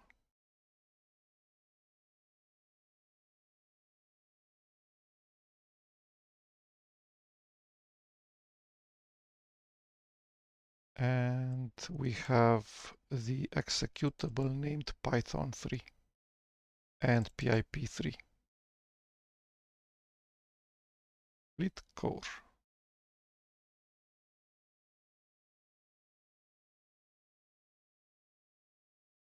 Is the distribution building parts of Fleet?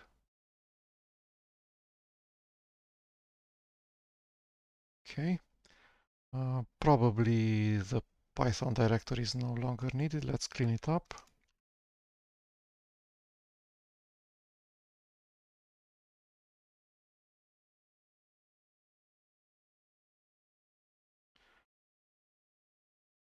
Okay. What is this thing with core?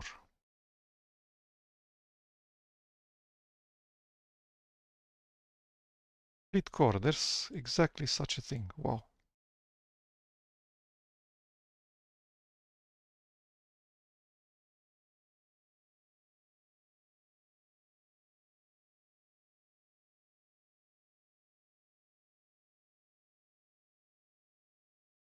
Installation using pip3 wheel.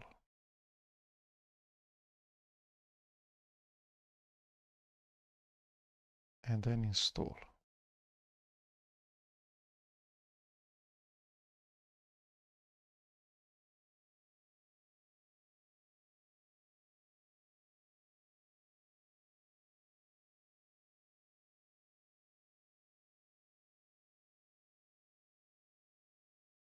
Does not fetch the online file from pypi.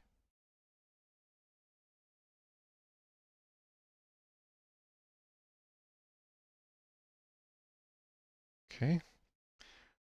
So the install directory is /usr/lib/python 3.13 site-packages. Packaging 25.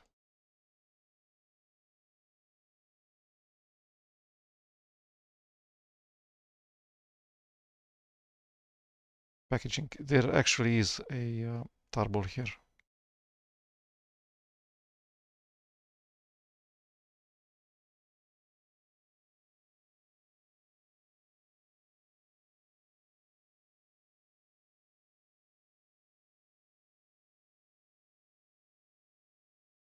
The same type of pip wheel and then pip install.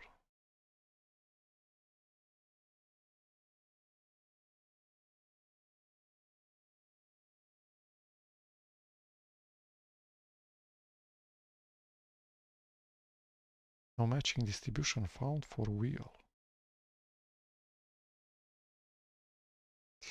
I'm running the wrong command lines. So I'm in packaging and I'm running the ones for wheel. So pip3 wheel wd, no cache dir, no build isolation, no deps pwd, and then this line. Next up, wheel, which is an executable.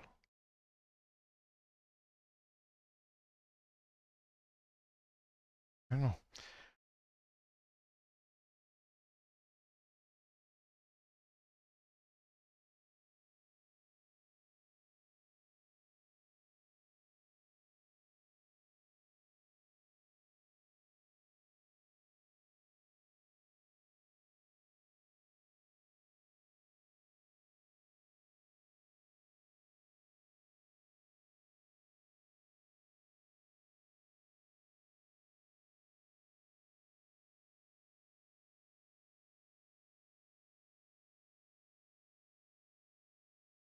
Next up, setup tools.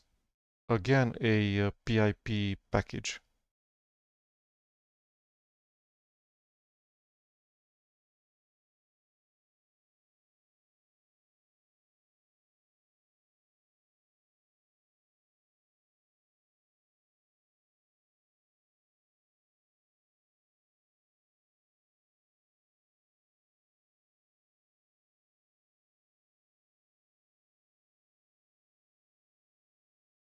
Ninja.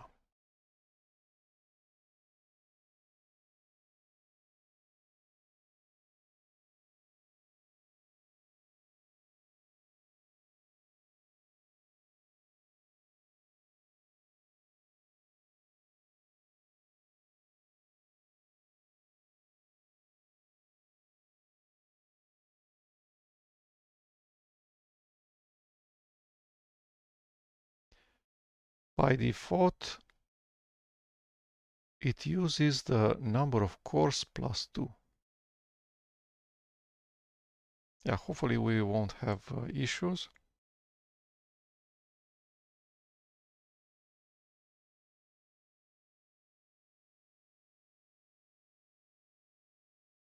Python 3.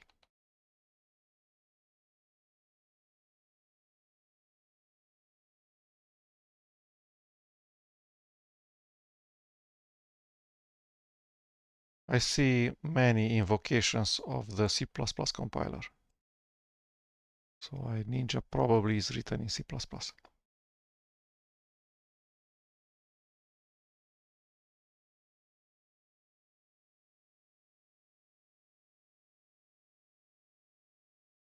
Okay, just one executable Ninja, which is a very low level part of something similar to GNU Make.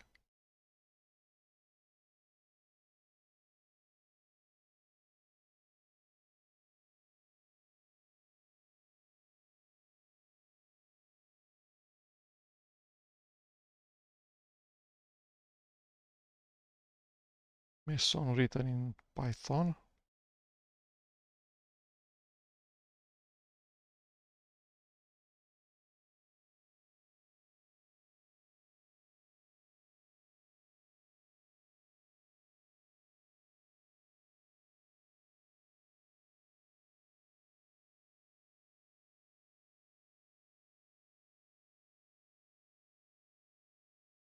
Is an executable Meson.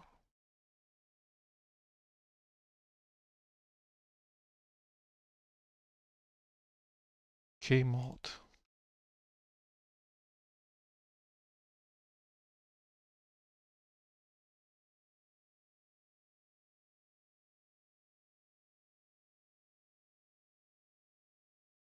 Loading kernel modules.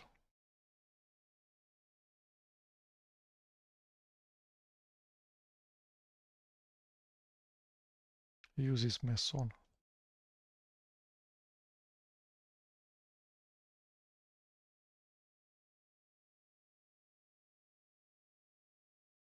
And Ninja to be extremely fast.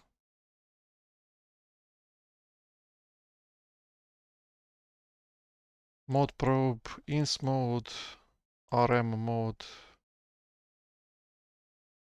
the others ls mode. These 4 I have used. Core utils.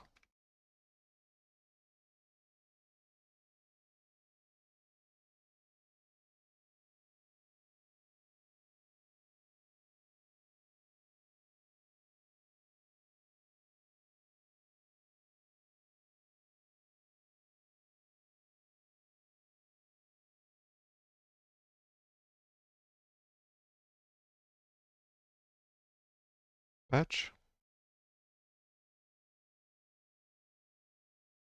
A second patch.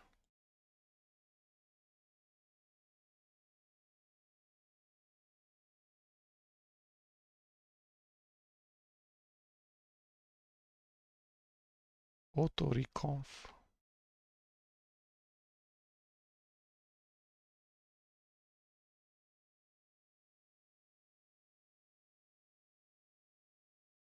(1.2 SBUs, a minute and a half.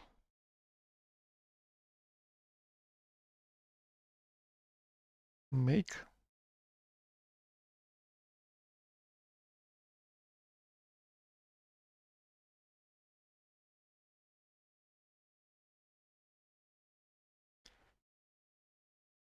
So these lines are part of running the tests. Tester, more tester, temporary group. Okay, make install.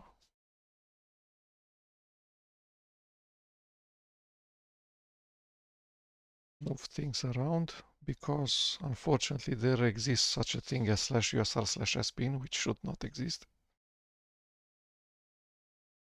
Core utils. Square parentheses. chmod, chown, chroot, copy, dd,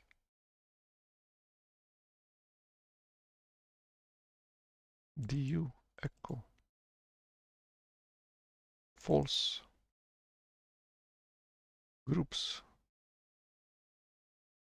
ln to create symbolic links, a lister, md5, mv. Okay, next up, diffutils.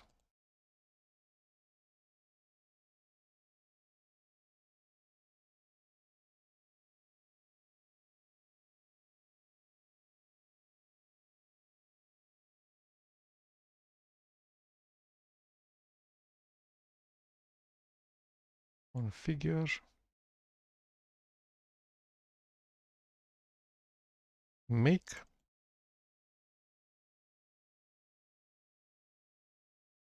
and make install. Diff, gook,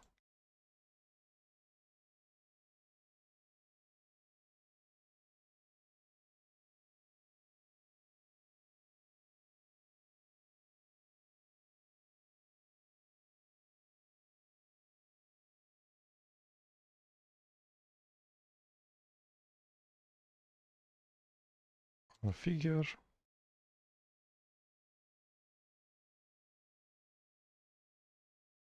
make,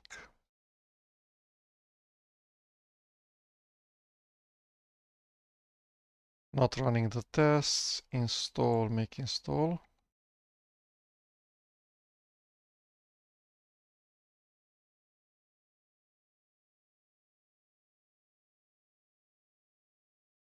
Links towards awk.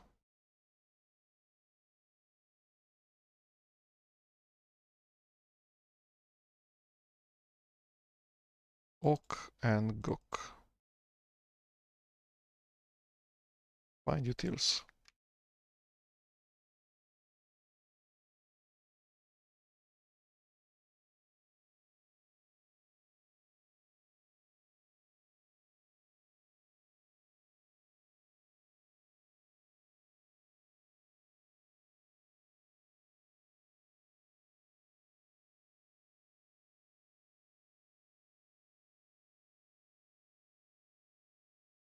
I haven't used locate for 25 years.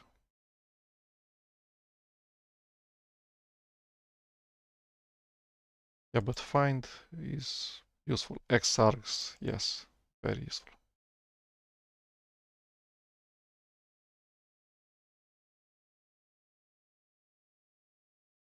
Make,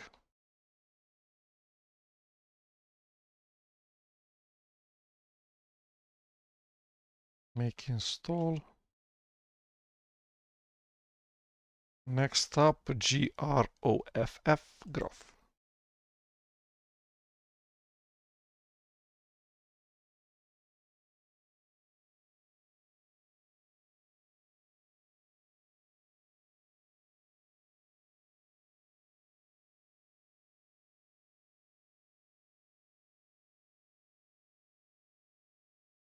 Page letter, page A4.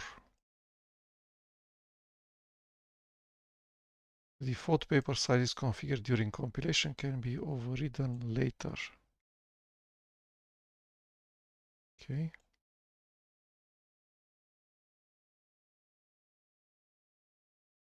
Let's do letter.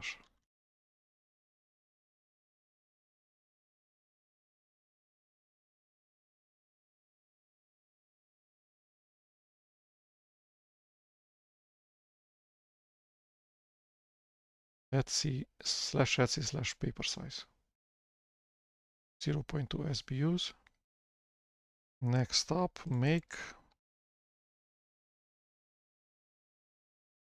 And then make install.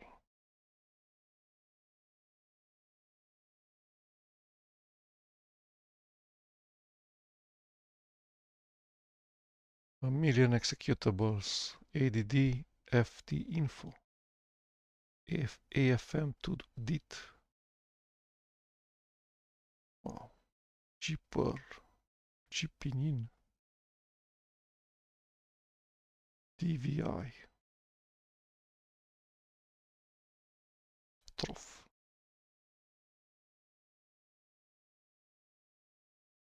Okay, so we have installed, and next up is grub.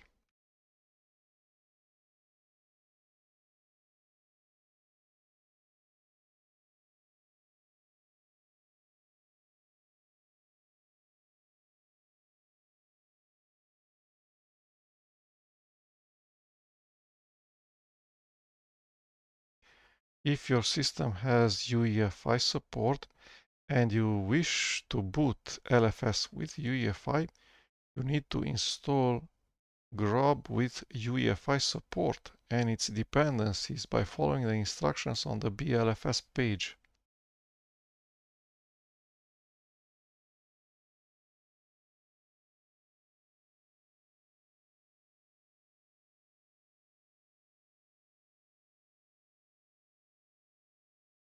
Wow.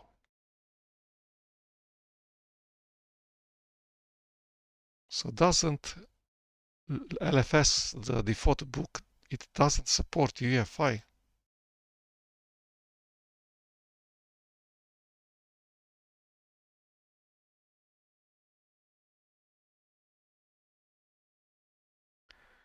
Yeah, I expected this surprise, but I still did not expect this surprise.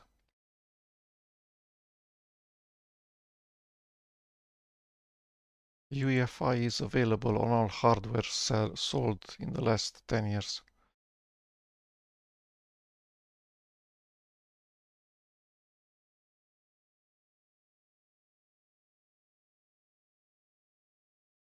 Wow, what's happening?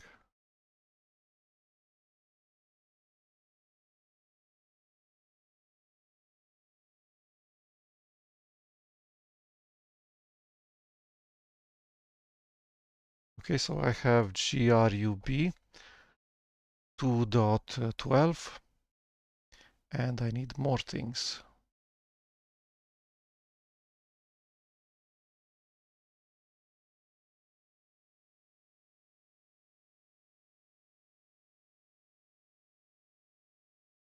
Additional optional Unicode font data, only useful if free type is installed. I don't have free type installed. I don't have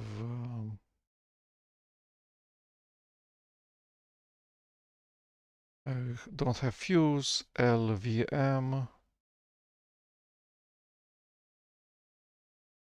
I don't have 32-bit LFS, 64-bit UEFI firmware. I don't need to rebuild GCC.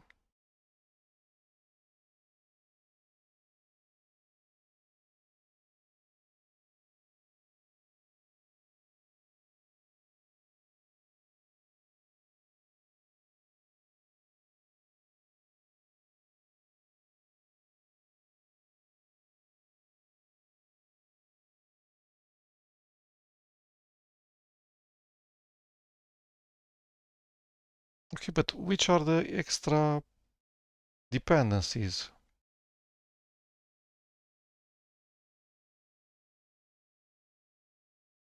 This is what the page says. It says if you want EFI, go to this page, follow the instructions to install grub with UEFI and its dependencies.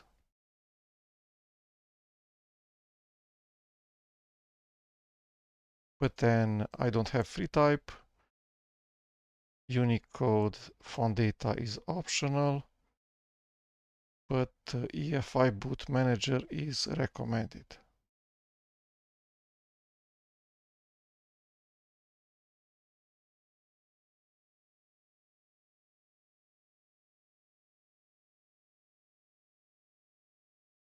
And requires FEVAR and POP-T.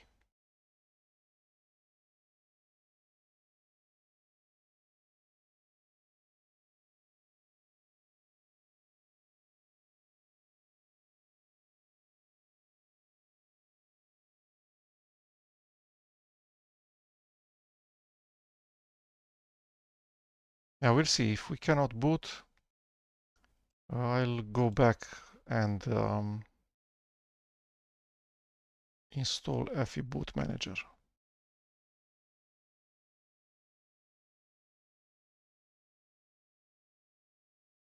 Provides tools and libraries to manipulate EFI variables. Do we need it or not? And it's only used at runtime when we're installing GRUB.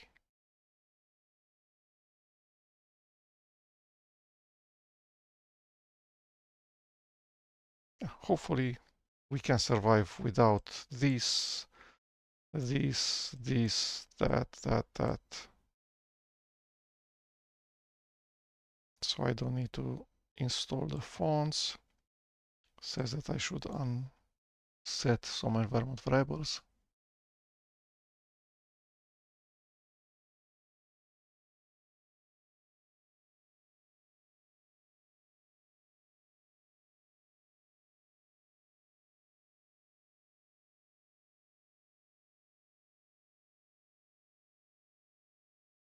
And we're going to configure GRUB with platform EFI.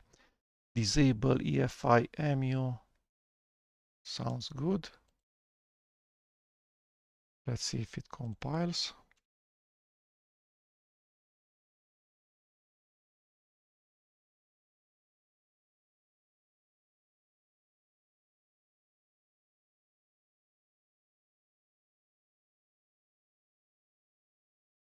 I have skipped the LFS grub. I'm the root user.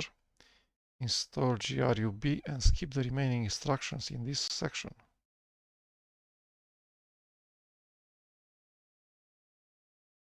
So this is the end of the instructions. Okay, and now these installation instructions.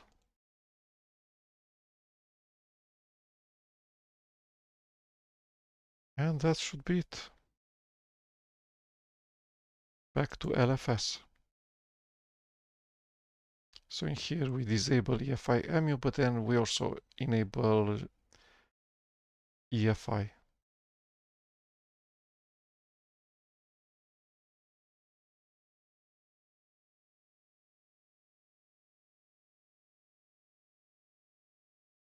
Okay, so we have the script to update GRUB.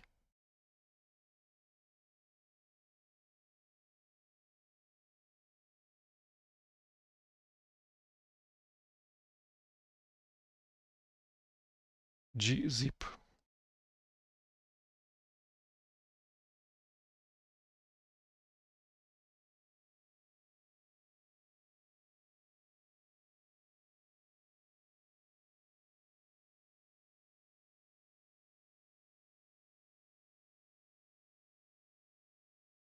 Configure.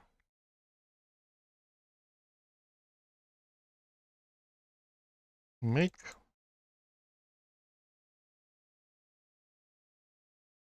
Make install. And that's it. IP route.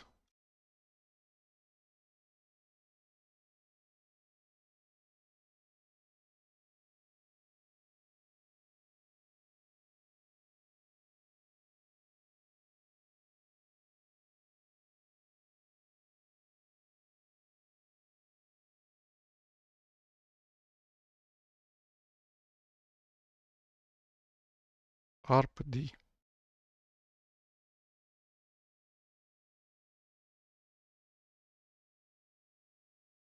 Make.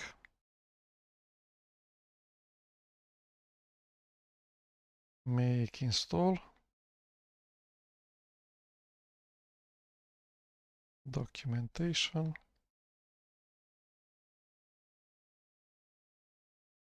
IP command IP space A. SS.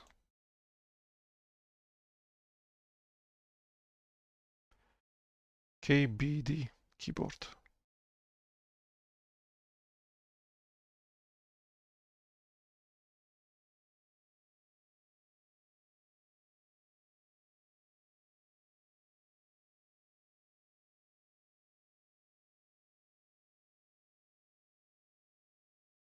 There's a patch.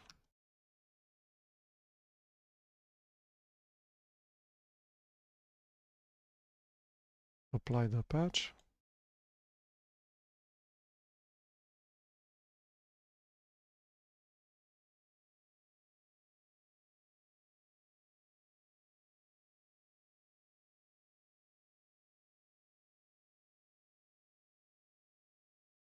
Backspace key generates the character 127 and the delete key generates a well-known escape sequence. As long as the backspace key does work, that's great.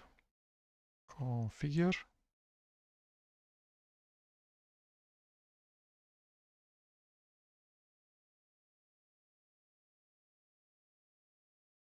Make.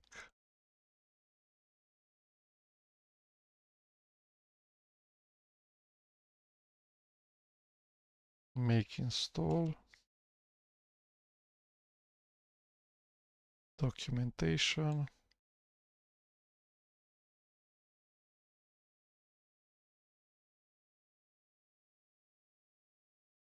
Lib pipeline.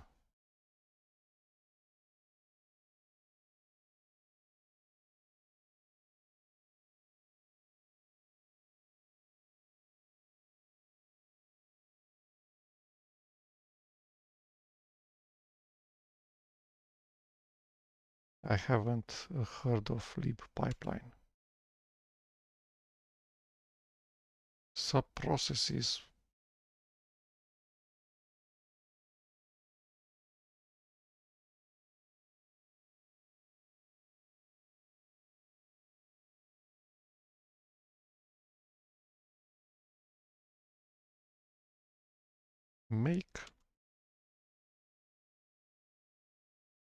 Make install.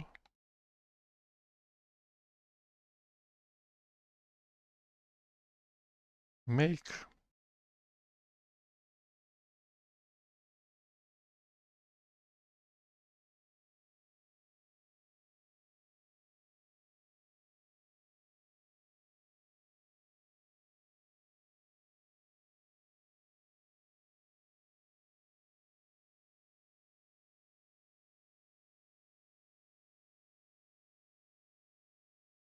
this is GNU make, probably.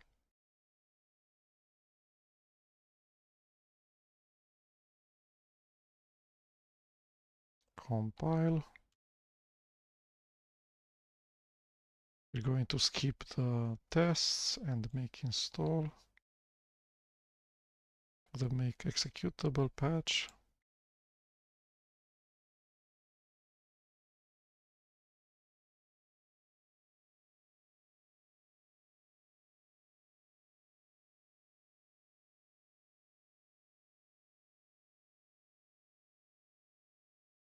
Configure.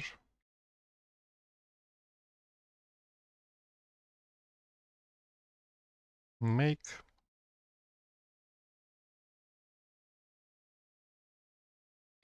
And make install. The patch executable tar.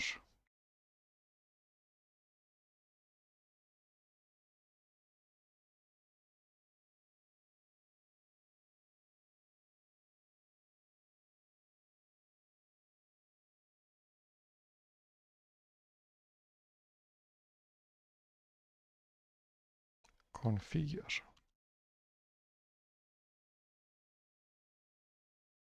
Make.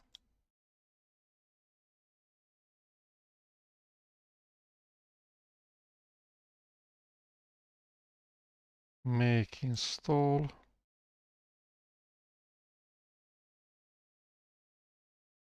The tar executable.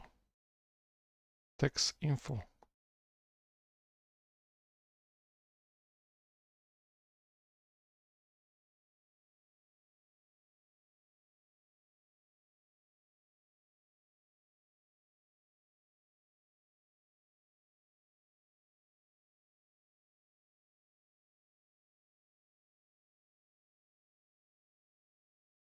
Configure.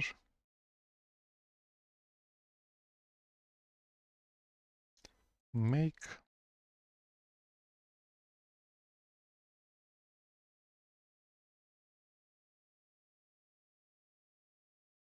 install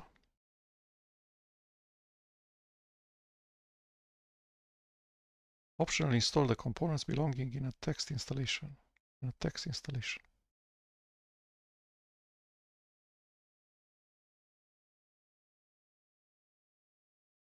I'm not sure what this thing does. And the documentation. What is this?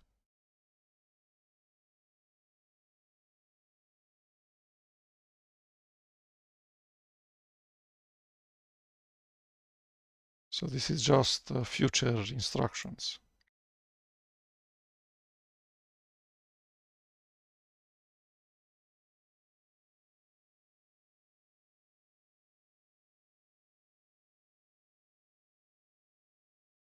Let's run it just in case.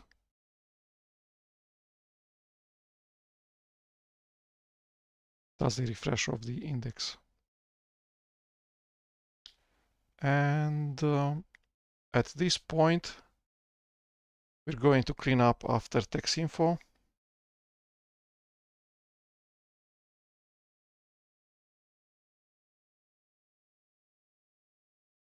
And then this would be it, the first part of the YouTube video. We're going to stop just before building the text editor Vim. This YouTube video will be followed by a second part where we start from chapter 8.73 Vim and go until the end of the Linux from Scratch book. So that's Vim, markup save, systemd, the Linux kernel, dbus, booting into the new system, installing grub, booting. There's a ton of work remaining. So this is it for the first part of how to build Linux from scratch. Thank you.